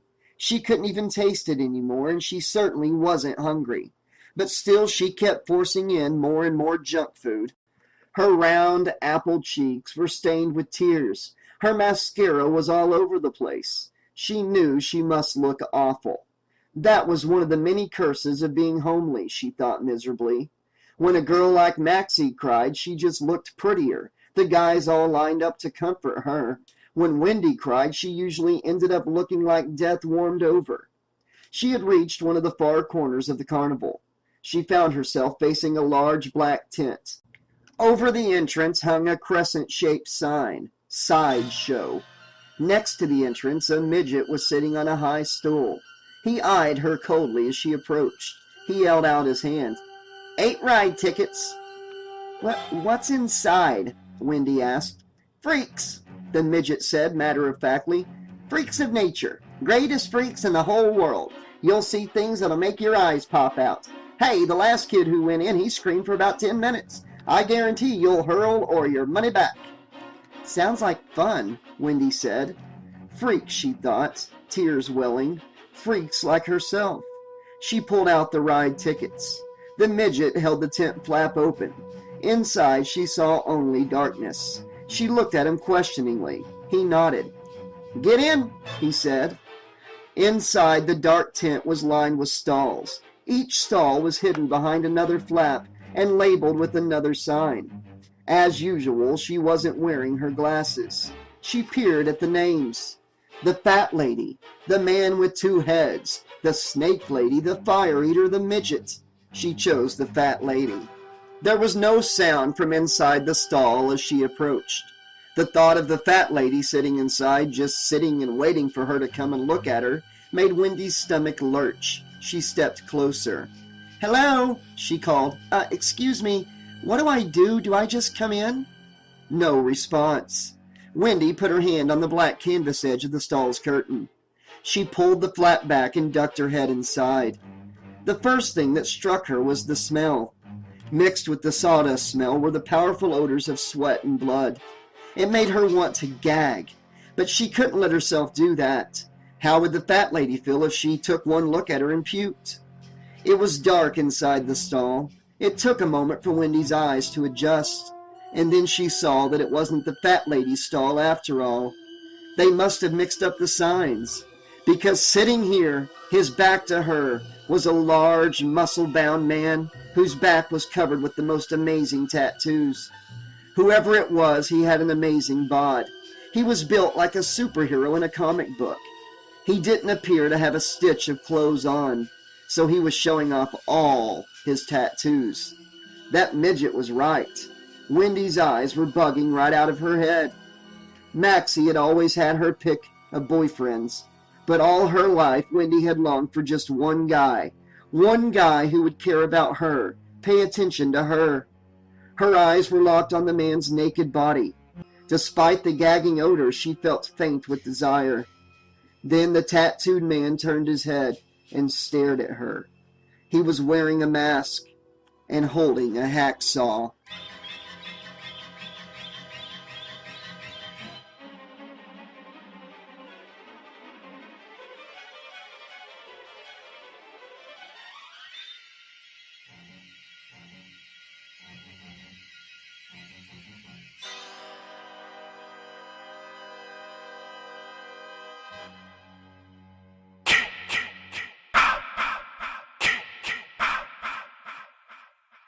Chapter 19. The Show's Dead Tonight. Selena stepped out of the fortune-telling booth, closing the door partway behind her. She hadn't had a single customer since those teenage girls. She couldn't wait any longer. Turning to her right, she hurried through the empty fairgrounds. Many of the carnies, she now saw, had already left their posts. At the water slide, a young blond boy was whizzing down the ramp all by himself, with no operator in sight.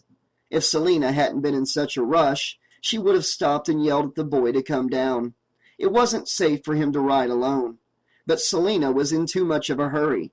Besides, she was too far away to see that the whole ride was trembling. Her jaw clenched as she ran. Was it her imagination? Or were the two women who sold the glow-in-the-dark necklaces giving her funny looks, whispering, even laughing as she went by? She looked the other way, ignoring them, which meant she spotted Big Joe, who ran the skee-ball concession. He was smirking. She'd been nervous all night, but now her heart started to pound. Something was wrong, terribly wrong. She broke into a trot. About 20 yards up ahead, Peg O'Neill had a microphone in her hand and was trying, unsuccessfully, to attract customers for the old "Can She Guess Your Age or Weight" game. Back in the clearing, Peg's van was parked right next to Molly's, where her mom was resting. Peg might know something. Selina hurried toward her. Peg got a funny look on her face when she saw her coming. The tall, broad-shouldered woman boomed into the mic. "Don't tell me you want to guess your age, Selina. Let's see. Are you 6 years old? No. Give that girl a Koopy doll."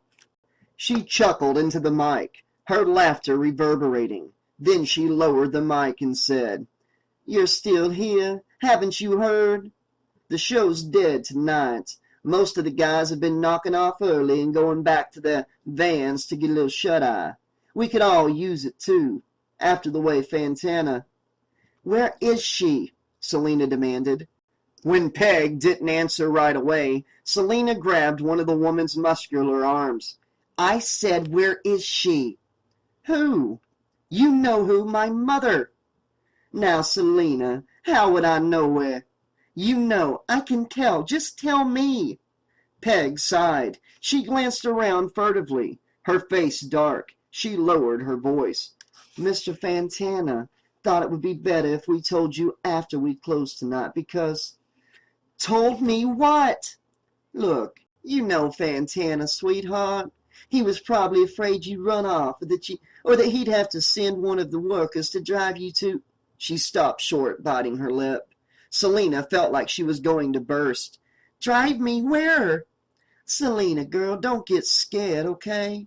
But Helen seemed really worn out, so we took her to the local hospital just to check out what—" "The hospital?"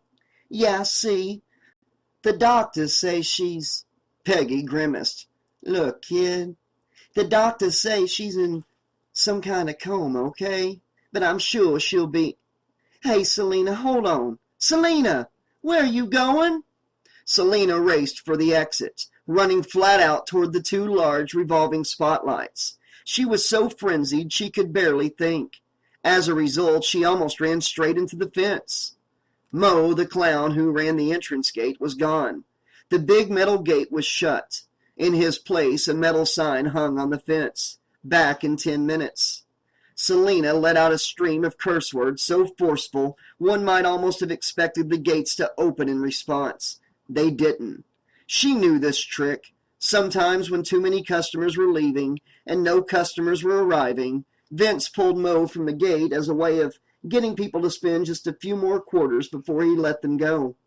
She was about to scale the fence when a voice behind her barked, "What's going on?" She turned. A heavy-set, lonely-looking man with a balloon in his hand stood behind her, eyeing the closed gate. We're locked in," she said, panting for breath. "If you want to get out, don't bother waiting. I'm climbing over." The man grinned. "Locked in, eh? Well, they can't keep me in that easy. This carnival sucks. The games are rigged. I almost fell off the fucking Ferris wheel and broke my neck. Here, out of my way." Wanting to show off, the man pushed Selina aside and threw himself at the fence. He was planning to climb over so skillfully that the pretty young girl would be eternally impressed. He figured that would salvage something from this miserable, lonely evening. Selina was impressed, but not for the reason the man had hoped, because Pop! That was the first thing Selena heard, the man's balloon popping. Then she was backing away from the fence in total horror, her hand covering her mouth. As hard as she tried, she couldn't turn her eyes away. The man was burning to a crisp.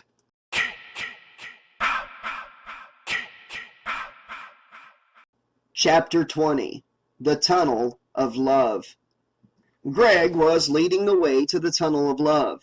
Maxie kept an eye out for Casey and Wendy, but there was no sign of them.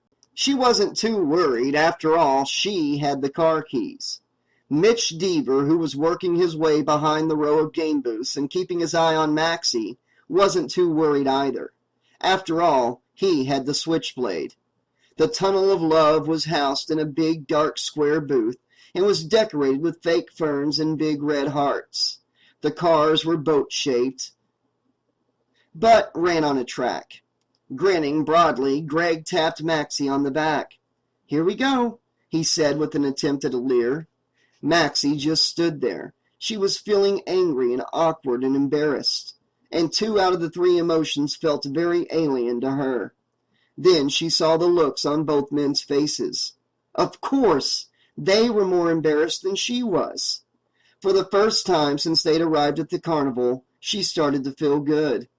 "So, Greg," she said brightly, "what are you waiting for? Come on, guy. Let's go make nookie. Suck face. Come on, don't you want me?" Greg kept smiling, but his smile looked fake.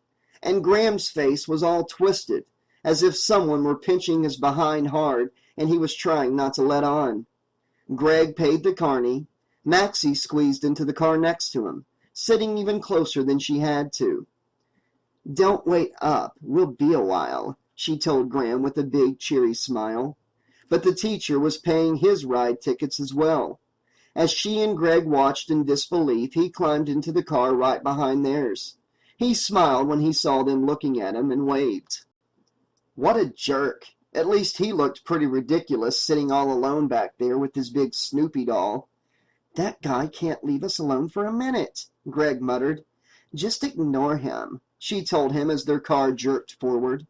At the entrance to the tunnel hung a flap of black rubber. The car pushed through the flap, disappearing into the darkness. "Don't look back," she commanded Greg. She smiled as Greg turned and faced straight forward.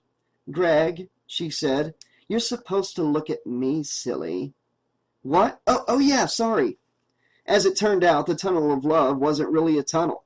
It was a large, dark room decorated with fake palms. A staticky soundtrack played Hawaiian ukulele love songs over the loudspeakers, while 5 or 6 cars meandered slowly around the track.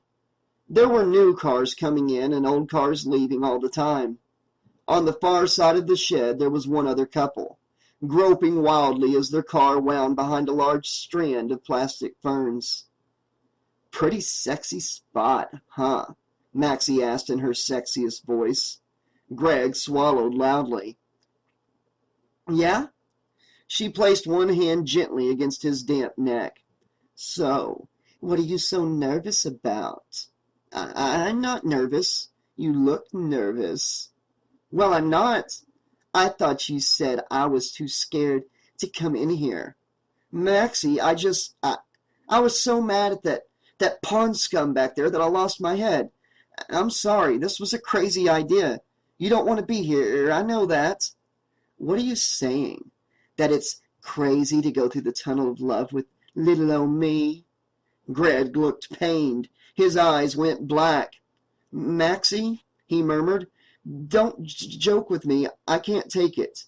You know how I feel. I've never felt anything like this before in my entire life. I swear to you, I feel like I'm bursting every time I look at you." He lowered his head, the words tumbling out. "I know I made a fool of myself playing that game with Mr. Newton, but I can't help it. The thought of some creepy old guy putting the moves on you just makes me go berserk." "Greg," she began, but she didn't go on. She was strangely touched. "Maxie, I know you think I'm crazy pursuing you like this, but I feel like I know you, really know you. Know what I mean? I don't know, maybe it's the orphan thing. I know what it's like to feel alone, okay? And even though you always have friends around, I can tell you feel that too. She started to turn away, mumbling, "You don't know what I feel." But he grabbed her hand. "I do know. I do know. I see how you look." "How I look?" "Maxie, whenever I see you, you've got the most amazing look on your face. Like you're really sad and bored and like you've seen everything and you're really lonely. All at the same time. And and it just makes me want to be the one to cheer you up. I can make you smile, Maxie. I promise you, I can make you smile." Maxie was already smiling. "You've got your soundtrack," she observed softly. "Huh?" He was shaking now. He was so nervous. "Corny music, just like in the movies?" "Oh, yeah." She could sense movement in the car behind them, Graham's car, but she didn't turn to look. Not even when she heard a strange gulping sound, like he was swallowing something the wrong way. She kept her amber eyes firmly fastened on Greg. She reached out her long arms. She saw his eyes widen with shock as she pulled his head towards hers. Thanks to the darkness, their foreheads bumped hard. She figured she'd pay for this kiss with a serious headache later. Not to mention how she'd pay the next time she tried to get out of going on a date with Greg. But that was later, and this was now. Her lips found his as she kissed him fiercely. She clung to him with all of her might. It was an endless kiss, and the whole time she and Greg were making out, she could feel that they were being watched, could feel Graham's eyes boring into her from behind. Let him watch, she told herself. He could make out with his Snoopy doll for all she cared. Actually, in the car behind them, Graham now lay with his head straight back and his mouth wide open, staring wide-eyed at the fake stars that were pasted to the roof of the Tunnel of Love. His arms hung limply around the Snoopy doll. His blood was quickly and brightly staining the dog's white fur. Mitch had already climbed out of Graham's car. He was making his way through the fake ferns towards Maxie. Maxie finally let go of Greg. He just sat there, his jaw hanging down, his eyes glassy in the darkness. "Wow," he breathed. Then he threw his hands up in the air and whooped joyously. "Thank you, God!" he yelled. Maxie laughed. "Don't tell me you've never been kissed before." "Not like that," he said with a huge grin. "Not by someone He couldn't speak. This whole moment was a great distraction for Mitch as he made his way silently towards their car. And the strange thing was, neither could she. She couldn't speak at all. Suddenly she was feeling it, the thing everyone always talked about. Her heart was fluttering, her blood pounded in her head so hard it roared in her ears. The guy had touched her soul. This was crazy. She was a goner. And for who? For Greg Dillon? She needed to hold him. "Come here, you," she said, and she reached for him. But as they went back into another kiss, Maxie suddenly saw her father. It was as if a trap door opened in her stomach, and all the good feelings fell right out. Right as Mitch, under the power of Jason, was mere inches away. It was him, all right. He was riding 3 cars ahead. She spotted her dad just as his car was pushing through the doors that led back outside. But she saw him distinctly. Bev, too, with her mane of long red hair like a horse's tail. Even as they rode out of the room, the older couple stayed locked in an embrace, no less passionate than the one Maxie had just given Greg. Maxie shoved Greg back hard, suddenly furious, almost slamming him into the hiding Mitch. She sat up straight. "I'll be right back." She threw a leg out of the car. "Hey, where are you going? Maxie, be careful!" But even though Greg grabbed at her hand and then at her leg, she managed to clamber quickly out of the moving car. She was sort of surprised that Greg didn't shout for her to come back. The truth was, he tried. But that was the moment that Mitch slit his throat.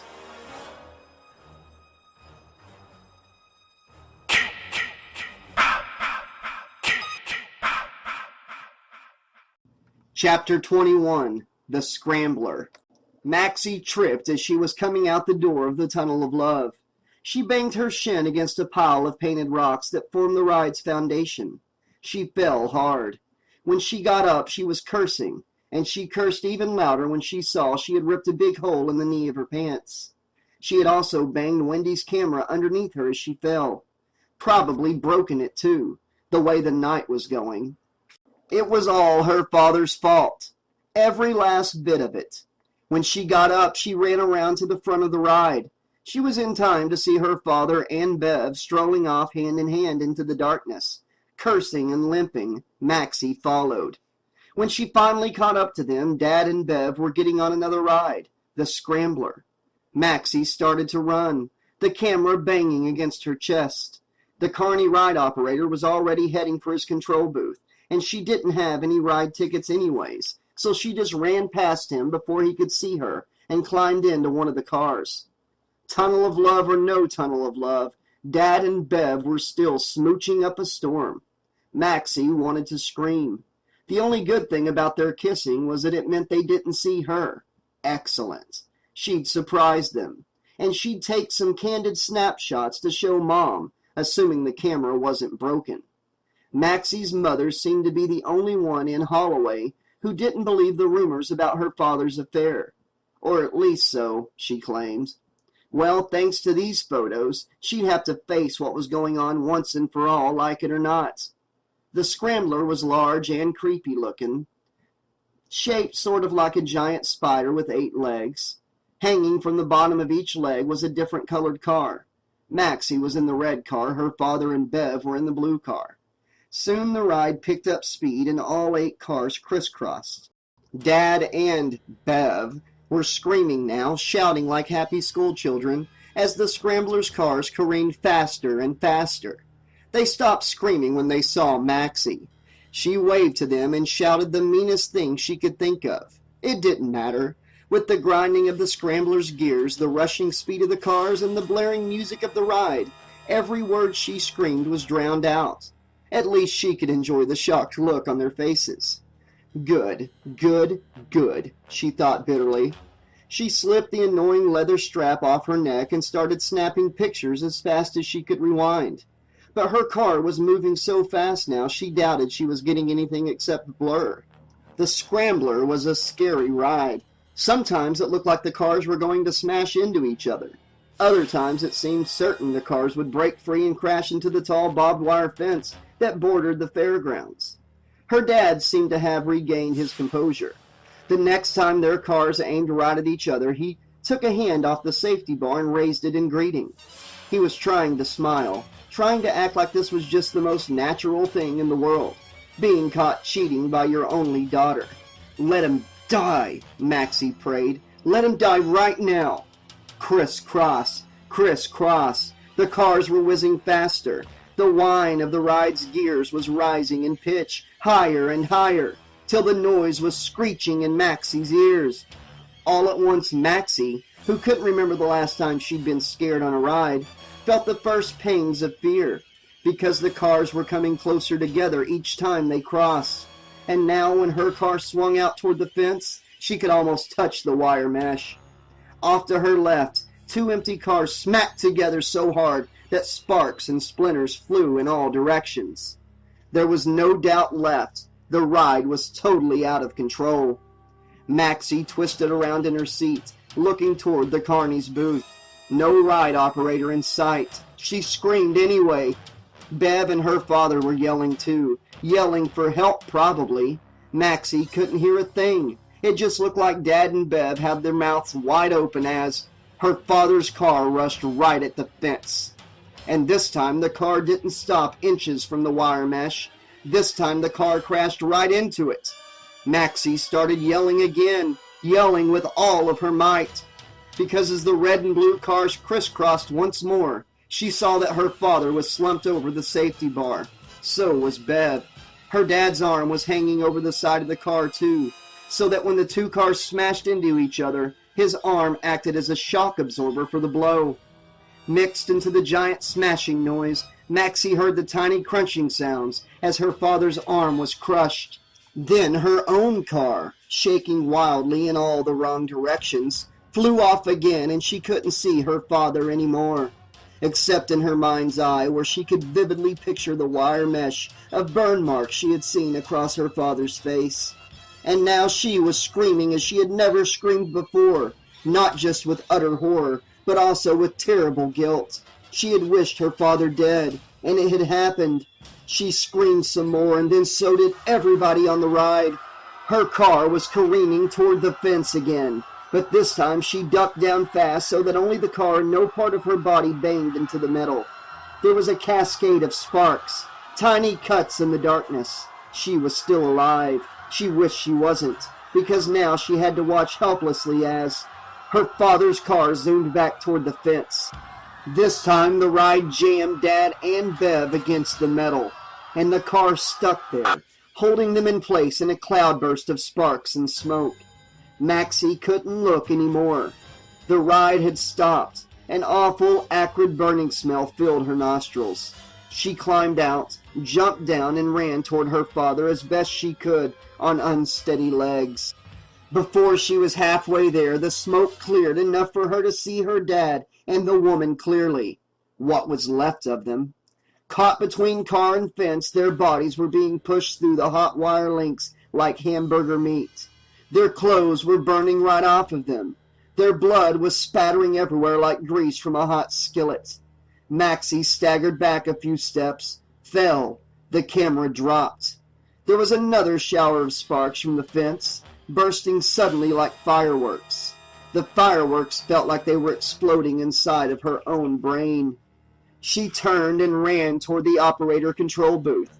Inside, the carny was slumped over the controls. She couldn't speak. She just grabbed him and yanked him upright. The man fell back again as soon as she let him go. Her hands were slick with the carny's blood. Then she saw the red slash marks in the man's t-shirt.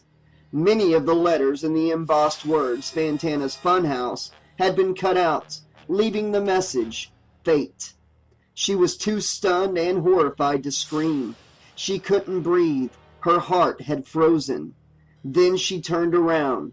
A man in a white mask stood right behind her. He was about to plunge a knife into her chest.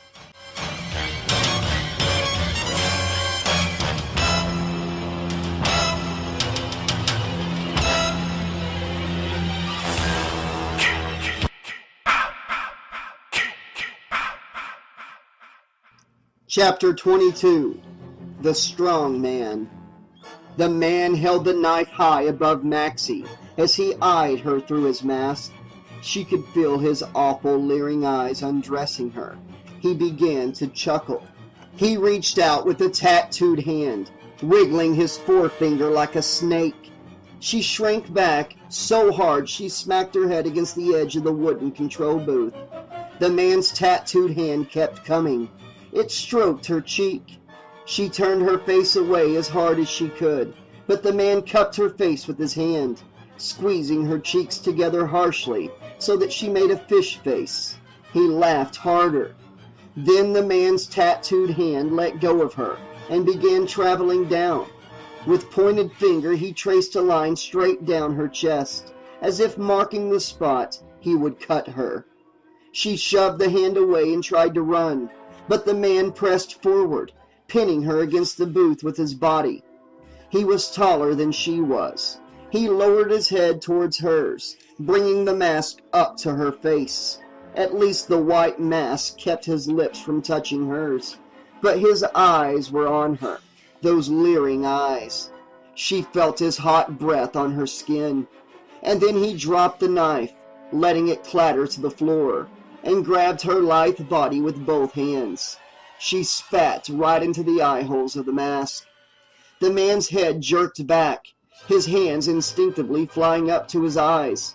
And in that same moment, Maxie shoved the man with all of her might. She was no match for him, but the surprise was just enough to knock him slightly off balance. And when he stepped back, he stepped on the foot of the fallen ride operator. The man in the mask fell, crashing backward into the booth.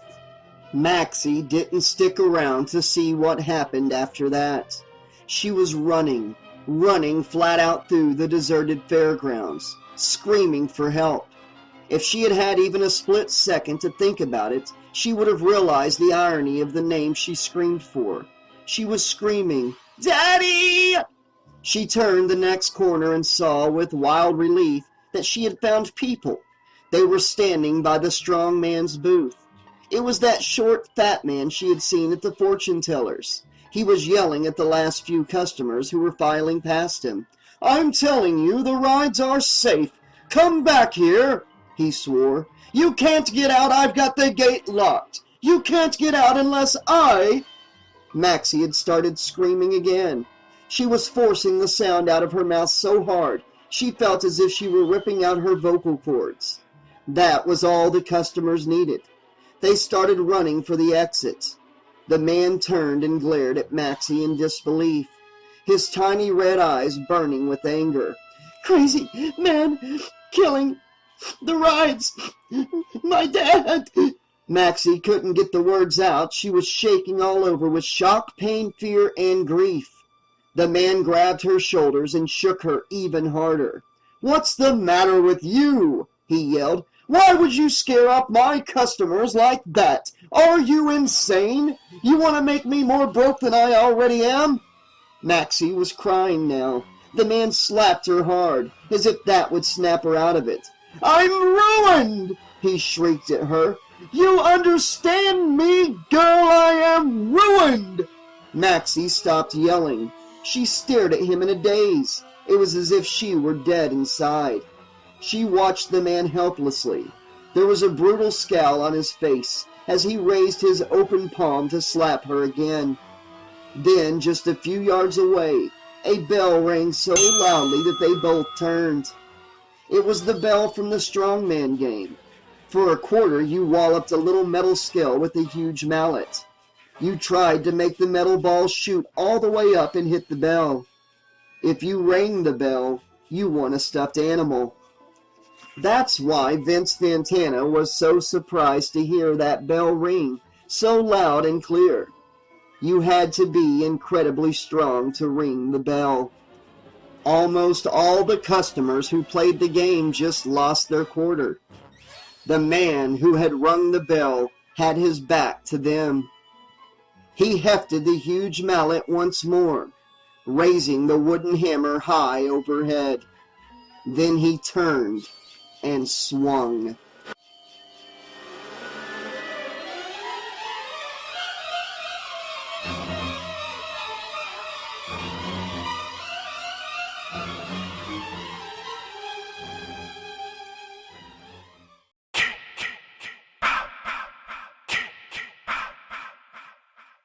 Chapter 23. No Way Out. The blow from the mallet caught Vince Fantana flush in the head.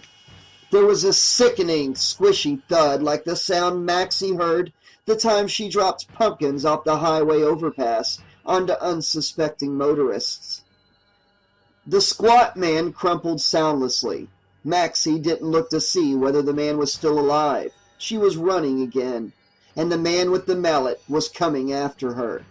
She didn't see the girl until she was running alongside her. She almost jumped out of her skin when she felt her presence. Then she saw that it was the fortune teller's daughter. The girl must have come out from behind the two booths. Selena grabbed her arm and started pulling her toward an open door. Maxie vaguely recognized the place. It was the fortune-telling booth. Selena closed and latched the door behind them. They backed away from the door. Almost at once, the door rattled violently as the man hurled himself against it. The latch held. Clinging to each other, the girls backed away further as the first splintering blow struck, and they saw the big flathead of the mallet coming through the door. Selena pulled Maxie hard as they plunged through the curtain and out through the booth's back door. Selena had her by the hand now, leading her quickly through the narrow maze of grass that led behind the booths. They hurtled over the low wall that surrounded the bumper car enclosure. Though the ride was deserted, the cars were whizzing around like mad. One car bumped Maxie hard, and she went down, smacking her head against the thick rubber mat. Selena grabbed her arm, helping her up. Then they both froze. The snub-nosed metal cars were circling like sharks. The wires that connected them to their overhead power grid sparked wildly. And then the man in the mask turned the corner, holding the huge mallet at his side. He stopped when he saw them, but only for a second. Then he started after them. "Come on!" Selena shrieked. They raced on, keeping just ahead of the onrushing cars. The two girls vaulted over the far wall like Olympus hurdlers running neck and neck. Up ahead, Maxie saw the wire fence. She ran toward it, but Selena practically tackled her from behind. "No! It's electric! Don't touch it!" Maxie's hands was inches from the fence. She could feel the heat coming off the wire mesh. The image of her father and Beverly flashed back through her, like a stake driven into her brain, and she realized that Selena was right. "People have been trying to climb out. They're getting fried," Selena said, gulping for breath. "The whole thing's so red hot there are fires breaking out all over the place." For the first time, Maxie realized that the darkness of the sky was not just the dark of night, but the dark of smoke. And as they ran on, she started to smell it, inhale it. It was an awful, stinging smoke that burned her lungs as she took each desperate breath. We can't get out," she repeated numbly when they stopped again, gasping. "No," Selena hissed. "And that psychopath is going around killing everyone." The girl had a firm grip on Maxie's arm again and was pulling her, but where? Wherever, Maxie followed. Now that Maxie was looking for bodies, she spotted them everywhere. Some bodies here. People that had tried to climb over the fence were grilled like human waffles. Bodies were lying on the floor of the maniacally spinning carousel, lying beneath the gaping, bloody mouths of the horses. Their bodies looked as if they'd been torn apart by a creature with an animal rage. In the distance, she saw a blond boy screaming as he whooshed down the water slide. The slide was shaking wildly, and before the boy hit the bottom, his scream was cut off as the entire slide collapsed with a loud crash. Maxie skidded to a halt, staring at the fallen ride in disbelief. "The boy!" She started toward the slide when she saw the boy moving, but Selena grabbed her. "This way!" They ran between two booths. Selena looked both ways, held up her hand for silence. Then they stole out into the next lane. Up ahead was the haunted funhouse, the ride shutter banging furiously. As they were slinking past the ride, Selena whispered fiercely, "Down!" They hid behind the black car which sat outside the ride's front entrance. "He's coming," Maxie whimpered. Selena put a forefinger across her lips. She nodded her head to indicate where Mitch was standing. He was just 20 yards away, one fist on his hip, the mallet slung over his shoulder like a batter, waiting for his turn at the plate. He was staring straight at the funhouse. And then the two girls looked at each other with shared terror, because the amusement ride car, which was the only thing in between them and death, had started to move.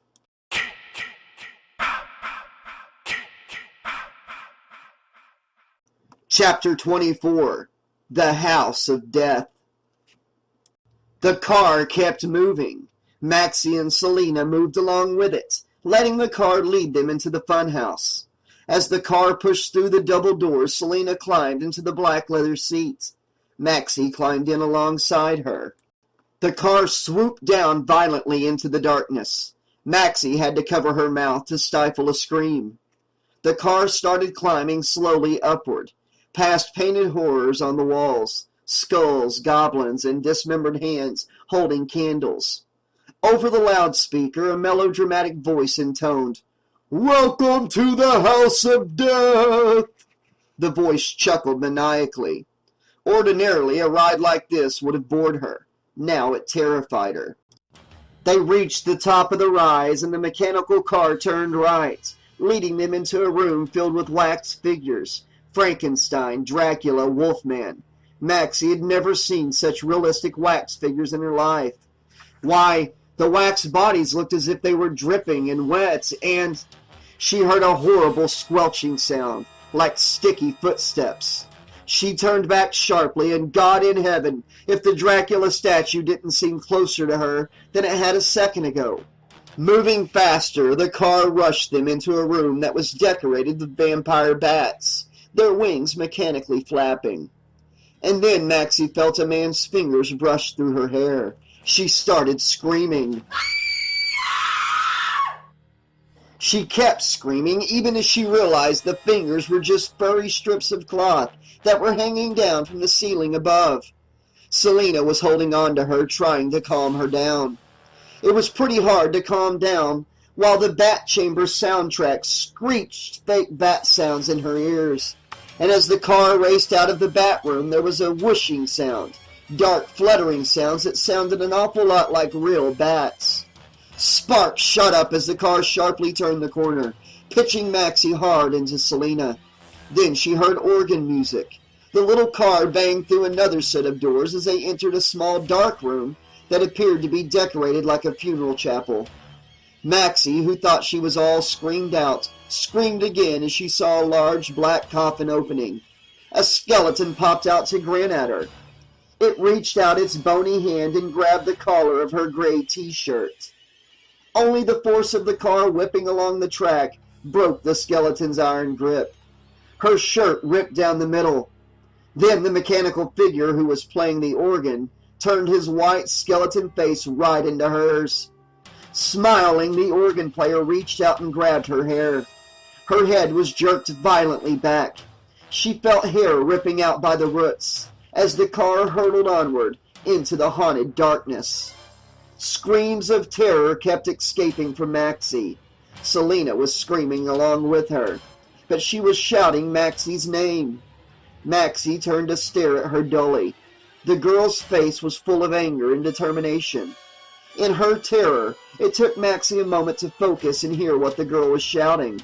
"It's not real! It's just a ride!" Selena hissed. "You've got to keep quiet! He'll hear us!"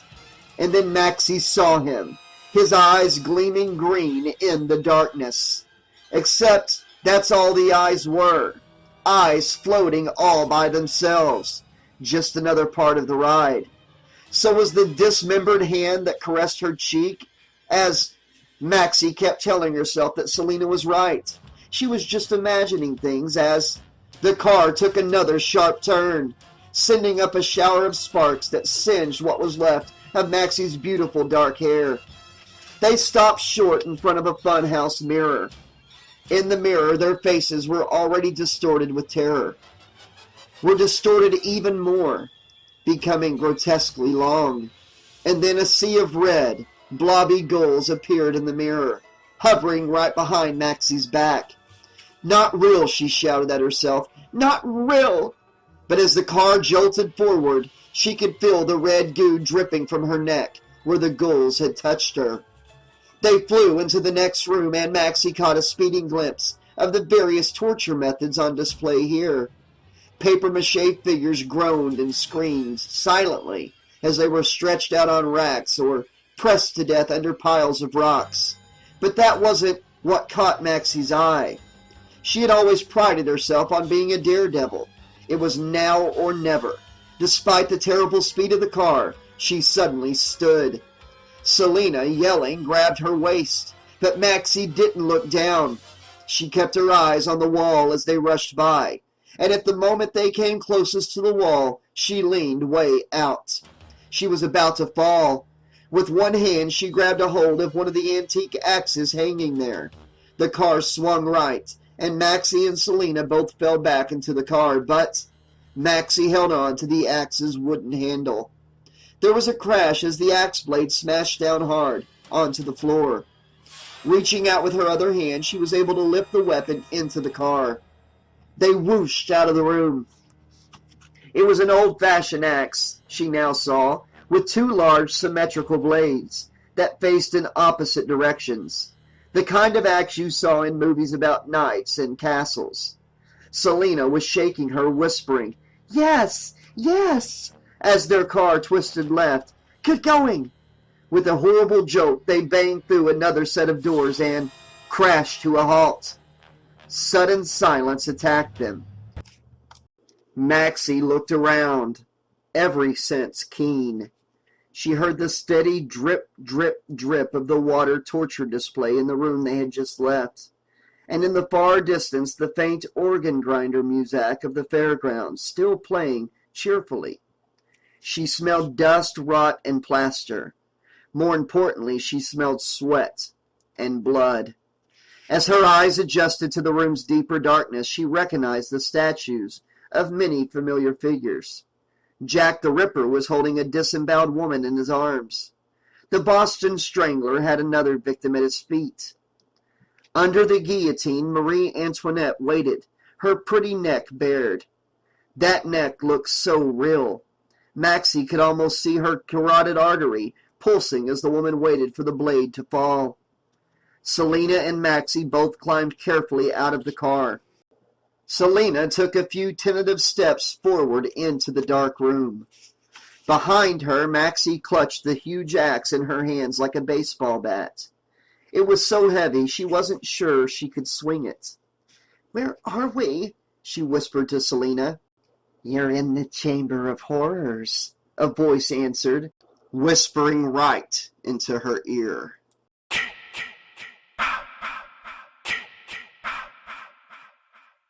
Chapter 25. The Chamber of Horrors. Maxie jumped straight up into the air. When she saw what was behind her, she jumped a second time.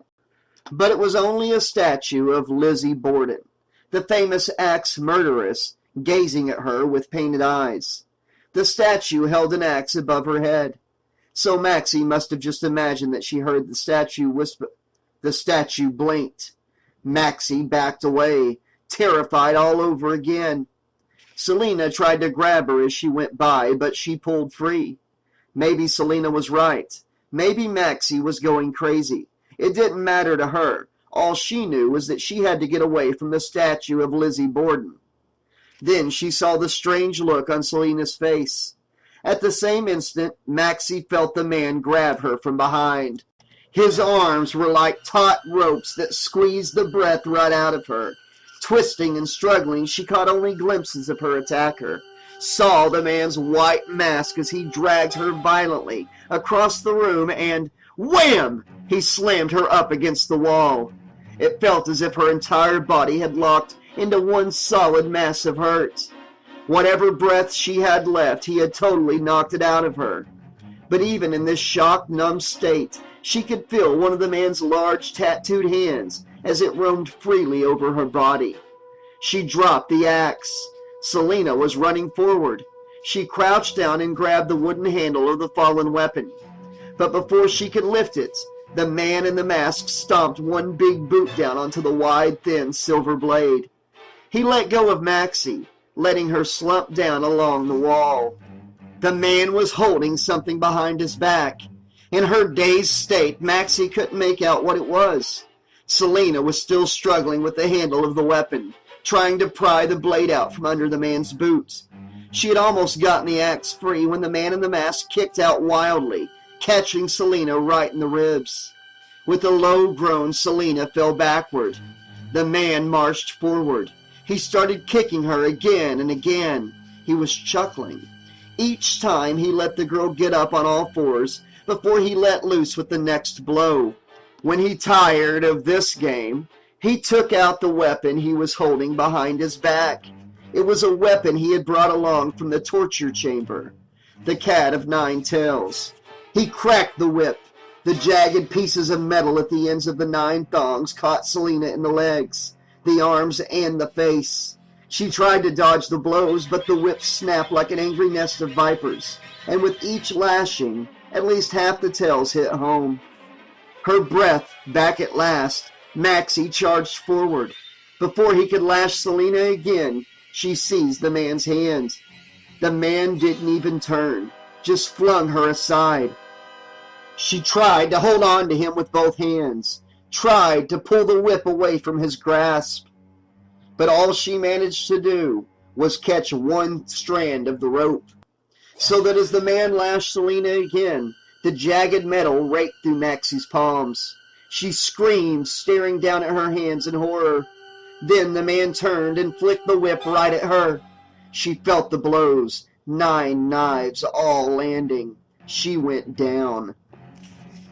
Selena, too, lay in a bleeding heap.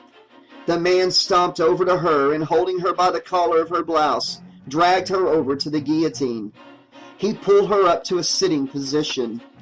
Then, yanking her dark bun of hair as if it were a handle, he threaded her head through the guillotine's wooden hole. He positioned her neck right under the path of the blade. She was lying right on top of the statue of Marie Antoinette.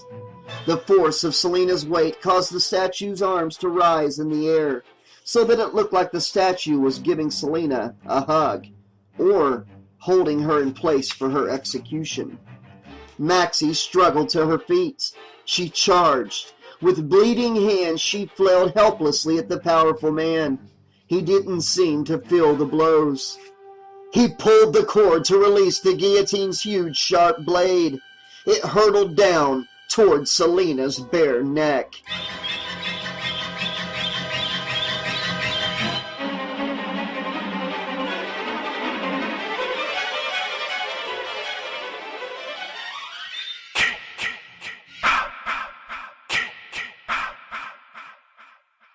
Chapter 26. The Guillotine. Selena was screaming. So was Maxie, as the shiny blade stopped short, just inches from Selena's throat.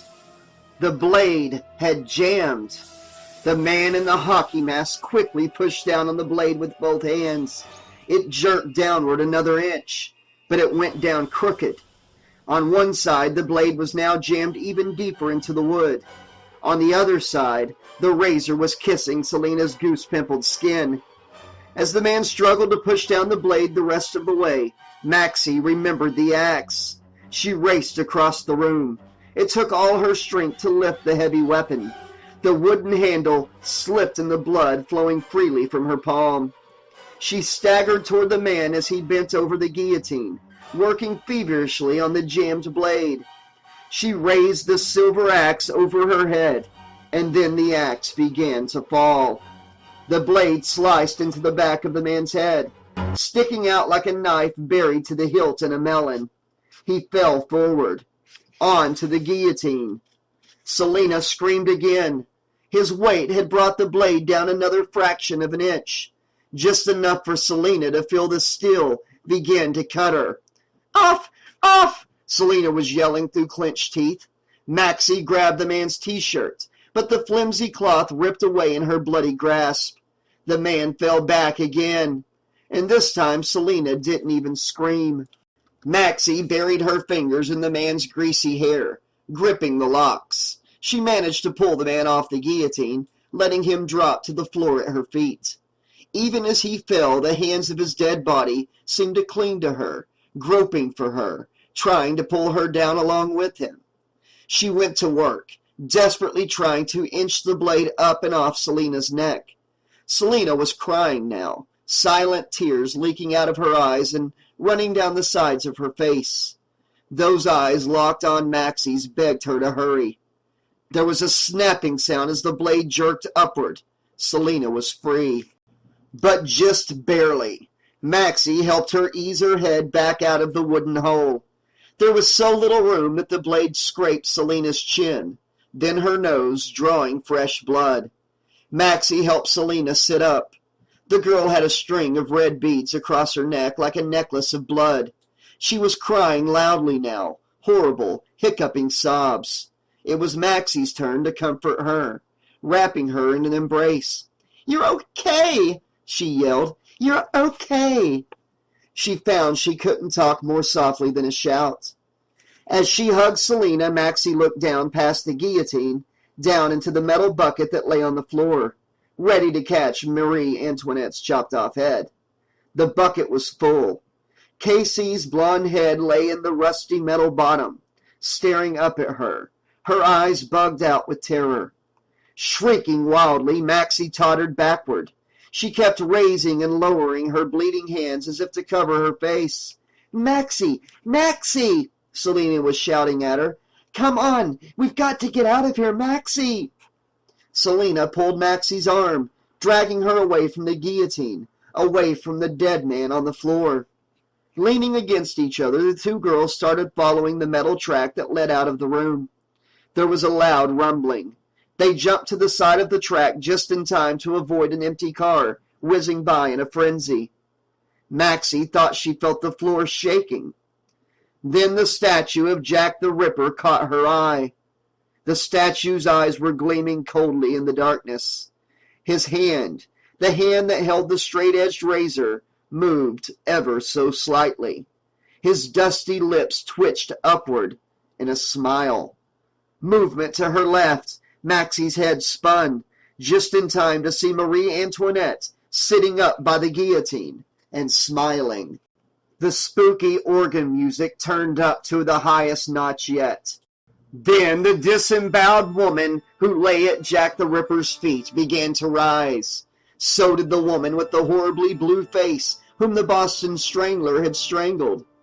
But where was the Boston Strangler himself? Chapter 27. The D Word. The Boston Strangler's hands were dry as dust as they clamped down on Maxie's windpipe. She felt herself falling backward into his arms. The statue stood in the middle of the track, choking her with a vicious frenzy. Selena was punching him and kicking him, but it was of no use. He was going to choke Maxie to death. He would have done it too, except just then the next funhouse car zoomed by on the track and ran right into the back of the Strangler's knees. He fell hard, dragging Maxie down with him. The car was right on top of him, its wheels spinning as it struggled to move forward.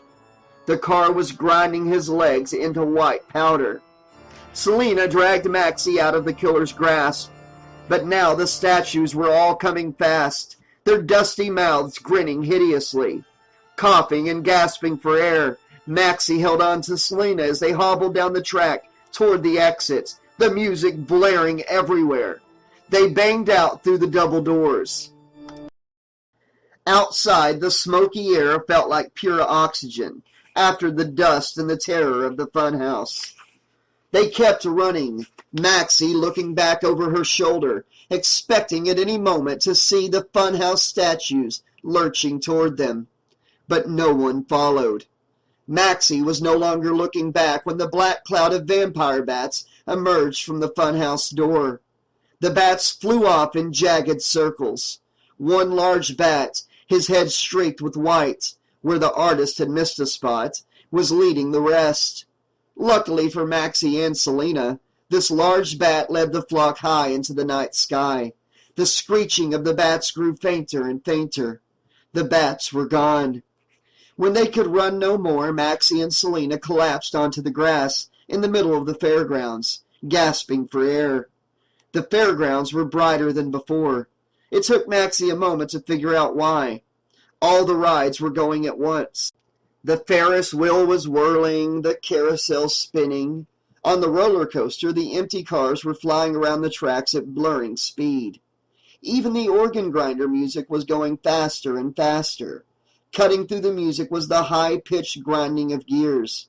To Maxie, it sounded as if the grinding rides were screeching out a single word, over and over. Jason, Jason, Jason. That wasn't all. The scrambler was on fire. So was the tunnel of love. Selena was bleeding pretty badly, Maxie saw. So was she, but she didn't feel any pain. Her brain was screaming louder than her body. They had to get out. She managed to get to her feet. Her breath hadn't slowed. Her horror was growing. And suddenly, it was all too much for her as the realization struck full force. "My friends!" she gasped. "My friends!" She couldn't say it, could barely even think it, but still somehow she knew. All of her friends were dead. She was crying, holding her bleeding hands up near her face. Her salty tears dropped into the gashes in her palms, and each drop stung like a lash. "It's my fault. I let them down. I abandoned them. With a groan, Selena worked her way to her feet. She was crying too. She reached out a hand to Maxie, but Maxie was bleeding in so many places she didn't dare touch her. Don't be crazy. It's not your fault, Maxie. Oh, yes. Yes, it is. Maxie's whole face squinched together violently. Oh, God. Oh, God, my daddy. She couldn't stop sobbing. It was as if her wounds had opened up holes inside of her, and her feelings were floating out. There was no stopping them. I loved him, she wept. But it was no use saying that now. Too late. Too late to try to get along with her father. Too late to be kind to her mother. Too late to be good to her friends. She had craved her father's attention so badly. Well, she had gotten some attention, all right. The wrong kind. Selena rested a hand gently on Maxie's shoulder. This way, she said. But the truth was she had no idea which way to turn. And after the two girls had wandered a few yards, Selena stopped. Her head dropped. She, too, was weeping. I should have warned you. Maxie could barely hear what the girl was saying. What? The tarot cards. I lied. The cards showed. They showed that you and your friends would die tonight. I should have warned you. That's what the cards were saying. Don't you see? I never got such a strong message in my life. Still weeping, Maxie made a gesture of dismissal with her wounded hand. It wasn't your fault. It was mine. No, no. Yes, it was, Maxie shouted. She was shaking. She snuffled uselessly. Her nose was running as freely as her eyes. And then suddenly she was laughing hysterically, and the laughter was almost indistinguishable from her sobs. Hey, she said, you don't really believe in those cards, do you? Selena nodded, her eyes shining with grief. Maxie grinned through her tears. Then how come I'm still alive, huh? Answer me that. She felt an angry triumph surging through her. Huh? Answer me. How come I'm still here? The answer came bounding toward her. It was Mitch's snarling Rottweiler Stump, racing out of the shadows.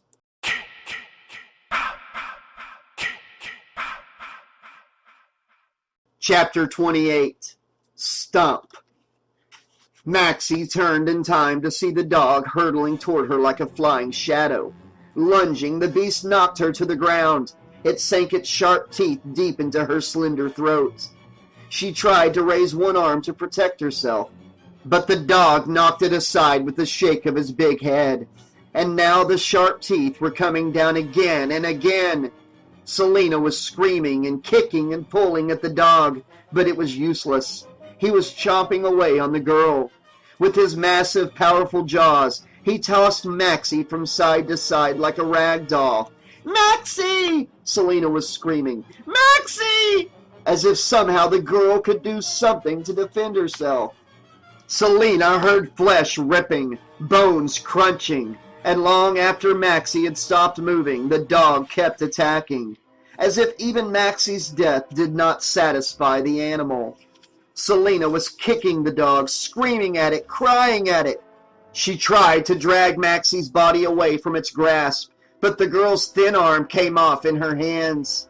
Selena's cries were silent now, her mouth open wide as if in a death grimace. She backed away. She was still holding the bloody arm. Stump finally gave up chewing on Maxie's dead body. He looked up at Selena. She staggered backward a few more steps, lost her balance, righted herself.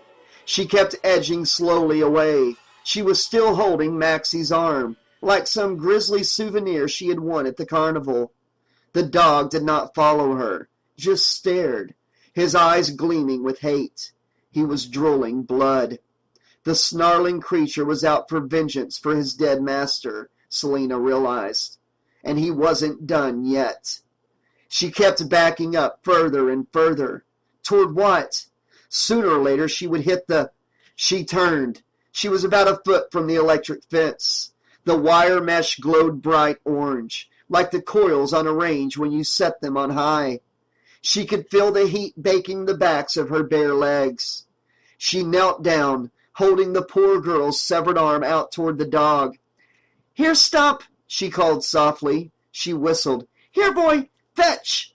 She waved the arm from side to side so that Maxie's hand waved hello at the dog. The dog raised his head, his ears straightening.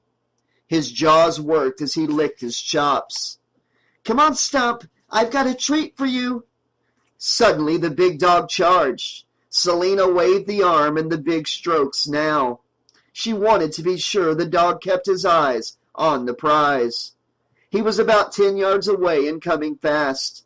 She turned and tossed the arm high in the air, right along the fence. The dog charged forward and expertly caught Maxie's wrist in his mouth. His momentum took him right into the fence.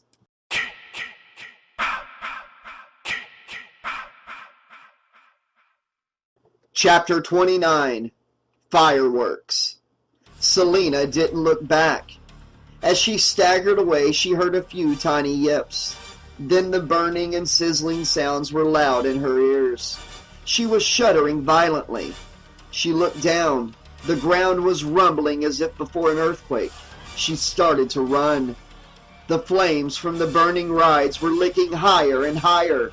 Soon they would spread to the surrounding woods. Despite the searing pain of her many cuts, Selina ran faster. As she ran, clouds of black smoke snaked toward her, like malevolent ghosts. She was choking. There was a horrible wrenching sound, followed by a thunderous whirring. She looked up in time to dodge out of the way of the massive cyclotron. Spinning furiously, the ride had ripped right off of its mooring. It traveled about 20 yards down the grassy lane before it tipped to one side and smashed down onto a game booth, crushing it flat. Selina ran on. The broken heap of the water slide was one of the few rides that wasn't burning.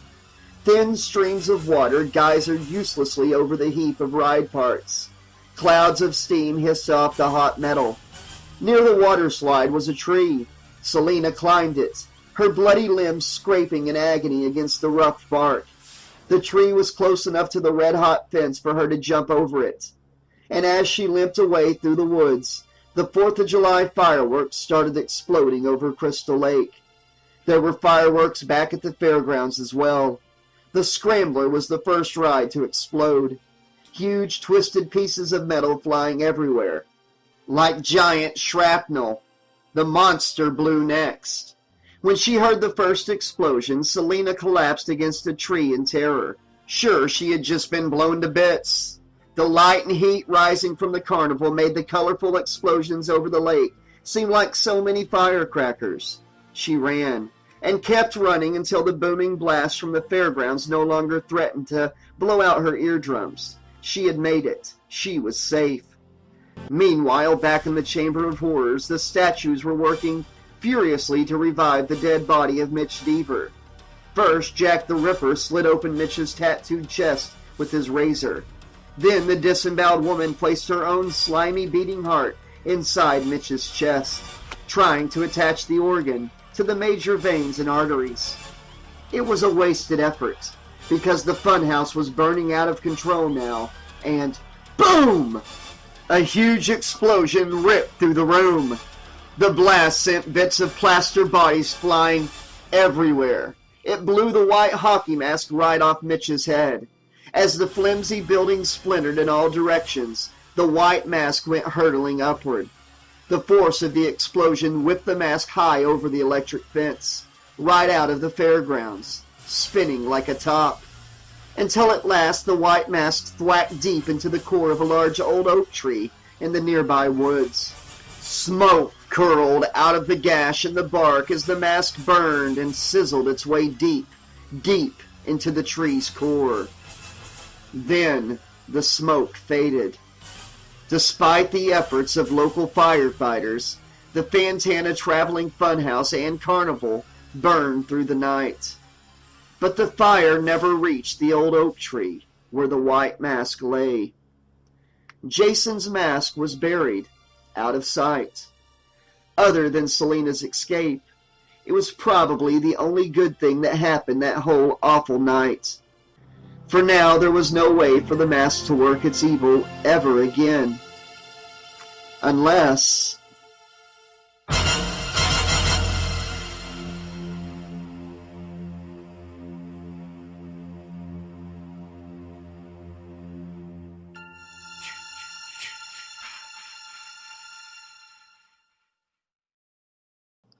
Okay, guys, this has been the conclusion of Friday the 13th, The Carnival by Eric Morse. Guys, I know a lot of you really enjoyed this book, and I did too. I gotta say, this is probably my favorite of the three so far. It got a little creepy and crazy with them wax figures coming to life at the end. That was unexpected.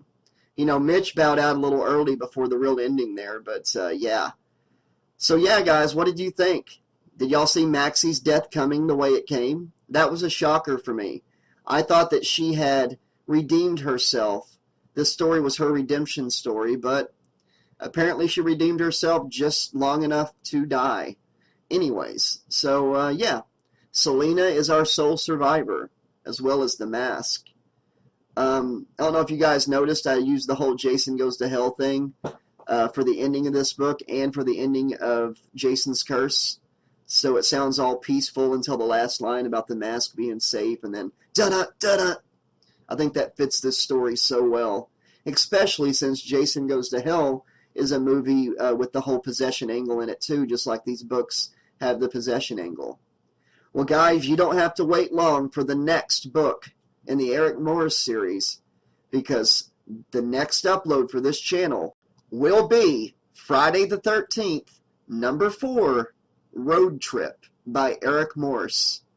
That was the last book in the series to be published physically, but little did a lot of people know, Eric Morse himself, William Pattison, wrote a 5th and final book in the series, which I will be narrating after Road Trip sometime, and it's called The Mask of Jason Voorhees. So guys, I'll be back very soon with Friday the 13th, Road Trip.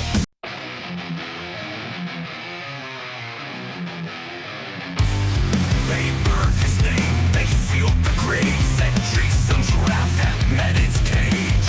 Dragged to hell, the final scene, an evil leaps through silent screams. By the lake, the soul still stirs, his mask remains untouched, unheard. One look, one touch, that's all it takes.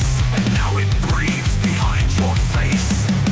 By the lake, the soil still stirs, his mask remains untouched, unheard. One look, one touch, that's all it takes. And now it breathes behind your face. The mask remains, the curse is true. Jason's not gone, he's inside you. Each breath you take, he twists the thread. Wears your skin and paints it red. Crystal Lake can't bury pain. He's in the mask, and the mask remains. A hunter falls, a teen gives in. They put it on, let blood begin.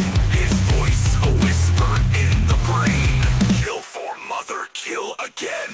The soul is weak, the mask is strong. You'll blink once, and then you're gone. Behind those eyes, he takes control. One body down, 100 souls. By the lake, the soil still stirs. His mask remains untouched, unheard. One look, one touch, that's all it takes. And now it breathes behind your face. The mask remains, the curse is true. Jason's not gone, he's inside you. Each breath you take, he twists the thread. Wears your skin and paints it red. Crystal Lake can't bury pain. He's in the mask, and the mask remains. And the mask remains.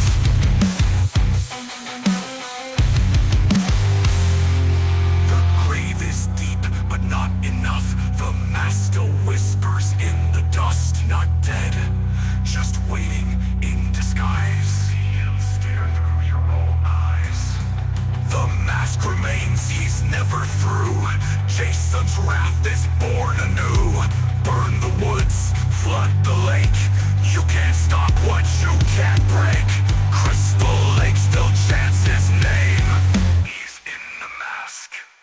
mask remains.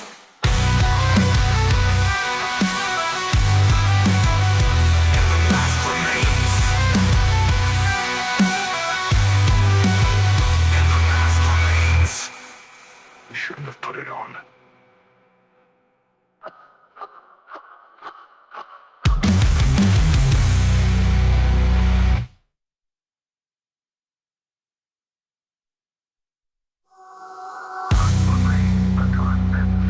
Jason's not gone, he's inside you. Each breath you take, he twists the thread. Wears your skin and paints it red. Crystal Lake can't bury pain. He's in the mask, and the mask remains. You shouldn't have put it on.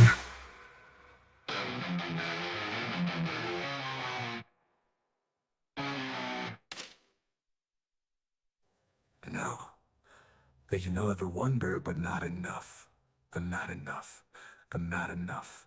The grave is deep, but not enough. The mask remains. The grave is deep, remains. The grave is deep, remains.